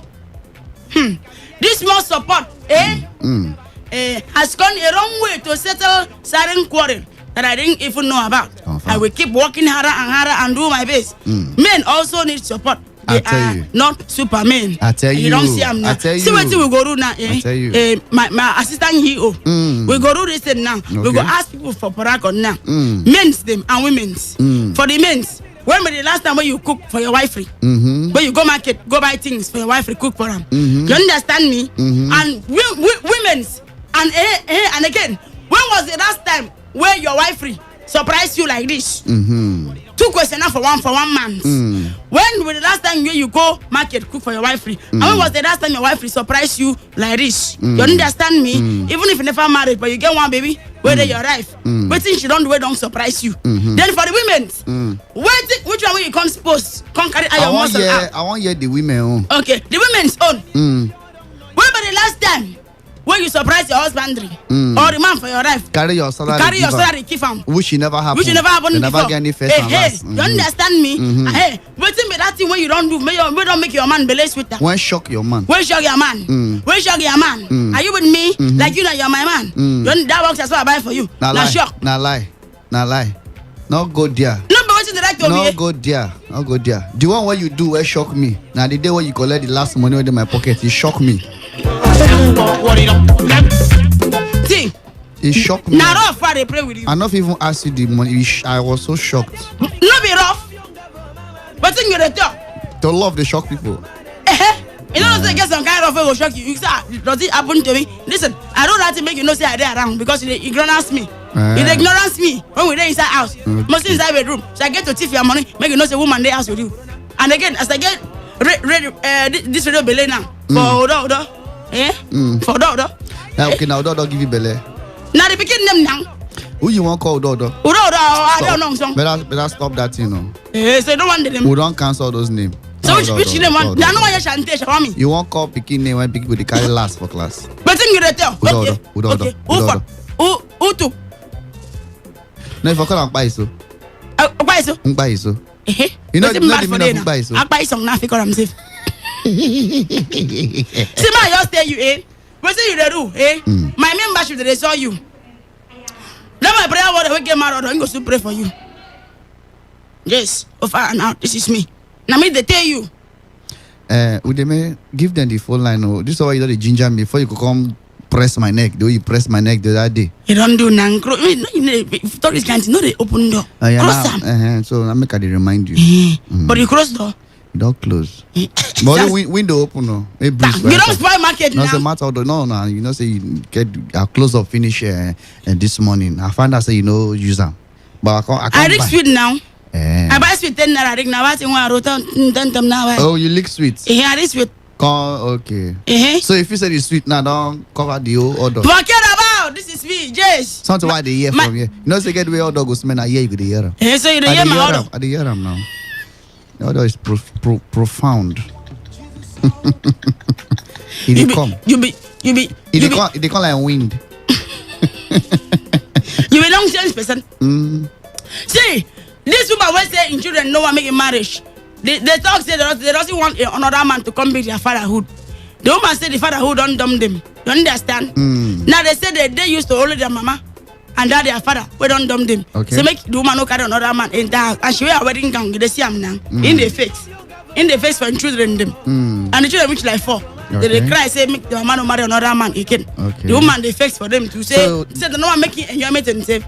So their first papa don't. He don't take poof. side now. He don't poof. Okay. No, you know poof. He run, leave them. Okay, he run, leave them. He run, leave them. So now the woman won't marry another man. He don't see another offer. We don't but like them. the children no. The children say that they used to that their papa. We don't run.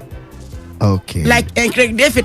I'm running away from the trouble in my life. Side Okay, so now the two discussion be this one. Now. Woman when give husband full salary, when surprise the husband, and woman when want marry. Yeah, the man come go market, come go cook for him. Okay, can go cook for her. For his wife, on top of the salary now. Just now, which is surprise him now. Okay. Then now the question now, which time for men? Which time when we say your wife don't surprise you with salary, and which time when we say, when be the last time when you don't cook for your wife to in return? When you go market go cook for them. Then for the women's, when be the last time where you cook for your husbandry? Better food where goes with them. Then the second mattress now this woman. So these children now when they cry, then they wrong or then they right to cry. Say make the mama no marry another man. 0817-0000951 0810-9510951. WhatsApp and text message 070-1933-9962. That is the number to call. 0817-0000951 0810-9510951. WhatsApp and text message send it twice to 070-1933-9962. Over and out. Hello. Hello, good afternoon. Good afternoon. Welcome. My name is Victoria. Your name now waiting? Victoria. Victoria. Yeah, calling now. Oh, welcome to Swaggers of us. I'm saying don't pay your tithe. I will make my next week, no worry. Okay, no problem. Oh yeah, talk to us, we dey hear you. I got it from the tithe money, give my boyfriend. You carry what? You what thing she talk? She say carry her sense, give her boyfriend when no get sense. She cool oh. That means na yo na in color so. Say shock the boy. Say, so that means this kid na yo. Then her boyfriend no get sense. Now he carry the full sense. Can't keep him. They wear the boyfriend. Now the man don't become Solomon Wise King. She don't become yo. Odoyo. Hello. Yeah, good evening. Good evening. Now who they talk? Na Victor from Mugi. Victoria, your score. Victor, you should not be the boyfriend. Now you the carry sense give. Now him now. Okay. No me on a lie. Okay, but I'm saying don't pay your tithe. You don't pay your tithe. Why not go pay my tithe? Yeah, welcome to church. Welcome to church. Yeah, you are very welcome to church. Yeah, talk to us. Thank you. Yeah. For my wife, that thing no be surprise, honestly. You say? I say for my wife to surprise me with a salary. I know see my surprise. Why you don't see my surprise? Because she go just give me a salary every month, honestly. Okay, she suppose. No, be she suppose. Now say she did do. Okay, now say now your wife they do am already. He say wife they do am. I want to ask him a question here now. Sevi. Now the question here is this. When was the last time when you cook for your wife? Wow. Now me dey handle the kitchen now every time. What's your name again, Avik? My name is Victor. Sarah, I would like to marry somebody. But you dey walk. Both of us they work now. I get time pass. Okay, you dey get time for house. Time. This man is a famous man. Pass your wife. Okay, now you dey quick close. Come house. I think you dey see your life, Sefi. Yes. Okay. Sefi, you dey see your life. I be dey try to understand where the man dey come from. When you talk saying wife, they always give her her salary. Yes. Okay. You just everybody be like you. I want just know whether he get work. Whether the wife they pay. I know him. No, they may understand me now. When the woman they carry her salary give the guy, I got the feel say she they pay him for the kitchen when they cook. No. This is a romantic person. Okay. Victor. Well done, Victor. Your soup no go shower. He use his name. Well done, Amen. Hot fire no go burn your soup in Jesus' name. Mem.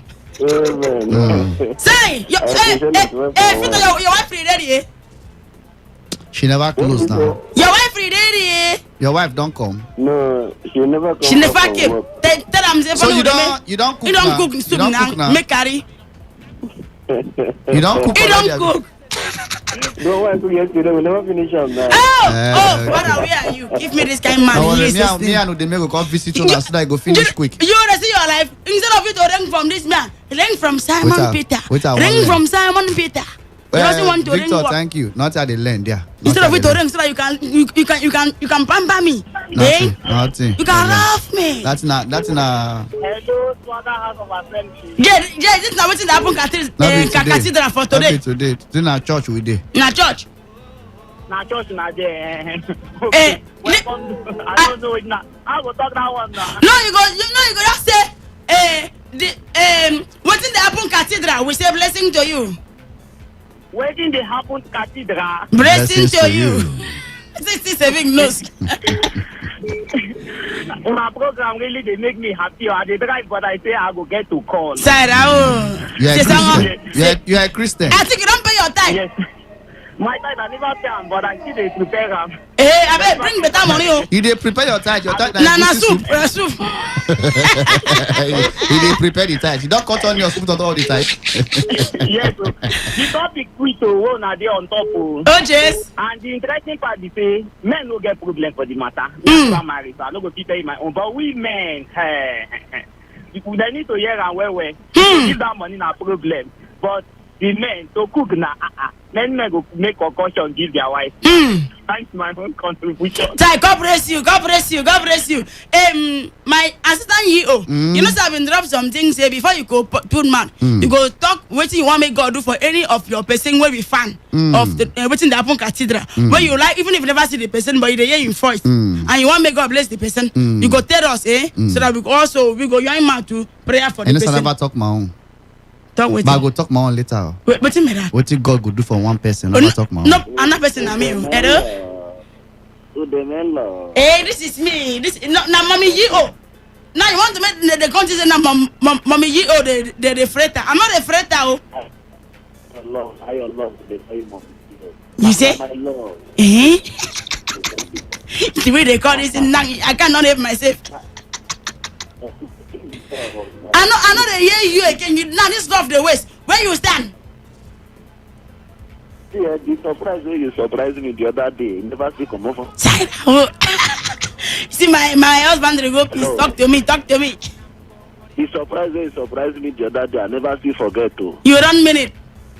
Hey, carry all your body, give me, say make I hold on for you. Say, so you remember that then? I remember now. But now you don't go and disgrace me now for my membership, their frontage. The guns say Mommy G or the freighter, eh? Mommy G, you and me I love now.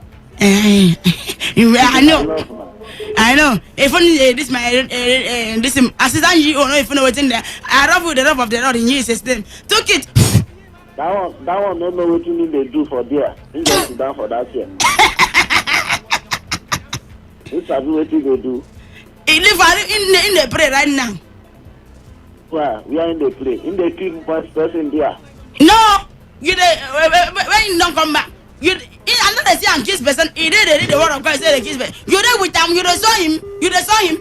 You see I'm saying you don't answer person. Leave that accuser of the brethren. Of the brethren. I like that word what you do. We get this message for you. You accuse me. Alright, the text message we'll get for you. This one they come from your usher, chief usher. Chacha na send this one. And the way they see this message, be like saying go soon losing job. What's happened?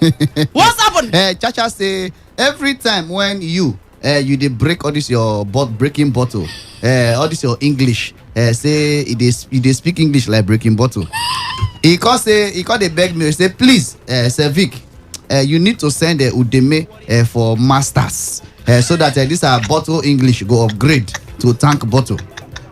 In Kontoko, he say as for me, the last time I surprised my girl where I pray to marry, say I buy her 2 pairs of golden earrings and a brunchy, and that one shock her, say because why it shock her He say na only 200 naira I use to buy am from as a Belgium.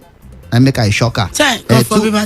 Gold earrings, 2 with brunchy 200 naira. So maybe now 50 naira you take buy them. Because say in the wish I dey wish myself this month I dey wish myself well, and all the members of this ministry of cathedral saying they wish everybody well. Too much money and God's blessings now go enter our corner. Because say especially too much dollar na shit pass. Please tell them that this month I no go clean toilet. Okay, you say all the people they come mess up the toilet of the cathedral. Say in fact, clean toilet this month again. Say now too much dollar they come mess and pass. So when too much dollar can't use toilet, no go flush. You go just waka because they answer too much dollar. Nobody go shout for them. He say mommy, even mommy Gio and daddy Gio una follow. Even you. Una no dey flush toilet. Now make I talk say blessing go lose him job. He clear. He go lose it. All these kind of people they can't give testimony. They want pastors. Wanna take on time. See what we go do, honey. You know, say that you be daddy you, I be mommy you. I be overseer. You be assistant overseer. See what you go do, You are going to check and scrutinization. Even if you don't understand what I talk, just talk say No, I yes scrutinizing now. So now you get to scrutinize Chacha now. Put them for back seat. Back seat. No need to scrutinize, not to throw him. Go back. How do you see insult us? Inshallah could pick call. See, you go tell us what you want make God do for anybody where you be say you never see or you don't see. We be fans of what's in the Apple Cathedral, what's in the Apple ministries. You understand me? You go tell us what you want make God do for the person. You understand me? Just one thing and one person name. Then you go tell us as a man, when be the last time you be say you cook for your wife free, or you go market cook for them. And as a woman, you go tell us when be the last time you be say you surprise your husband or your mom baba. Are you with me? Yes. 0817 00951 0810 WhatsApp and text message send it twice to 07019339962. Me go the pick call. Hello? What then? Chidi Eze. Oh, Chidi Eze, good free. Even my sweetheart. Say that. Una go wound this girl. Una go wound the Mona no go give you the diabetes. Sweet sugar, honey. What did they face you? Vespa. I went there for that studio. I always to correct you. You don't say you go Cambridge. Who go Cambridge? They correct him. No. You cannot understand. You are Oxford dictionary. That girl there is a computer dictionary. Make I inform you. No wonder this church no dey move since I don't come. Because the church get people like Ona. When they support why not the Greek correct Ona Mama Gio. Thank God say I don't come. As I come so. It's not only Gio. That girl I see so. It's a special. Okay, he said what? Talk again. I'm a special. Yeah, it's a special. You don't see the problem. See who they count your money. See. See your treasurer. I take her personally. You do what? Must you correct somebody? How could do on your own? What be this man name, sir? Evangelist. Okay, now evangelist. No, my evangelist now. What's our church? Oh, yes. I go hide in share. that particular share where you like to that for church, I go hide down. Please, you don't know say this our country know how to maneuver English. Especially when hungry day.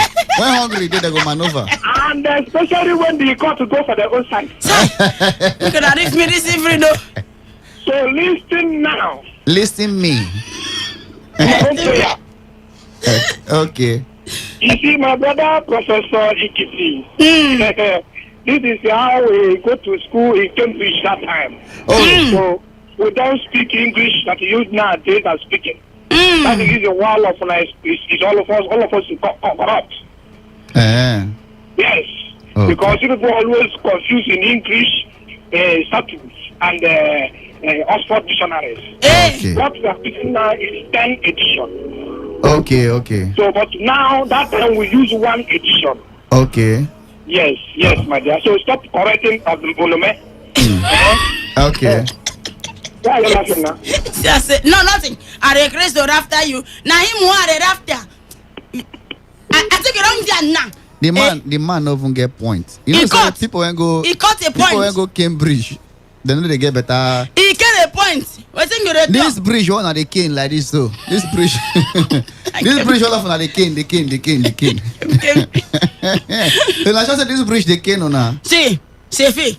Sefi. Okay. Sefi. This why now make they talk now. Now so they call people for people. And so spoil person name the person go they clap. No, it's not name they spoil. Say, I am mommy Yeo. I don't tell you that the tank are every year for the run of a month, a new day, a month of June. Confuse God, no worry. Man, I don't get your time, I beg. Excuse me, far now. Hello? Good evening. Good evening. How is you? I am correction, goodness, and mercy is my name. I don't know what you mean, no. You know about you don't know what me goodness and mercy. Nah, in tongues. No, tongues. It is. They know what to be in tongues. Tongue, okay, doesn't know what is tongue. You don't pay your tithe. I never pay tithe, so who am I going to? No, pay them to me. I want to sack charge. No, me go be usher. No, the way your voice there go sabi, you go be like in Kapi, you go the buy person the blow. You go thief money. You go beat person. You go be like in Kapi, you go the buy person the blow. It dey sound like weather. Hey, you go beat person. Yeah, you see, I'm saying even my assistant you don't see him. I'm gonna come bring the money now. They offer. I'll come. Say the hurry for what walk when never get. I even thought about to give him. Walk when never get the hurry. They show say you want thief. You got thief way. He non. Would na my name na my name. I the thief Nigeria money. Hey. Oh, I been inside with that to go collect that money that time. That means what we go do now? We go. No worry. We go call the prayer warrior. That way, man, they make him pray for them. No worry. Now be big. Now small rat poison will give you. If you're rat happy, you go chop rat poison. No worry. You go chop. No worry. That one. No, they kill me again. I no go tell you. Come. When was the last time when you cook for your woman, or you come market? Cook waiting. Now she dey cook every time. And me they go market. You don't marry. You don't marry. They come Rick for you. If I tell you I don't marry, you go believe. I don't marry, no. You don't marry. Yes. Okay. I don't marry. So when was the last time you surprise or shock your woman? I dey go work now. She always surprise me. Now to go market. Now she dey surprise you. Okay, no problem. Thank you very much, Okay, I'm gonna bring the title. I'm gonna bring make we bring wetin. In short, you are suspended. In short, you are fired. Over and out. Make we read text message. All right, text message we don't enter the matter for you. This one they come from Diop Sherif. He say hello guys. My wife, when my wife was alive, I always cooked from Friday to Sundays. And he got talk say I miss her a lot because she taught me English too, and she is irreplaceable. He said we were always dragging the kitchen space when there is a genuine love. There would be nothing like who would cook and who would not cook because we do it together and I used to enjoy it. Oga Sherif, anyway your wife did, may she continue to the rest in the bosom of the Lord. Make we play this song for her. See, this thing when you talk, now God go give you better person too, in case you want to marry again. He be like say himself he no want marry again. You don't in mind? It be like that. You don't under in mind? No, this in own resembled our second case. When we say the children not agree with the woman marriage. Okay, so the second mattress. Because woman say that they fix make she not marry another. And she wear a wedding gown here. Okay, is it Sheriff. Onga Sheriff. Okay, Sheriff. Call him a Sheriff. Onga Sheriff. God will give you another wife free if you want to marriage, but God will confrontation you in Jesus' name. Read this message. Oh yeah, Mommy Gio and Daddy Gio. On a good evening, I gave my husband my salary. Mommy Gio, I don't laugh well. Happy new month. Uche God. He's saying give her husband her salary. Okay. All these people be say their salary now 2.5. When I go cut her son, I give her husband salary.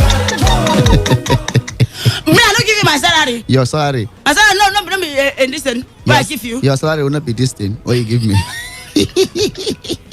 You will come back and tell me, say the remaining thing will remain for the salary now 150. But at least I give you something. Use that. You know something. My whole life. I can't hold the 150 naira. Small time you can't come tell me, say, I give you 15 naira from inside. Now I give you salary. Forget about. No, yeah, word. This one say funny with the mail. I am really enjoying your show. Please keep shining. From Mrs. Darlington Ogbogoro Port Harcourt. Okay. Ogbogoro. That woman get money. The way she joined the Ogbogoro and the Darlington. God bless Ogbogoro na the son. Darlington Ogbogoro. Miss Darlington Ogbogoro. He called her Port Harcourt. That the children name. This was say okay, now still a sheriff now still drop this message. He say have been single for 5 years. I know. Yeah, and I've met people, but I can't seem to have enough love to give to anyone else. Like that. Like the other. Wow. It be like that.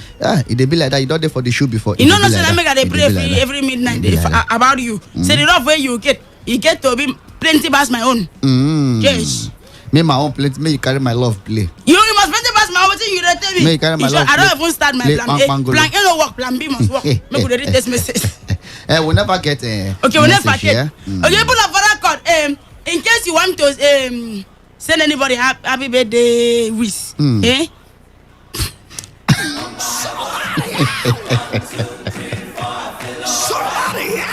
I shock you. You shock me now.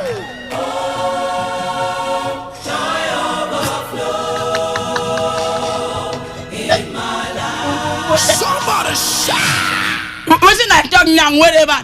They shout for you. Somebody shout when you say whiz. In case you want to give somebody whiz, now the man shout. Somebody shout.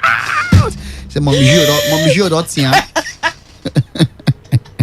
Mommy, you tiens once. See, I cannot accept defeat from you. I choose not to go down, but to come up. Confirm.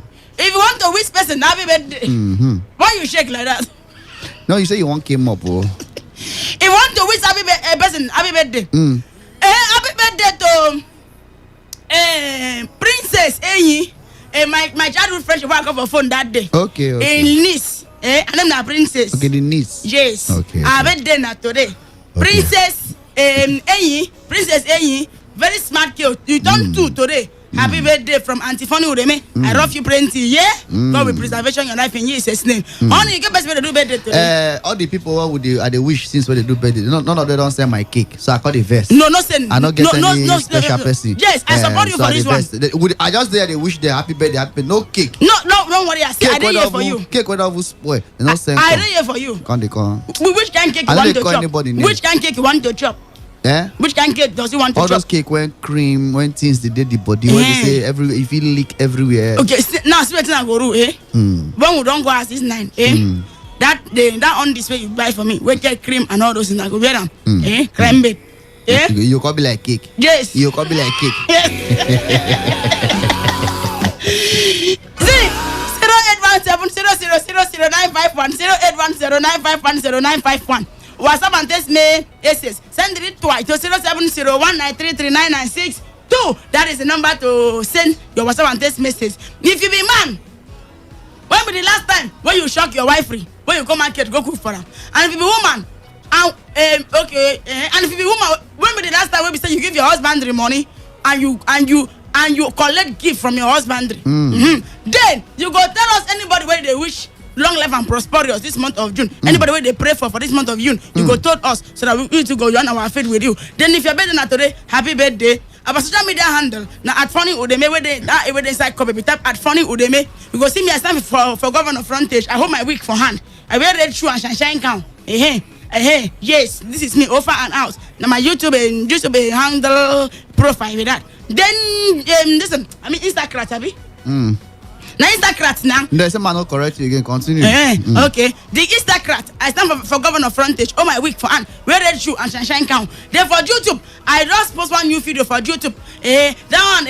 I wear traditional crop. Get trouser and top. I post. I took a post for one wedding where I call Now they are stand. So just type funny with me. You go open there. Like my page.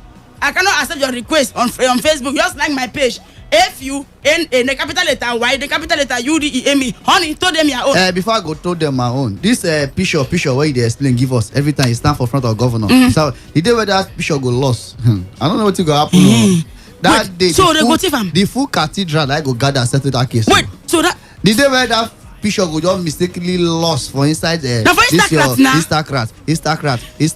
Wait. I know say maybe the day they go hack this or Instagram, you go just beg the person, I beg, send me that governor picture back. So let the other ones. Wait, you they get the feeling say they go tough, they go tiff am. Because the way they call this governor, yeah, and the governor. But I stand with them, no, but think God don't do for person. Governor. The day that picture go all lost. But you know when the Bible says the book of Ruth 10 verse 5. That when a man's way precedes the law, she stand before king and all men. Now I go stand for governor. Not be lie. But the way the last time when I checked that your Instagram, I don't see say you don't shift come on for the picture. Somebody draw you. I don't know. No. You sure I burn on gas. Someone came framing. Can you says? Amen. Someone came in. Amen. Any power. Amen. Any marine spirit. Amen. They want to do that picture. Out from governor from fire. Amen. Fire. Amen. Fire. Wait now. When you do fire, you won't burn the picture. You can't put fire for the picture. Water. Amen. Water. Amen. Wait now, you won't wet the picture. Sunshine. Sunshine. You know now the picture will call it bleach. You can't over hypo. No, leave that one. Leave on. The picture now will call get all done. Sitting fan. Thank you. Go fan out. That one is better. Thank you. Announcement your own, my dog. All right, my name now be Sevik Tokutoko. Yes, if you go for Instagram, you go see am for there. SERVIK TOKU1. Then one, did he? Then for inside the Facebook, Sevik Tokutoku 1. Then for inside the Twitter, where be tweet Sevik with small dash for under. What did you call underscore Tokutoku 1. For YouTube, Sevik Tokutoku. That one I know. In case somebody want write your name, the person go write Sevik, come type underscore UNDERCSORE. You know, can see even the face. Okay. That person na mugurism na na Montura. That person graduate for Cambridge like una. You say don't insult my people. Say are you talk to me? Now Cambridge student. Are you talk to me? First class student of Cambridge. No problem. Are you talk to me now? Okay. Ma pick up. Ma pick up. You got one message where come out here. Yeah, send. This one say happy new month to Udeme and Sevik. Please, Shasha must be sacked. You want to kill you people want to kill somebody now well done. My name Nadara from Port Harcourt. Oh, thank you. Now this multi remain for just put U for front of the Dara. Odara. And she go sweet way. I gotta go sweet too. What's the worry? I dey follow your talk. What thing make you look me gonna talk? I can say go sweet. You get go. You say what? The guy will get taste. I suspend you. Okay, she knows so she'll get taste. Exactly. What's in be taste? She'll get taste. What's in be taste? No, sometimes some taste no they good. What you go say you get taste? No, she no get better taste. Okay, the taste she no go sweet. Not too sweet. Thank you. But it go sweet small. You say what? You say what? What does you say? I'm feeling the taste. You said you taste? No worry, I know it now will you. We get this message for you? He never come. Okay, make a pick card. Go. Just they feel the taste. Hello? Aniwo? Now stammer they call us. Hey, make a refer, make pick on a person call. Hello? Your voice is for inside forest. Come down, leave finish. Hello? I don't break my way here. What thing happened now? Why would now so it's supposed to be now.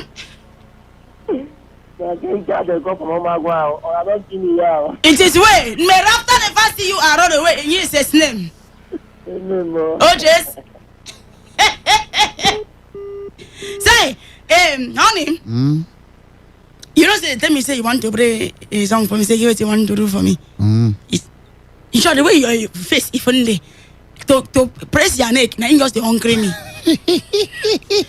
No, this I tell you. Hello? No worry yourself. Hello? Yeah, good evening. Good evening. And we know they hear you. Can you come forward?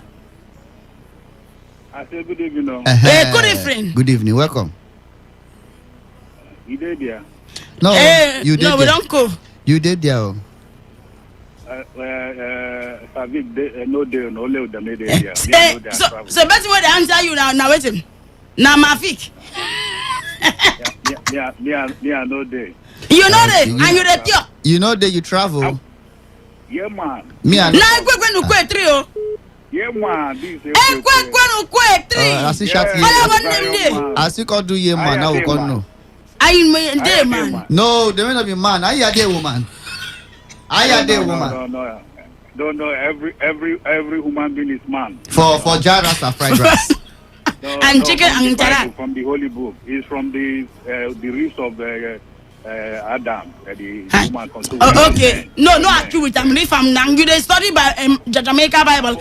You leave Jamaica Bible for best. You are doing your correct. Leave my radio husband. You don't know what's in the talk.